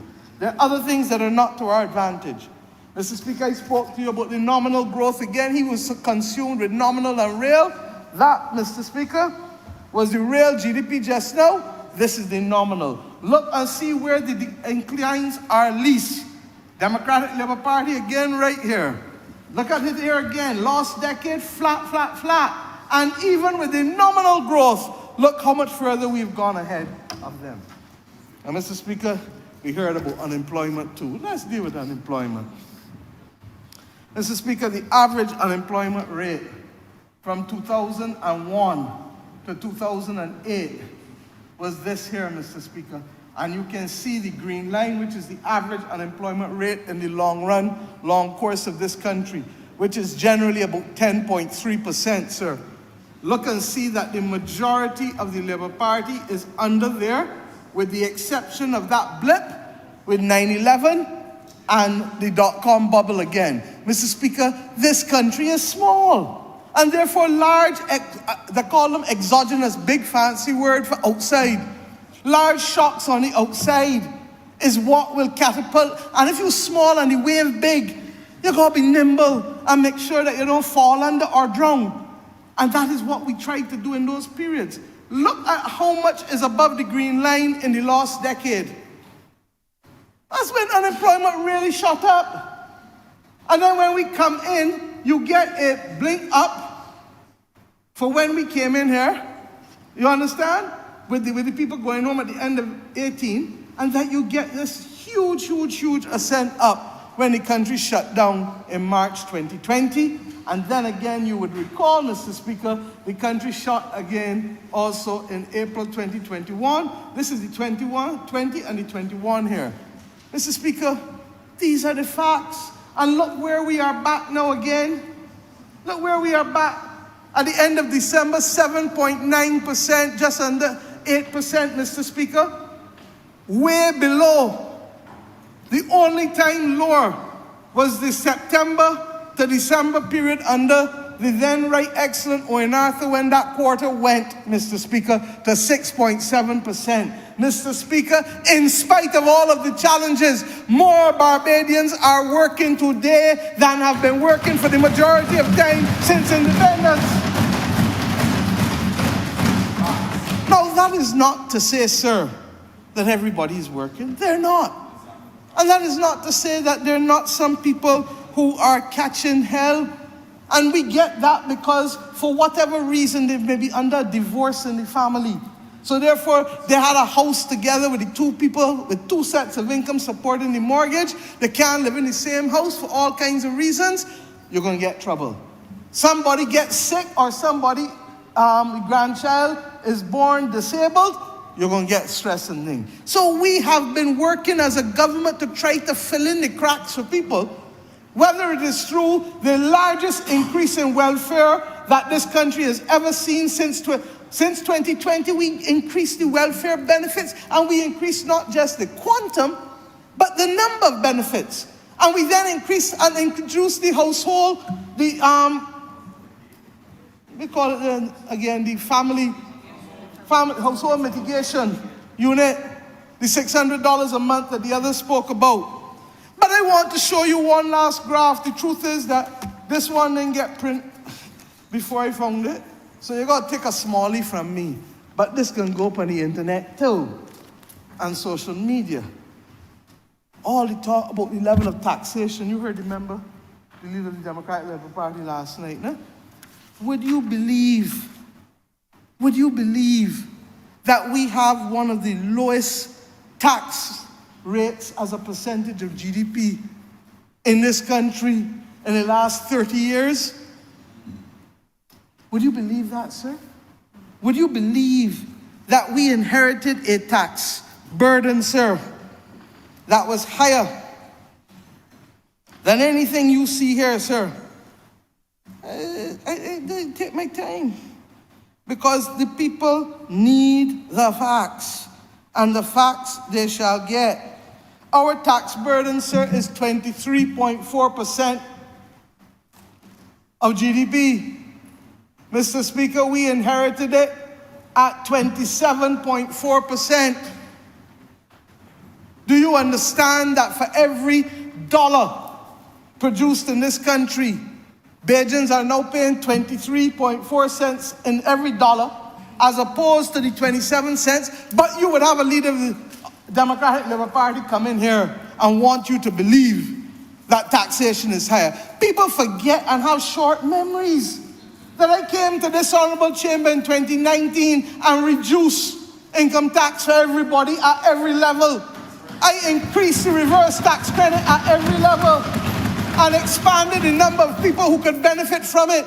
We created a new category called compensatory income credit, so you could get back every cent in tax. And if God spares life, and if this economy does well, all of you earning 40,000 and less or 45,000 and less, next year stand by for a compensatory income credit. Take my words for that. So long as this economy is doing well. Because, Mr. Speaker, we believe that as we do everything to give you opportunities for training, education, reintroduce, Mr. Speaker, back into this country for people, benefits for tertiary education, that we will still try our best to increase your disposable income so long as we can do it. Now, do you understand that we've reduced this country's tax effort while being in an IMF program and while facing a pandemic, a freak storm, a ashfall, and a hurricane? And, no, I didn't get to that one yet. And increased cost of living as a result of war in Ukraine and the war in Gaza. And also it was at the back end of the COVID pandemic too that shut off the supply chains. Mr. Speaker, where is he living? I agree with the member for St. James South. He was clearly sleeping in long slumber. But you know, the previous leader of the Democratic Labour Party who was there was also in long slumber too, and said that he was now waking up. So maybe it is a feature that is associated with the leaders of the Democratic Labour Party. Since Mr. Barr never used to sleep. Different person. Now, Mr. Speaker, this issue of debt. I hear coming here to pompous say, others have told me that it is not 18.1 billion. Mr. Speaker, Central Bank report, document of the House, Mr. Speaker, January to December 2023. Please go, Mr. Speaker, to page 36. I have nothing to hide. If he was here, I would have even asked the deputy clerk to walk across and give it to him. In fact, I can still beg her to put it on his desk. He might collect it next week. Appendix 6, 2017-18. Central government debt, gross central government debt, which is the domestic debt plus the external debt, 15.847. That's the figure that the member quoted yesterday, remember?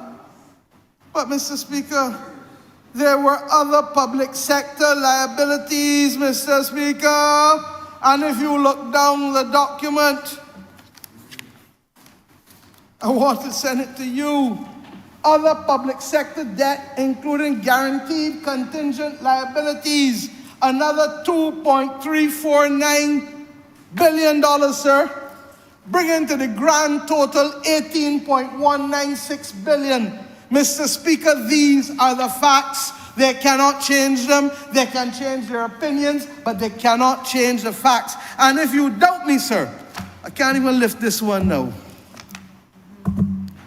This, Mr. Speaker, it was so heavy I had to beg one of the members of the police to bring it up the stairs because neither me nor my personal assistant can lift it as well easily up them top stairs. I had this bound today, sir, and it shall stay in this Parliament as a forever record of condemnation of the lost decade, because this is the prospectus for the restructuring of our debt.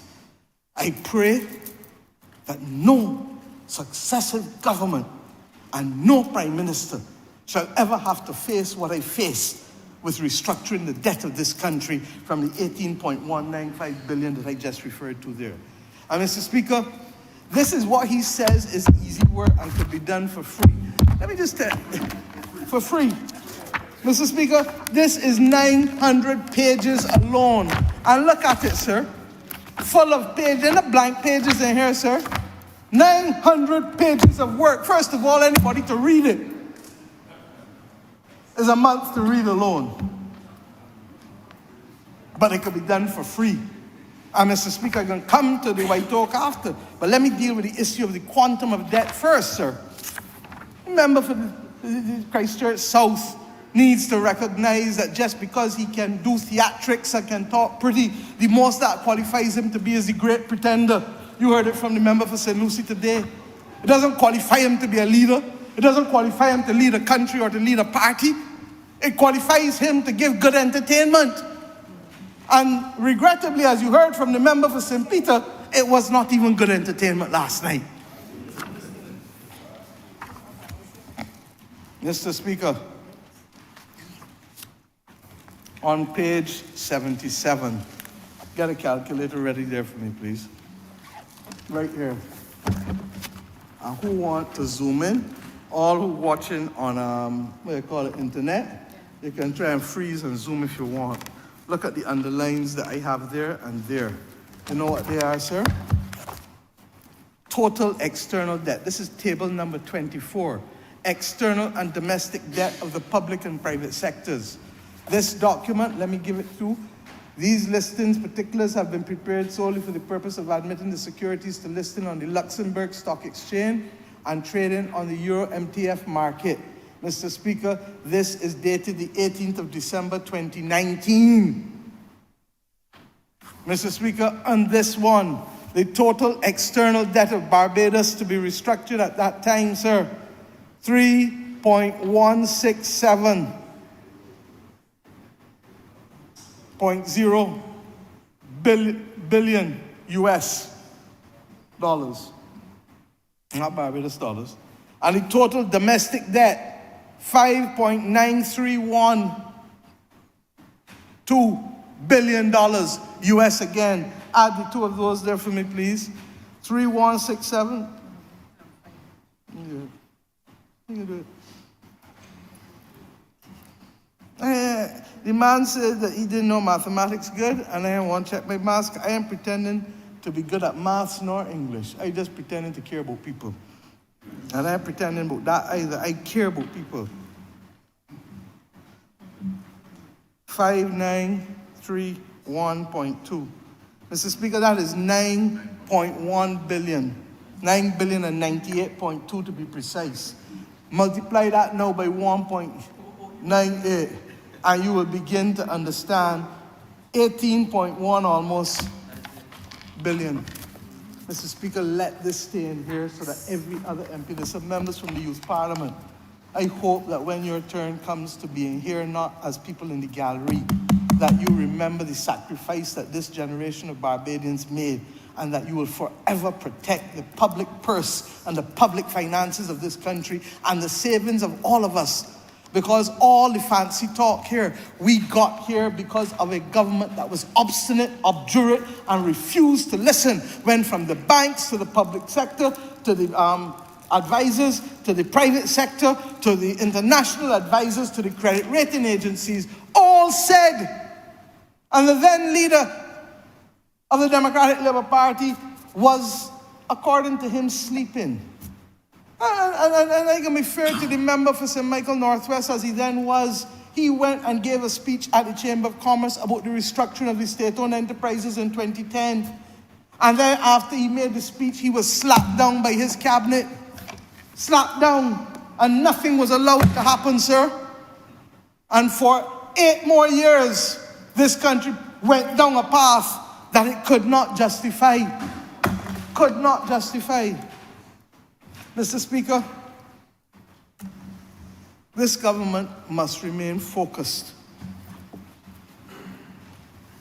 This government must remain focused on its program and policies, sir. And I say so without fear of contradiction, sir. When he spoke about White Oak, I'll deal with this one last time. Oh, this is a 2-member firm. The member for St. James Central dealt with him as if he is not a sole practitioner. Where do you get the right to look in a mirror and point a finger at others but don't see the 4 fingers pointing back at you? And worse still, now we heard what the Deputy Prime Minister has laid before this Honourable Chamber. I can assure him that nobody will charge him $141,000 on this side to represent him. We'll come back to that. Mr. Speaker, White Oak. Before White Oak, and White Oak wrote the last government. You know, that's a joke. They didn't start with us. They wrote the Democratic Labour Party government, who ignored them because they were singularly focused on the road that they were going down to the point of carrying us beyond the 5-year limit into the 90-day extra time. You know, in football, you have extra time for 30 minutes. Well, in Parliament, it's extra time for 90 days. And they went in the extra time voluntarily. Mr. Speaker, White Oak restructured Grenada's debt, 91% of it in 2005. White Oak restructured Dominican Republic's debt, 97% of it, 2005. White Oak did Belize's first restructuring in 2007, 98% of it. Côte d'Ivoire in Africa, White Oak was one of the people in that advisory team, 2010. White Oak was in the Seychelles, they were the lead advisor, 100% of the Seychelles debt, and that was 2010. They participated among a large group of people in the Greek restructuring as well. In 2012, they were the sole advisor in St. Kitts and Nevis in 2012. They were the sole advisor for Belize's second restructuring, and may we never have to do a second restructuring, sir. In 2013, they restructured Ukraine. Ukraine that you hear all about, they were part of a team in Ukraine that did it in 2015 before the war, 83%. They did Grenada, Mr. Speaker, again in 2015. And that is why we are working so hard, Mr. Speaker. Both Belize and Grenada restructured once, restructured twice. And that is why this team must come together. And if I have some times to be a little unpopular, I will be. Because I do not intend for the government of Barbados to face another debt restructuring in my lifetime. In or outside of Parliament, I will do everything to help those who have ears to listen and hands to act. Mr. Speaker, Belize had a third one in 2017. And this goes back to whether you are prepared to cut deep enough and to do the structural transformation that you have to do. That is why we remain focused on dealing with the state-owned enterprises, sir.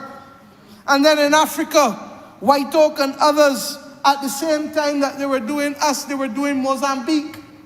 Mr. Speaker, and what was the fee that they charged us, sir? 0.4%. Mr. Speaker, they didn't charge a fee that was disproportionate. They charged a fee of 0.4%. And that 0.4%, let me put it in context now. That's not even 1 cent in a dollar. So out of $10, that is 4 cents out of $10. You go and you ask a man to pay you, to give you back $100, and he asks you for 40 cents. 40 cents out of $100. You ask for $1,000, and you pay him $4 out of $1,000. You ask for $10,000, and you pay him $40 out of $10,000.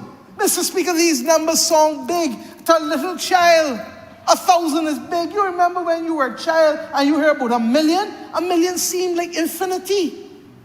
And what he's trying to do, as the member for St. Peter said today, is that he's trying to pass remarks and drop remarks, good old Bajan phrase, drop remarks to make people feel uncomfortable, make people feel something nasty or sordid has happened. Mr. Speaker, we laid the White Oak contract in this Parliament.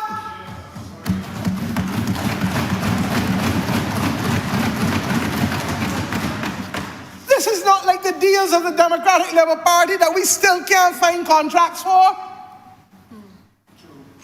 No, sir. Remember, for St. Michael's Southeast said, all who know about their deeds have not died yet. And Mr. Speaker, let's go to the actual restructuring. All the talk about not caring. Mr. Speaker, in the immediate, you heard me put the date on that, the 18th of December, 19th of December 2018 or 2019? That was 2019 or 18? That's the 2019 one. The local debt was December 2018. One day I shall tell the story about that too. Because the member for Christchurch East Central came in my office on a Friday afternoon and said to me, Prime Minister, I regret to inform you that the local banks have rejected the debt restructuring. One day I shall tell you, I told him thank you. 15 minutes later, I picked up the phone and I called the same White Oak. And one day I shall tell the country what I said to them. Needless to say, that was a Friday. By the Tuesday, I was meeting with the two regional banks in here, in the committee room, and the meeting left in here. They went to talk to their principals in the afternoon, and we resumed in government headquarters in Bay Street about 7:30, 8 o'clock. The central bank person came down to my office at 12:30, 1:45 the night. The local banks, the two regional local banks agreed. I had a few soda bicks and some cheese, and they shared in that about 10:15, 10 o'clock the night, and that was their supper.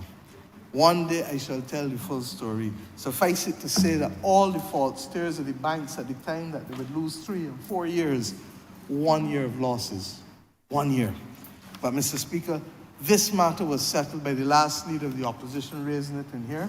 They campaigned on it in January 2022, and the country settled it in January 2022. But I'm conscious that I have some members of the Youth Parliament in here who 2-3 years ago may not have been following. And they're the ones who must carry the tradition and the knowledge and the customs of this Parliament in the same way that I had the honor to be able to come into this Parliament in 1989 and 1990 and 1991. I was in the Senate. I know what it is to tell the story of the 8% pay cut. I know what it is to be told that this economy was batting like Gary Sobers, and the next thing you know, 4,000 people were being sent home. I know the night when I was in Huddersfield Turning, and I made the point about the 4,000 people being sent home, and I was called a liar as a young candidate in this country. And lo and behold, less than 9 months later, not only were 28,000 people marching up and down Broad Street, but that the 4,000 people were sent home and the 8% pay cut came. So, Mr. Speaker, let me move from those matters. No, there was one other matter I wanted to tell you, that even after we had finished the domestic debt restructuring, sir, and we were about to go into the foreign debt restructuring. And Mr. Speaker, when that happened,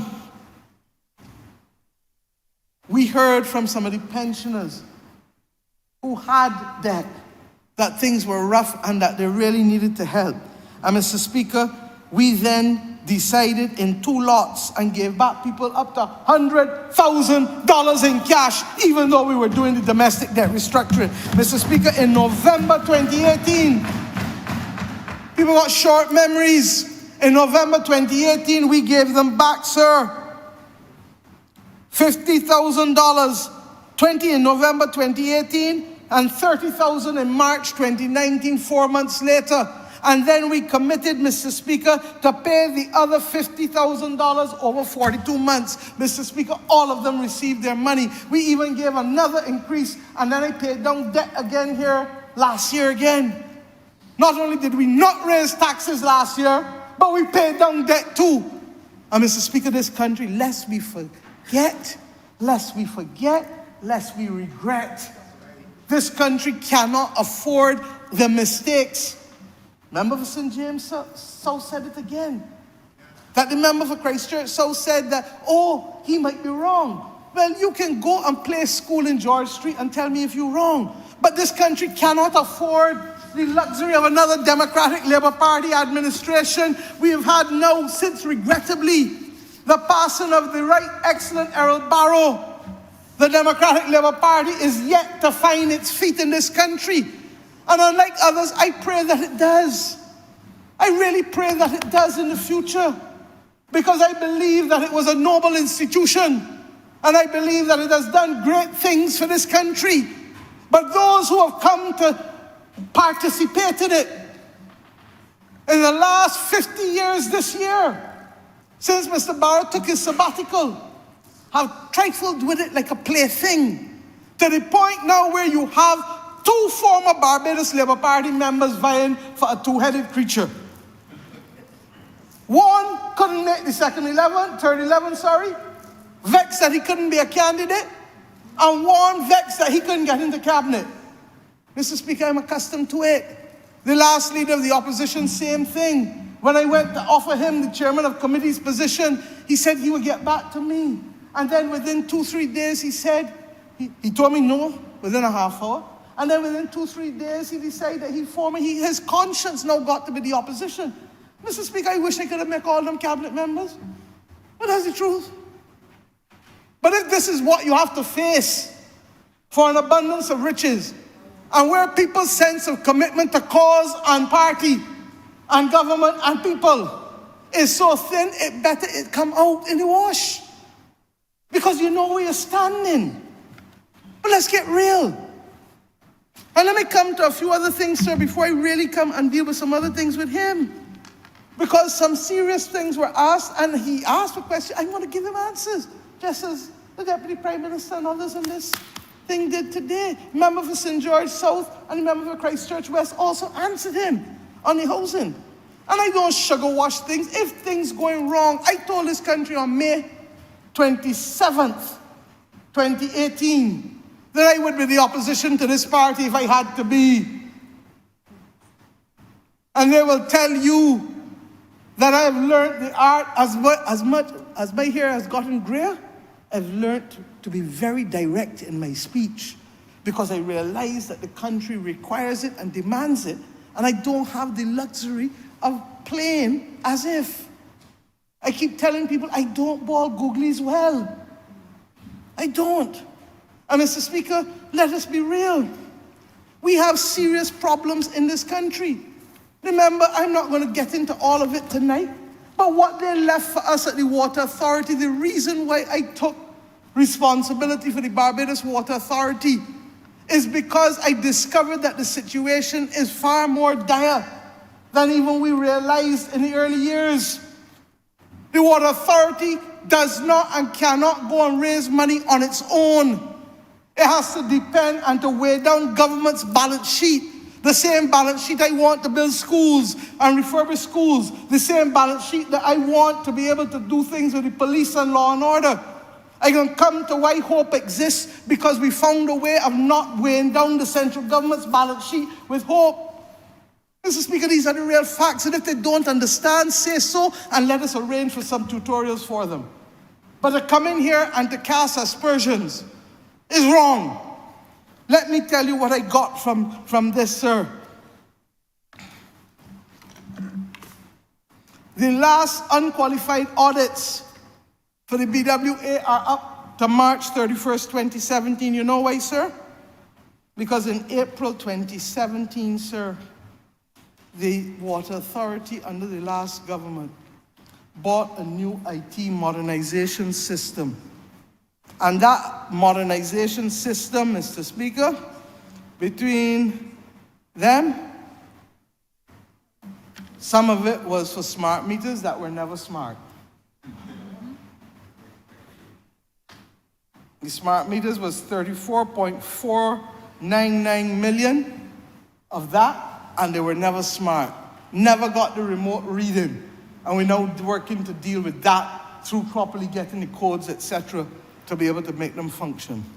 Mr. Speaker, there was a company called SCL Sales and Services, $13.3 million.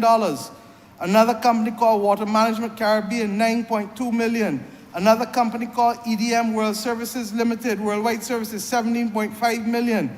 Mr. Speaker, Co-Water Sojima, $62 million. And that Co-Water, I believe, is the company out of Canada. And then the task unit fees for $616,000. Mr. Speaker, not only did the smart meters not work, the IT system has not worked. The BWA was then locked in with that contract into an 18-month maintenance contract with Co-Water at a total cost of $825,000. Say what you say about White Oak restructured the debt, and we had all the room to ride through the pandemic and all the other misfaults that we had. You know that you can't get proper figures out of the Water Authority and proper reports. They have to use Excel. You know the same Excel that every little child and everybody personally has used? That's what they've had to resort to. And Mr. Speaker, when the contract came to an end also, not just the maintenance part, the overall contract in April last year under the Deputy Prime Minister, they said that they wanted 24,000 US a month. And mercifully, the board up there said, no, no, no, no possible way. And the reason, Mr. Speaker, is that when all of the contracts and works were undertaken, the price to date, we suspect, may even be more than the 137 million, because the reason for the uncertainty that we have is because the very same system that they gave us is broken. No, Mr. Speaker, that IT software system was meant to interface with all of the systems to provide data on customer account information and work management systems. And it never worked properly. I have a berriffle of emails and letters that the Water Authority sent me today of them asking over and over and over for this to be fixed. The company responsible, sir, had also remote control. That's what the Democratic Labour Party left us with, of our entire data there. And Mr. Speaker, that no one here then could go into it and try to fix anything that had gone wrong. And the same company, in spite of us writing as a country to them, they didn't seem to be able to fix their own system. That is what I have to clean up now, sir, as Prime Minister of this country. That is why, Mr. Speaker, I have taken responsibility for this. And for the next 2 years, God spare life, I'm going to get it in order and then put it back to a line minister to be able to take control again. Because this foolishness must stop. There is no greater problem facing this country than water. We've said it from St. Lucie with the brown water and St. Peter, to St. John and St. George, to the outages in Christchurch. Mr. Speaker, we feel it. We feel it. And then you're going to have the foolishness being talked in here by the leader of the Democratic Labour Party, and them can't even get the act together. The two leaders can't even make one up. They can't make up either. And they can't make one together. Mr. Speaker, what is that going to require from us? On the 31st of March, and the board has recommended, and I have accepted the proposals, as has the Director of Finance and Economic Affairs, that the balance sheet of the Barbados Water Authority will essentially be cauterized. In other words, cut off, clean, and start the new year with verifiable balances.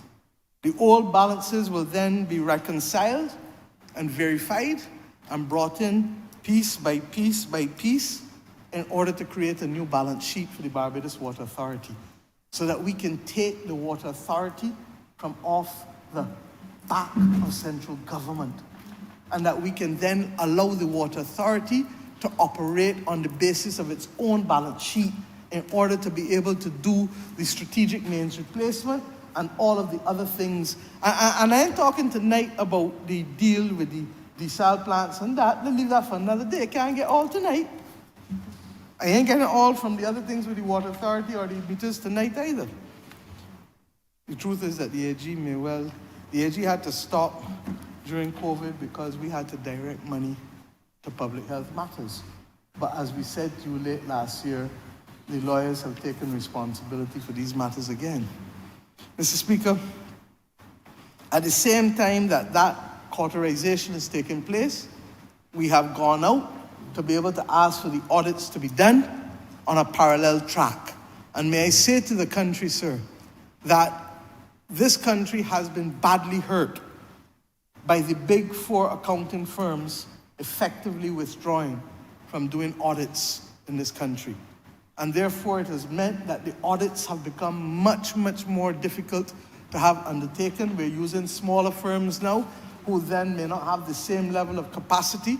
But I will let the Director of Finance issue a statement to the country, because you need to not only hear from the politicians, you need to hear from the person who at law has responsibility under the Public Financial Management Act on these matters, sir.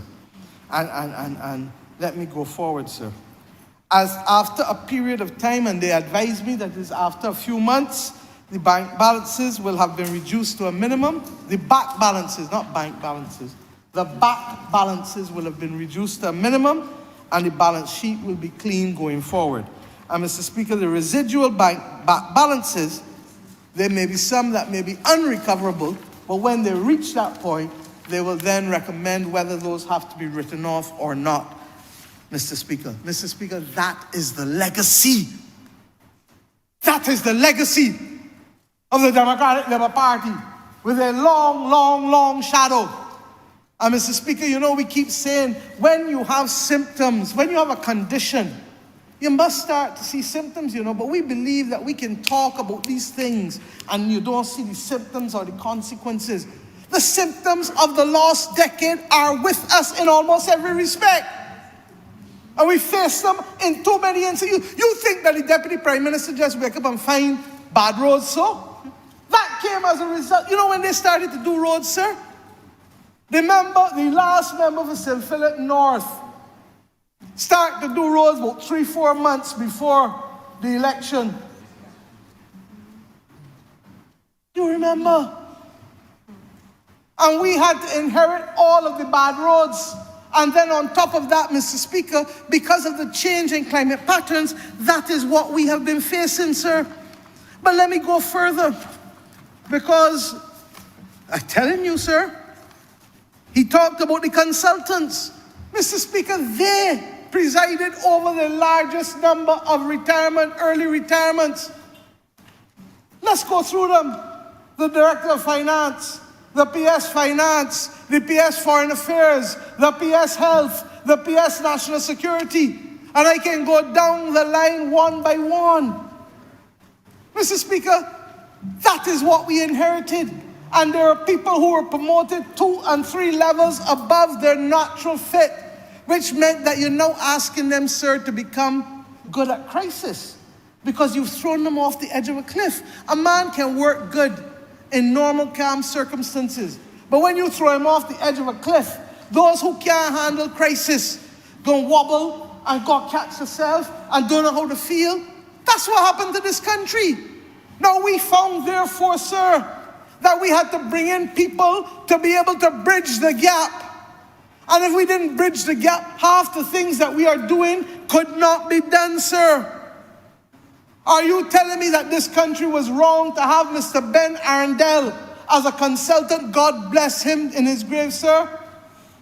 The man who helped us, the former member for St. Michael North, the man who helped us bring 18 pieces of legislation within being in government in 4 or 5 months of coming to office on the complex matter of international business.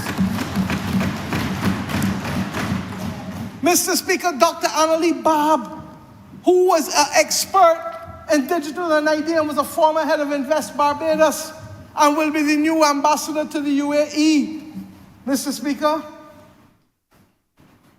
make all the difference to us. Mr. Speaker, Professor Prasad, and beyond the very unfortunate racist remarks that the Democratic Labour Party continues to make about him, he has more than contributed to this country and contributed to the developing world by reason of his scholarship and by reason of helping us craft the Bridgetown Initiative. So much so that he is now the special advisor to the president of the Inter-American Development Bank on the entire issue of climate financing, sir. And up to less than 4 weeks ago, was also helping Brazil to be able to deal with new metrics and new modalities. Mr. Speaker, this is what we are dealing with. But because he talks with a British accent, he grew up in England, but he was born in Barbados. Mother taught at Harrison College, all like the same former member for St. Philip South who was busy helping the leader of the opposition last weekend. Poor them. The president didn't even know that he was being left out when they had Anthony Wood, the former Minister of Foreign Affairs who was in here yesterday, Dr. Eswick, Don Valinis, all of them. That's neither here nor there. Mr. Speaker, Dr. Hugh Seeley, of blessed memory as well. Dr. Hugh Seeley, Mr. Speaker, was the negotiator for Article 6 of the Convention with the climate. Dr. Seeley is known by the entire world as a Barbadian expert. And Mr. Speaker, he didn't only do it under us as a government, he did it under them too. What foolishness am I hearing, Mr. Speaker? It's because of Dr. Seeley and eventually Dr. Mwanza and the Water Authority. That remember we used to talk about doing a West Coast sewage project that would cost us almost $1 billion if we had to do it? Dr. Seeley and Dr. Mwanza came to cabinet, and their first foray in determining whether a West Coast sewage plant was necessary was in the cabinet of Barbados 5 years ago, 2019, I believe it was, because we were still down in Bay Street meeting. So it would have to be 5 years ago. And Mr. Speaker, we put the two of them to go and resolve the technical, scientific, and engineering consequences. And to Dr. Mwanza's credit, Mr. Speaker, we worked out that we can use the injection wells and we can use reverse osmosis rather than having to build one to go across the entire West Coast. This is who we have. Mr. Speaker, there's a man called Leroy McLean. I know him well. And the truth is that a story will be told of a tale of two men. Like the leader of the opposition, Mr. McLean ran against me. I beat him once, I beat him twice, but we always continue to work. I'll come to what happened with me and the leader of the opposition later, and you'll see a completely different response. But everybody in Barbados knows that Mr. McLean is an expert in black-belly sheep. And let me come to that now for the moment, because we had the distasteful exercise in this house with the cross-examination about sheep. It is true, I have wished that it was his brother speaking, because at least the brother is the single largest owner of sheep in this country and knows something about it. But do you know, sir, that when he made mock sport about the Guyana sheep, we asked Mr. McLean, former personal assistant to the Right Excellent Errol Barrow, Mr. Speaker, about the sheep in Guyana. 707 sheep were sent to Guyana. All of the sheep were sent down and secured in 3 voyages. They arrived alive and in good health. You know how much sheep they got in Guyana now? It moved from 707 to 1,150. And that is in spite, sir, that apart from the few losses that you would expect normally with any large number of sheep, there was a dog that attacked 39 of them, of the sheep and lambs that were killed. Mr. Speaker, nothing wrong with them. The mortality is below 10%. And like us, in Barbados, both countries have been experiencing very dry conditions. But Mr. Speaker, we didn't stop there. We heard all the foolishness that this government is only, as if it is minor. You know what difference a hampers make to a family at Christmas that ain't got nothing? You know that churches do it too, sir? You know that businesses do it too, sir? Because all of us were brought up in the faith. And whether it is the New Testament, or whether it is the Quran, or whether it is whatever faith that you believe in, sir, it tells us to take care of the least fortunate among us, that is human beings. But we didn't stop there. This nonsense about the country ain't got no soul. I could come to that. Because, Mr. Speaker, Southern Meats, we brought in a butcher. You hear that we only want to give people, remember for St. James South put it well again, that we started these programs, yes, in the middle of COVID because we didn't have a choice. But the asphalt program was always meant to be a 3-month program. Member for St. Michael Northwest made the point today, thank you, sir. And that it went from 3 months to 6 months to 12 months to 18 months to 24 months. And we made sure, even when they were supposed to go before the 24 months, we said no, make sure that they can receive training under the member for St. Philip West with the Construction Gateway program, Mr. Speaker.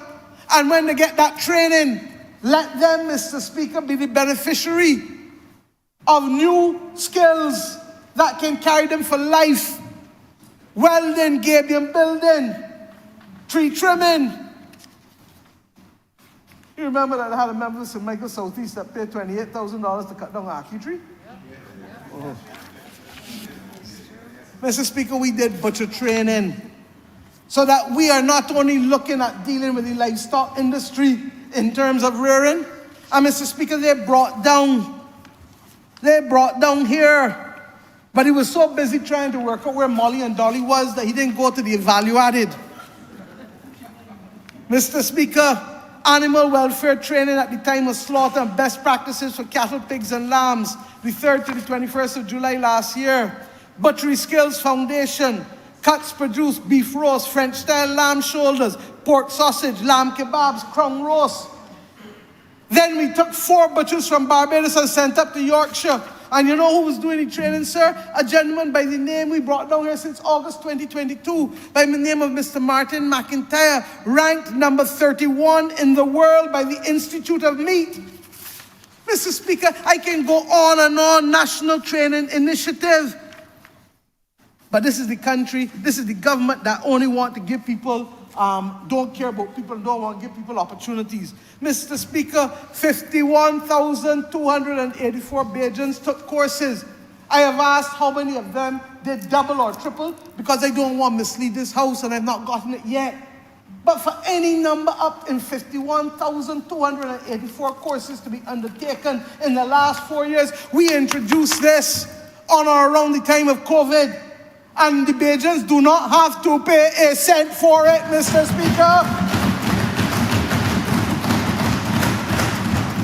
95,823 learning hours. Mr. Speaker, the same public service he's talking about, we now have them in a partnership to do a public sector academy. Because I told you on Monday that I don't worry about foreign reserves anymore. I worry about skills in this country. And you're seeing it in every institution, sir. It's not that we want to go outside of Barbados and hire people. Let me come back, sir, to the consultants. Yes, Mr. Maskell, Professor Maskell, but we have another set of consultants that we pay until when we first were in here. Dr. Greenidge was brought back from the IMF when we entered the IMF program, and he was paid predominantly by the Caribbean Development Bank, not the taxpayers of Barbados. Mr. Bess, who I spoke about, that we've just brought on to help us restructure and to do all of the standards again for the climate crisis, being paid by the Latin American Development Bank and Fund. The lady who has now been seconded from the International Financial Corporation to work with me and who drafted our climate resilience plan, investment plan that I spoke about on Monday, she is being paid for as well. Mr. Speaker, we then had to find somebody to replace Dr. Greenidge when he left, and we took another person from the IMF and helped them to be able to help raise the skills and helping in the macro fiscal unit and helping across the Ministry of Finance and Economic Affairs, sir. A former PS was brought back, 2 of them. Because, sir, if you have skills and you don't have anybody to fill that gap, and these are Bajans that we brought back in here to help us out, sir. Then there's another one who is here dealing with state-owned enterprises as well, sir. Because if you don't have somebody to come to work every day to make sure things happen, they will not happen, Mr. Speaker. Mr. Speaker, the former head of the Green Climate Fund, working for the government of Barbados, being funded by the Inter-American Development Bank. Mr. Speaker, this government has taken time. You know, I hear all the talk about the travel and all the talk about that. Sir, what happened when we went to Dubai and the year before in Egypt? You know, sir, you hear me talk about the $80 million in grant that the Water Authority get. Why do you think we get that? You know, Mr. Speaker, we got $30 million in grant to start something called the Blue-Green Investment Bank that I mentioned and that you will hear more about in this Parliament because the legislation is to come within a month or 6 weeks. $30 million in grant. If I just took the 80 and the $30 million in grant, I ain't even going to the other things that we've gotten. or the other consultancies that we get people to pick up for us. That's $110 million. Mr. Speaker, the reality is that you can't stand, and Mr. Barra said it better than any of us, but they forgot that part of his legacy, that you cannot stay in Bridgetown and negotiate work for this country that is 166 square miles in the middle of the Caribbean Sea and the Atlantic Ocean. And I am telling you, if you didn't know it yet, sir, the others will tell you, I do not travel first class. The last time I traveled first class, the British Airways people come and carry me up there. Last week coming back, the people from American Airlines saw me in economy and come and say, want me to come up to the front, and I tell them no. I travel predominantly business. And there have been times when I even share apartments with my staff to save money for the government of Barbados. Ask them what happened in the Summit of the Americas.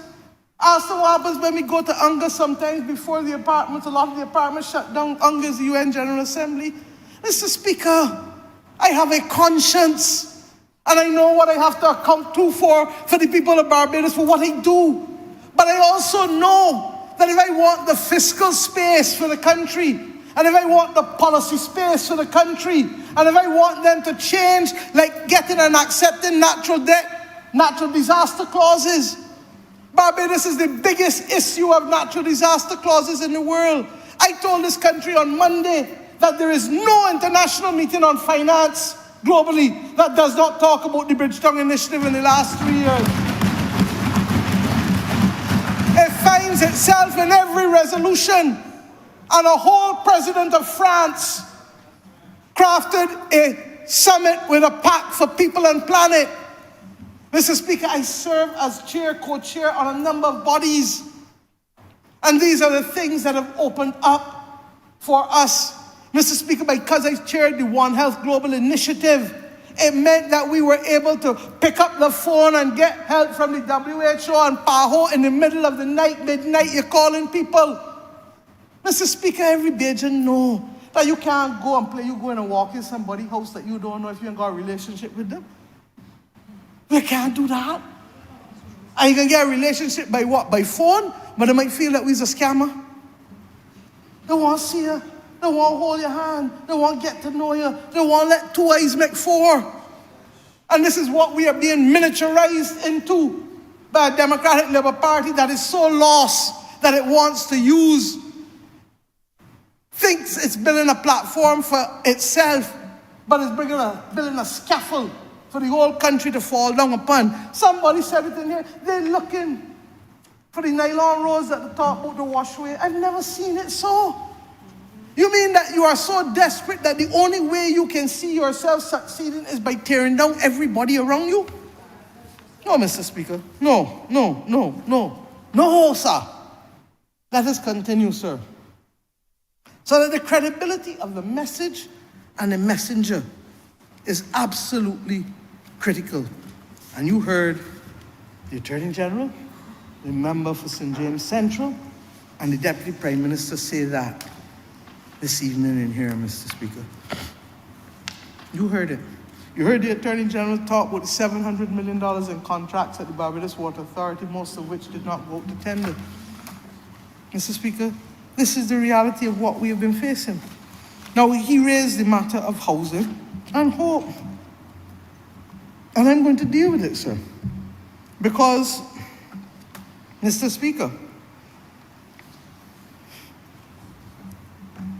you will find out that I learned under Owen Arthur that when you have problems, you face them and you fix them. And Mr. Speaker, needless to say, without going into a lot of detail, that there were some issues with respect to us not being happy with the pace at which things were happening at Hope and the effective structural systems that we wanted in place. Mr. Speaker, without going into the details tonight, suffice it to say that you don't have to wonder about what this honourable member did and where we are, and that there are matters that have been fixed and are being fixed as we speak too, sir, because we understand that in order to have a credible program that doesn't build 1,100 houses in 2 years, but that can build 1,100 houses or 1,500 houses in 1 year, and then when you get into your stride, start to build 2,000 houses between the public and private sector in this country. Why? Because the member for St. George South told you what the backlog is at national housing. Mr. Speaker, when I met before the budget with many of the stakeholders, the police, the nurses, a lot of the other public servants, they all tell you that they want access for their people at housing. And then we also had to correct an anomaly with the teachers and the police, because with the allowances, some of them were then not eligible to get the mortgages. And we said, no, when we said $5,500 and under, we mean without the allowances, because the allowances are not necessarily always going to be there. Flexi allowance is not there every month. And therefore, and we also said that in the same way banks favor their employees, that hope for us was to be able to give public servants the chance for housing, and that 2/3 of the numbers should go to public servants, and then once we satisfy that demand, the rest can go to everybody in larger numbers. Mr. Speaker, you heard already in here how we try to ensure that we control the cost of land, but the member for Christchurch South would want to get vexed for that and talk about us selling the land. You imagine that government selling the land from one arm to the other arm and want to get vexed and tell me that we should sell it at $18 rather than the $2.50? What foolishness is that, sir? We made a policy decision that we want to be able to cap the price of the land at no more than $12, and that would include services, water, roads, gutters, lights, in some instances gas. And Mr. Speaker, that is the policy position of this government. Where we have fallen down, Mr. Speaker, is that regrettably, and they will tell you that I kept asking for this, is that we needed to make sure that the work with the lawyers and the mortgage entities, the financial institutions, was proceeding apace so that you would not only have to rely on the working capital given to you by the Housing Credit Fund, but you could have a cash flow based on stage payments, as is done by every other private developer, sir. Well, you heard from them in here today, sir, and the reality is, and you heard from me on Monday, how unhappy this government is about the length of time that it takes to do mortgages. And it is born out of the experience of executing our own housing program.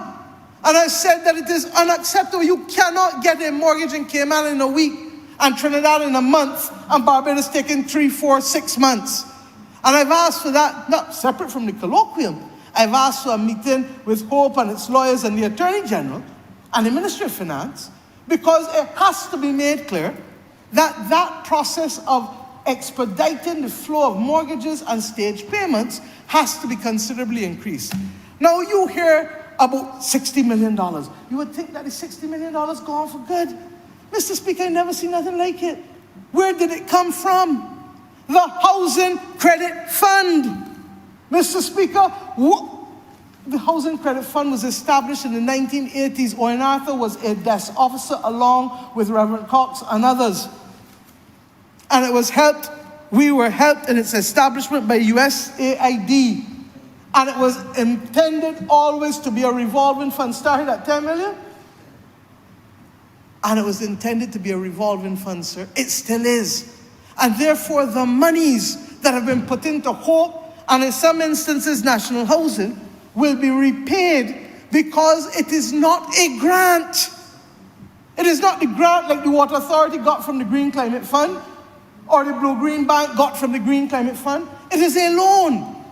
But because of the hiccups that we have had in the execution and in the procurement, because Hope also started during the back end of the pandemic.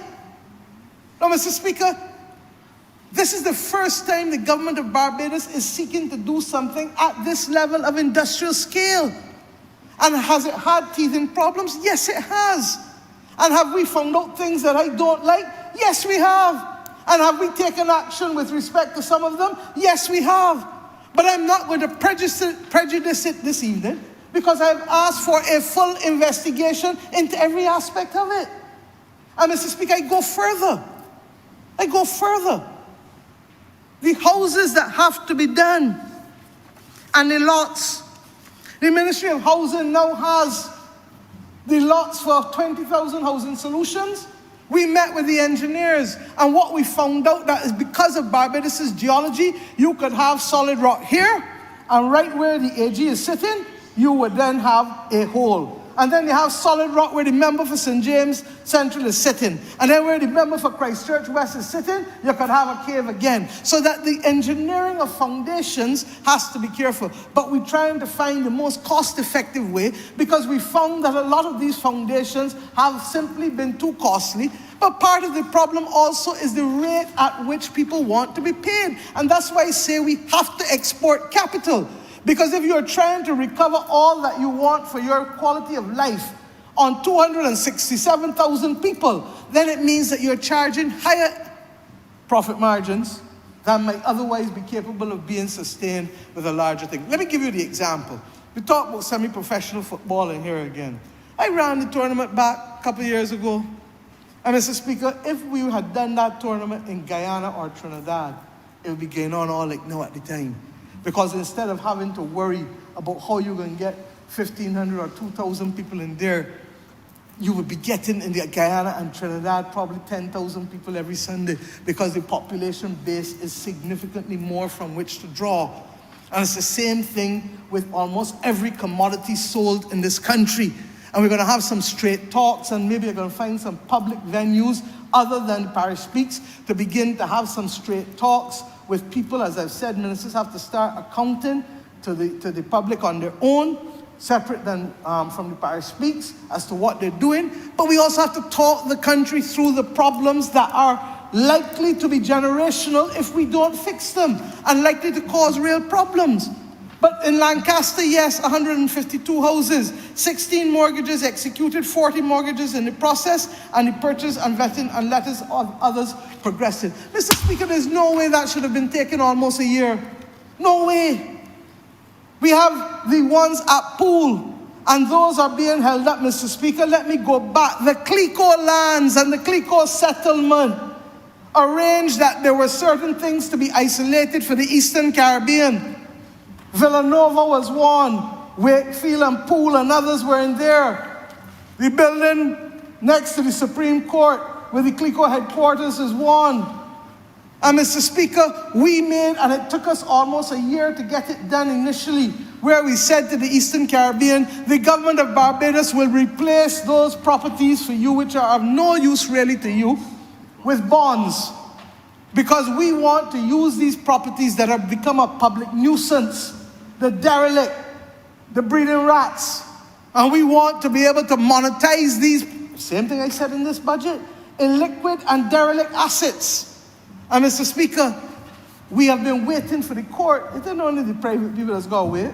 We have been waiting for the court to sign a document now for how long, AG? Almost 2 years. That's what we're dealing with. But if you hear me coming here and make noise, then you can hear that the Prime Minister won't cross the lines with separation of powers. So I sit down and wait. I sit back and wait. Now, there are others who have written me that I can't sit back and wait because I then have a prime ministerial obligation under the Constitution. And I give them that assurance. But let me come back to this, sir. So that we have a whole host of things. Pool, North, 201 units. 17 wall structures up and more foundations. Colleton, 50 single units. Pool South, 115 at the site design stage. Todd's East, 195, awaiting planning permission, but subject to the same wait for title from Pool North and South. That's the title I just talked to you about coming out of the Clico land, sir. Although I believe that we've gotten permission for a license to use the land, and therefore you can put the roads and services in on it first. Then we have Clifton in St. Philip, and River Crescent in St. Philip, and Concordia North, Concordia South, Woodbourne, Lower Burney, same Lower Burney that the Deputy Prime Minister talked about. Mr. Speaker, I have asked for these things to be paused in order for us to put industrial processes in place. Processes that look at the appropriate vesting of land so that they can transfer the land, and get also, Mr. Speaker, the stage payments. The streamlining of the planning approvals, the Honourable Member for Christchurch West has gotten the memo and has been working assiduously to get that streamlining for them. The aligning of the billing of roads and infrastructure will allow the land sales. If it was one thing I complained about for more than a year, Member for St. George South and the Member for Christchurch West will tell you with hope. I said you have to align the stage payments with this, because you cannot only rely on central government initially for your working capital. Mr. Speaker, I go further. I talked about the execution of mortgages and the systems that need to be put in there, and the matching of construction with mortgage payments. And Mr. Speaker, then the various construction technologies that we are using, whether for wood, light gauge steel, precast, concrete, or blocks. Mr. Speaker, the member for Christchurch South reminds me, sir, of a person who sees somebody go and buy a leg of pork and basics and oysters. They carry it home in Scarborough. Oh, I shouldn't say Scarborough because he didn't go up in there to see the people. They carry it by the market. He used to go there occasionally, but not recently. And they see them season it. And they see them put it in the oven. And when it gets in the oven, after 15 minutes in the oven, he said, "Take it out, let me cut it." And when he go to taste it, he said, "Oh Lord, this can torment me." Well, it must torment you. You ain't let the thing, you ain't let it cool down. You ain't let it cook. The government's housing program is now starting. Let us get on with it. Let us get on with it. And if when we get on with it, there is something still to be said or done, we shall be accountable for it, Mr. Speaker. Nobody is asking for any special pleadings. But what we are asking is to be able to get the work done. And to have 1,100 and something houses finished nationally is not enough in 2 years. I have said so. And that what we need to have, Mr. Speaker, we need to be able to put the systems in place, and I'm now satisfied that it is being done. He talked about the CEO. Of course, yes, the CEO is not Bajan. But that is not because we didn't look for Bajans first. There were advertisements about here. There were even engagements with Bajans, engineers that I know about. And it was held up for almost 3 months trying to negotiate with Bajans at the same fee, by the way, that the people are now getting paid. And I didn't set the fees for state-owned enterprises, sir. The fees were set by others and by the last government in the most part, and we inherited it and continued. But you would have him cause people to believe that we're doing something nefarious in here. Look at the letter I make of the document of the House for the work permit, March 15, 2024, where the work permit is granted from the 11th of February 2024 to the 10th of February 2027. It is now a document of the House, sir. And Mr. Speaker, sir, I asked, you know me, I hear about foreign exchange going in an account to go to England. I asked, what's the position? Because nobody can get the salary. They said no. That what happened initially before the work permit is that the gentleman was doing a consultancy assessment, and that the consultancy is what was paid for to go to the UK. But that his salary is very much going to be paid in Barbados, and he too will be resident. The chairman is not yet resident in Barbados. The chairman is working on another major project for the government. But we do not have the luxury with 267,000 people only to draw from within now. And there are many people who will work between here and elsewhere. And that is the reality of what we have come to in this world, Mr. Speaker. Now, I would love to develop the capacity among the resident population and to grow the resident population so that we can do all that we need to do. But we're not yet there. You heard the Minister of Health. 84 people applied for the Queen Elizabeth Hospital. Only 2 were Bajans. At the Water Authority, they advertised for engineers under the Deputy Prime Minister. Over 100 applications, I'm told. Less than a handful, single-digit Bajan. Mr. Speaker, we have a problem. And let me explain it to you. If we do not get on top of it, it means that your labor costs are going to be excessive. And if they are excessive, it means that it will also be inflationary with respect to the goods and services that those labor costs are servicing. So, Mr. Speaker, we are very clear as to what we are required to do in order to resolve these problems. And may I say, sir, that government will proceed with its housing program because this is a major problem in this country. But government will keep its eyes open because we will face and fix anything. There is no evidence of corruption before me at all today. But if the investigation I've asked for shows it, then we will deal with that too. But suffice it to say that what we have is systems that have not been properly developed. And I said so in October, and I said so in January. They're not hidden. Just as I said with the East-West, that you are over budget because of the fact that we did not get the labor source that we expected, and that we could not get the people out of either China or the Gulf states for 11 months with no transit visas until eventually Beijing's developed the capacity. And then through the quantity surveying firm, when I saw the figures, I said to the member for Christchurch West, go and get an independent assessment before you pay a cent as to whether the requests are legitimate or not. And that came back in by one of the top quantity surveying firms, not just in Barbados, but in the entire Caribbean, sir. Sir, you know what has happened to us? That we have a person, and I will simply say to him, to the member for Christchurch South, that there's a good old Bajan saying that he needs to apply his heart to wisdom with. That if greedy could wait, hot will cool. You cannot judge the housing program before it gets off properly and is fully in its stride. And because we are moving from a culture where we never built this volume or scale of houses, it means that it is going to take time. It's the same way I explained to you why the anti-corruption unit took time to get up, the Civil Aviation Authority taking time to get up, why the Integrity Commission will get up, but it is also taking time. And let me remind this country that you see it's the same handful of public servants and the same handful of ministers doing everything. This is not like the other countries where when I look at them and I get in a room, I walk in with 3 and 4 people and them walking with 30 and 40 people. But we are meant to do the same thing. And we have distinguished ourselves with 3 and 4, even when others have 30 and 40 people. That's why the Inter-American Court coming here. That's why we are president of UNCTAD, sir, and do the first ever global supply chain forum in the history of the world. Mr. Speaker. And when I hear him talk about this country has no soul, let me tell you who has no soul. People who look in the mirror and don't like to see what they see. Because I would never find myself with KC behind my name. I was so happy when this country became a republic, sir, so that I can move from QC down, and it was my old school initials.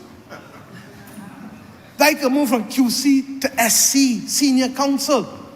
But this one, who leads the Democratic Labour Party, and all the others who are walking around with him as lawyers who are Senior Counsel, a lot of them choosing to use KC, King's Counsel. And I said, do these men have independence? But then again, he was born before independence. I was too, but I was so close to it that I feel I'm an independence baby. Do these men look in the mirror and see what they're saying? But then again, he wanted to talk about the former member for St. Peter wanting to work for free. Let me tell you about the former member for St. Peter and him. The former member for St. Peter called us one day and said, can you imagine that a young Barbadian who is supposed to be proud and who has 4 numbers ending in 1937 and 1966, has as his profile picture a picture with a legal horsehair wig? A wig that nobody in Barbados has had to wear for almost 30 years. But 2-3 years ago, that is the profile picture of the leader of the Democratic Labour Party. That is his mirror image. Everybody talked about the mirror image. Is that his mirror image? And then you're going to tell me about a party without a soul, a government without a soul? Mr. Speaker, we are the government that took the hallowed ground of Golden Square and said that to have people with a bus stand there and littering and garbage was wholly and completely unacceptable, and that area needed to be preserved to give and pay honor to the people like Israel Lovell and Clement Payne and all the others who lost their lives in the 1937 riots. That space is what secured for us The political parties, the one that I lead will become 86 years Easter Sunday night. And I can tell you, hold tight because you're going to join us somewhere that Easter Sunday night as we celebrate it, 86 years. Mr. Speaker, I am telling you that this is the same party that carried this country to the Republic. And every member of the Democratic Labour Party tell me that I can't go to a Republic, that we ain't consult. We ain't consult the people. The Ford Commission. I was a young minister, in Arthur's cabinet. Mr. Speaker, we went further. I was the one that led and came in here. And when the then Prime Minister decided to roll back because of the pressure at the time, we regretted it, but we understood what was happening. That's why he never moved Nelson. This is the party that moved Nelson from the center of Bridgetown, sir, and replaced it. This is the government that says this is where the slaves got off and were separated, and the tribute we want in the center of our town is to be able to pay tribute to the resilience of the Barbadian family. Mr. Speaker, it is not by accident that I come in here today and on Monday to talk about building resilience in this country, because if those forebears of us did not have the resilience to withstand the wickedness and the horror of slavery, we would not be standing here today as we are standing, sir.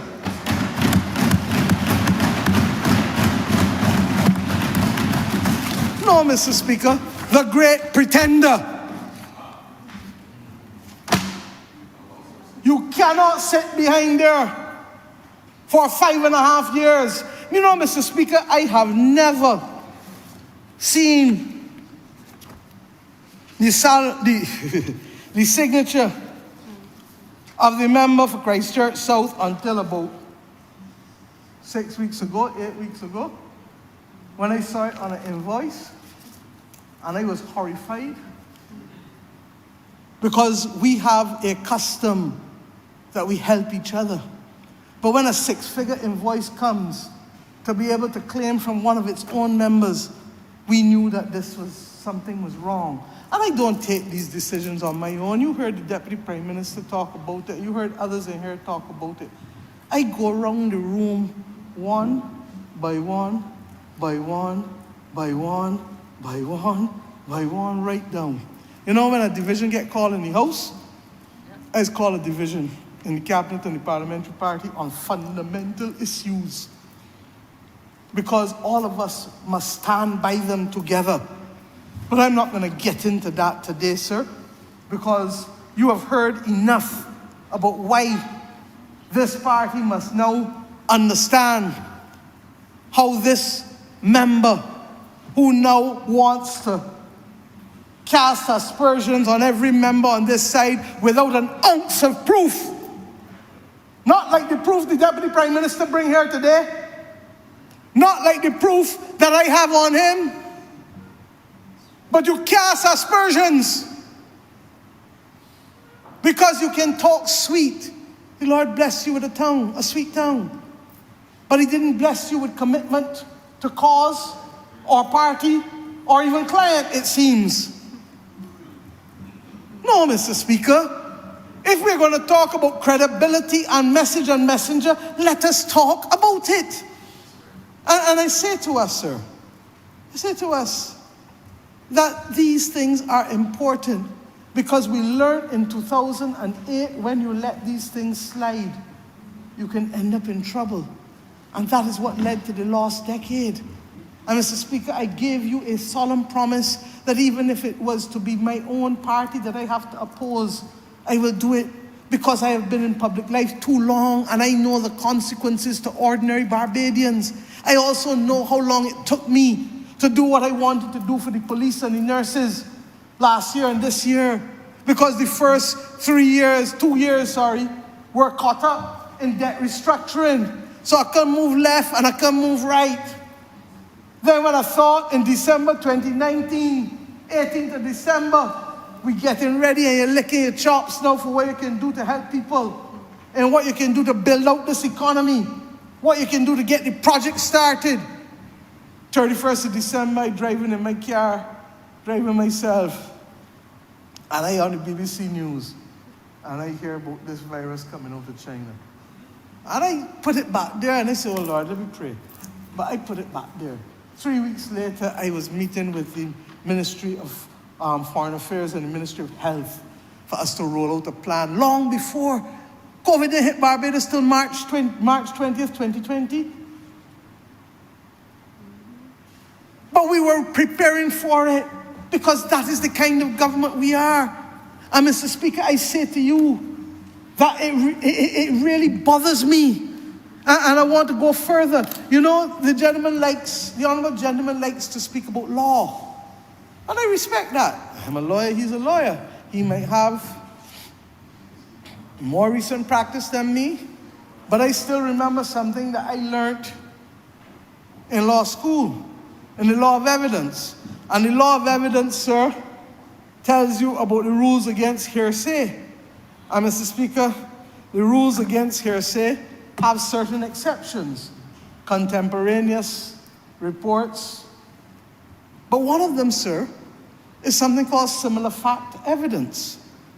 And similar fact evidence is simply, sir, a principle that establishes the conditions under which factual evidence of past behavior, subtext say misconduct, but I say behavior for the purposes of this, sir, can be introduced to be able to prove and to infer that the accused practices certain conduct. Now, there's no accused in here, although he took my speaking about case closed in a press conference on a Saturday, a metaphor politically, to then try to say that I am usurping the role of a DPP. What madness am I hearing? This is play school. This is play school. Or desperation. One of the two. But Mr. Speaker, let me carry you through the similar fact evidence.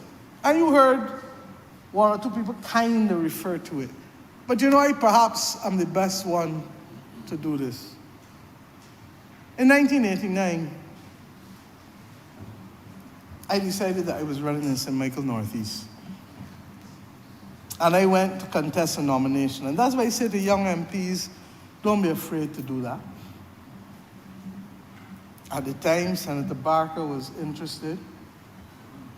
A gentleman by the name of Anthony Griffith of blessed memory, now, who used to live in the States.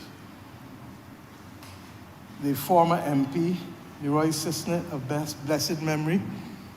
And one Ralph A. Thorne, R-A-T, Ralph A. Thorne.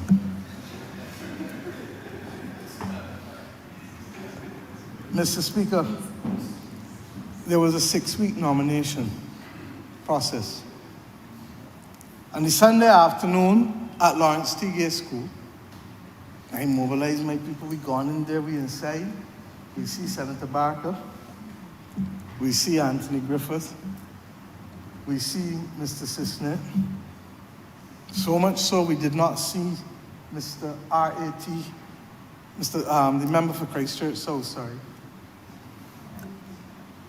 That people even asked whether his name was still on the ballot. And the MC of the afternoon said, of course he's still on. As fate would have it, he did turn up at Lawrence T. Gay, but didn't get much further than the gate. And Mr. Speaker, the rest of us, and to her credit, Dame Billy Billa always said you should have known from that day. The rest of us said nothing. Didn't come in to thank anybody, and this matters to me because I know what it is to lose. In 1994, I lost an election. And in spite of losing that election, I went to the counting house, Mr. Speaker, late the night to thank the people who worked in 1991, to thank the people who worked for me, who counted for me, and my constituents who were outside waiting for me on that night, 11:30 midnight. I could have easily gone home like many do. I went and thanked them. In 2008, January, we lost government. when others were busy cleaning out their offices at midnight and 3 o'clock and 4 o'clock in the morning. I said, I ain't coming here like a thief and I ain't laughing like one. I went in my office after some sleep at 1:32 the afternoon in the building right there, the Barrack building in Lodge Hill, and went and thanked all the members of the Ministry of Economic Affairs and Investment. And they even summoned me into the conference room to thank me as I thanked them for the period of time that we worked together. So, Mr. Speaker, when I see somebody behaving and fleeing, running, I don't know what other kind of things is run fast and move. Not me and that, I ain't getting that. But I want to say that the people in Butler's Avenue and in Grisette's where he was born and in Pioneer Road who came in there to vote for him came and explained to me afterwards in utter shock and horror when he was announced as a member of the Democratic Labour Party running in the constituency of St. Michael North. They did not know when he had left, for he did not tell them anything. He did not say anything. He then went to the Democratic Labour Party in St. Michael North and was beaten twice as a Dem. Twice, not once. And Mr. Speaker, you know the sad part? It's a constituency in which I live. And I then discovered that the same thing he did to the Barbados Labour Party in 1989, he then, a decade later, did it to the Democratic Labour Party. And Mr. Speaker, not a word in English, Mandarin, French, or Spanish, not even sign language, was uttered. Now, Mr. Speaker, I understand this, and I am telling this story because this is the second time now that this party has had people cross the floor and want people to believe that it is on high principle, when in truth and in fact, the facts need to be told to the country. Not for my benefit, because all is well with my soul, as it was in January 22, when I had to deal with the then member, then leader of the opposition. Mr. Speaker, the late Owen Arthur came to me. He made me in 2006, No, it was before then, sorry. In 2003, I became Minister of Home Affairs and Attorney General. 2001 I was, but in 2003 he said, can't remember if it's 201 or 203, but he asked me if I would agree to the Honourable Member for Christchurch South being Chairman of the Caribbean Broadcasting Corporation. And I said, yes. Prime Minister asked you, and I work with everybody. The others would tell you, I work with, and I work with any and everybody.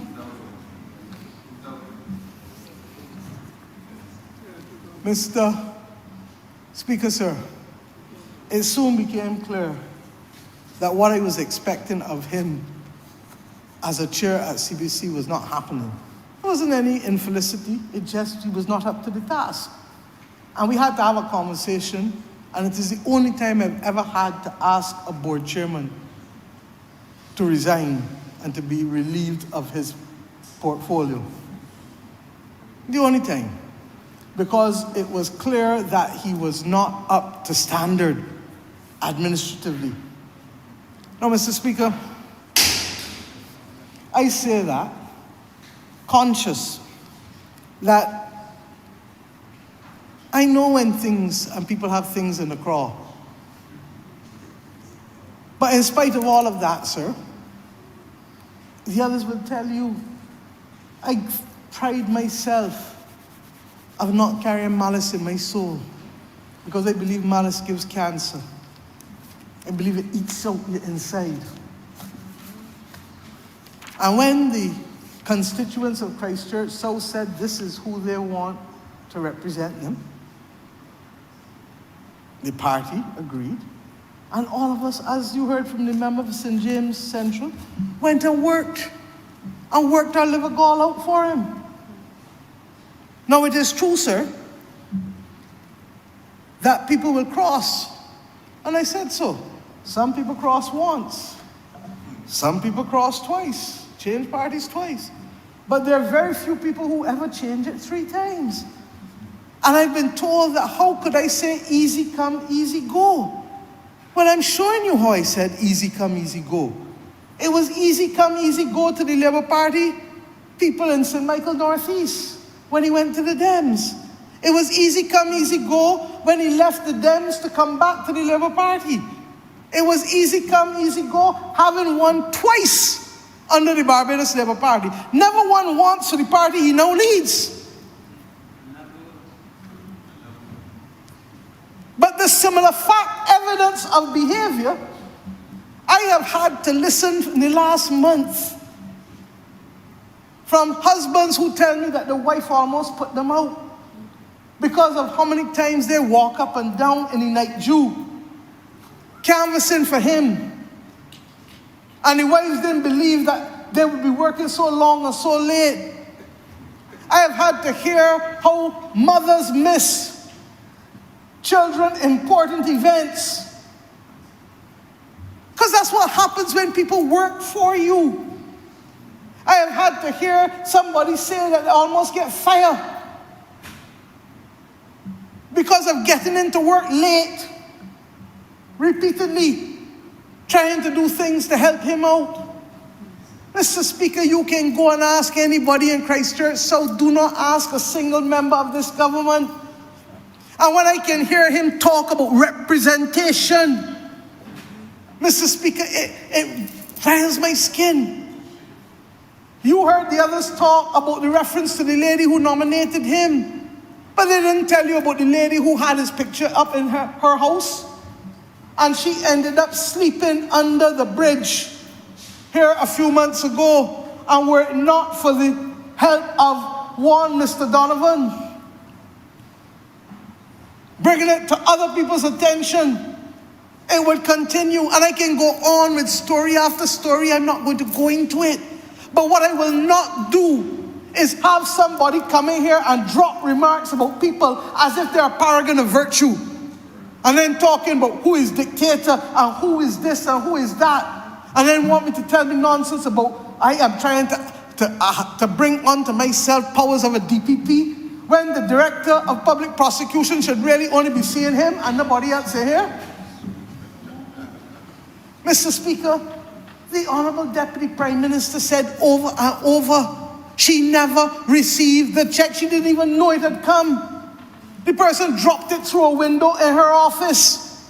She neither solicited, and he read the section, and the section was very clear with the operative words. She neither requested, solicited, nor accepted. No, Mr. Speaker. And I say to you, similar fact behavior, BLP to DLP. Similar fact behavior, DLP to BLP. Back to the BLP, I warned them, they better watch themselves, because you ain't even gonna know when he gone again. I don't know what game. But let me go further, sir. Because I'm not even going to get into the facts of this. But when I say client, I wasn't even knowing that the Deputy Prime Minister was going to show that he didn't have commitment to client either. But in the Northern Caribbean, same thing. Who resigns as a senior counsel by email to the point where the client does not even know that you have resigned? So if you ain't talk to constituent, you ain't talk to the General Secretary, you ain't talk to the branch, you ain't talk to the chairman of the party, you ain't talk to the political leader, we can't feel no way. I tell them, don't feel no way. I got a whole thing here showing how his behavior also occasioned major disruption. You are a lawyer yourself, sir. You know that you cannot resign by email. Didn't even seek leave of the court. When the court asked him to come, he gave a sense of what he calls, he liked the big words like the former leader of the Democratic Labour Party. He sent a missive. I can call it the email, but he doesn't say he don't know English, so I'm happy not to know English. A missive. No, sir. And then not to be in here, sir. Everything I am saying, I would have said in his presence, sir, as I say it now. And I'm saying it for one reason. His behavior has shown neither commitment to cause, to party, or to client. And you come in here now to try to lecture people. Lecture people. No, Mr. Speaker. No, sir. I will simply say to him, sir, that there was a man who a few years ago warned me, sir, that there is a poem I should keep to use against the leader of the Democratic Labour Party as he then was, and that I may want to keep it for all leaders of the Democratic Labour Party. I did not know, sir, that that same man would be the same man I may have to use it and remind him of the words. And Mr. Speaker, that poem is well known to many of us. He loves to quote literature. He's a man of words. He quoted Martin Carter how much times yesterday, Mr. Speaker?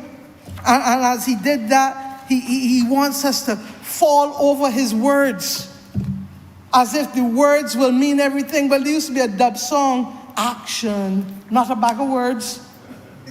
People need action. And for him, who says that he is the paragon of virtue, studied theology, he knows John 3:16, but I wonder if he remembers John 3:18. Dear children, let us not love with words or tongue, but with actions and in truth. Mr. Speaker, it is the actions by which we judge each other.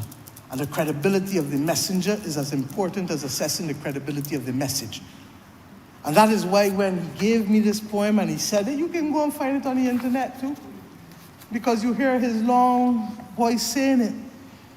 I kept it, but little did I know that I would have to use it this soon against a leader of the Democratic Labour Party to fortify my presence and to ensure that I remember and remain focused. And I share it now with the people of Barbados because I realize that I may not be the only one who finds it comforting and needs it. But I hope that those youngsters in the gallery and others who are listening, especially young women, will remember this. You may write me down in history with your bitter, twisted lies. You may trod me in the very dirt, but still like dust, I'll rise. Mr. Speaker, those were the words he used when he said that a leader of the Democratic Labour Party was trying to explain me to the Barbados Labour Party and to the country. Does my sassiness upset you? Why are you beset with gloom? Because I walk like I've got oil wells pumping in my living room? Just like moons and like suns with the certainty of tides, just like hope springing high, still I'll rise. Did you want to see me broken? Bowed head and lowered eyes, shoulders falling like teardrops, weakened by my soulful cries. Does my haughtiness offend you? Don't you take it awful hard because I laugh like I've got gold mines digging in my own backyard? You may shoot me with your words. And this paragraph, this stanza, I want him to remember. You may shoot me with your words. You may cut me with your eyes. You may kill me with your hatefulness. But still, like air, I'll rise. Mr. Speaker, sir, I will not go into the rest of it. I say simply, sir, that the last verse inspires me even more. Leaving behind nights of terror and fear, I rise. Into a daybreak that's wondrously clear, I rise. Bringing the gifts that my ancestors gave, I am the dream and the hope of the slave. I rise. I rise, I rise. Mr. Speaker, we cannot choose what befalls us, but we must know how to respond on each occasion. I find it unfortunate that this situation has reached this point and that a person who has offered themselves, and we accept it in good faith, now wants to use this parliament as a whipping boy to justify what may be a tantrum and what may otherwise be a desire for glory. But suffice it to say that we have to be motivated by the noble traditions of representation and by the noble ambitions of the people of this country, because what we inherited cannot be what we leave to the people of Barbados. I believe that this government will try its best. We are not perfect, but we shall rise to the occasion, and in the same way I am comforted by the stanza that I will rise, I know that this government will keep rising in the interest and in the desire to bring the best for this country and its people. Mr. Speaker, I hope that over the course of the next few years, that the people of Barbados will recognize that do not be distracted by pretensive noises, but stay focused, because less we forget, less we regret. I'm obliged to you, sir.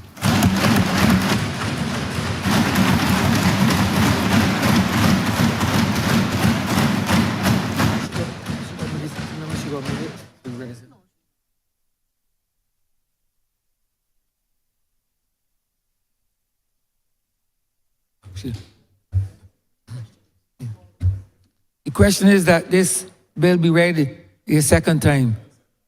All those who are members in favor, please say aye. Those against, please say no. We think the ayes have it.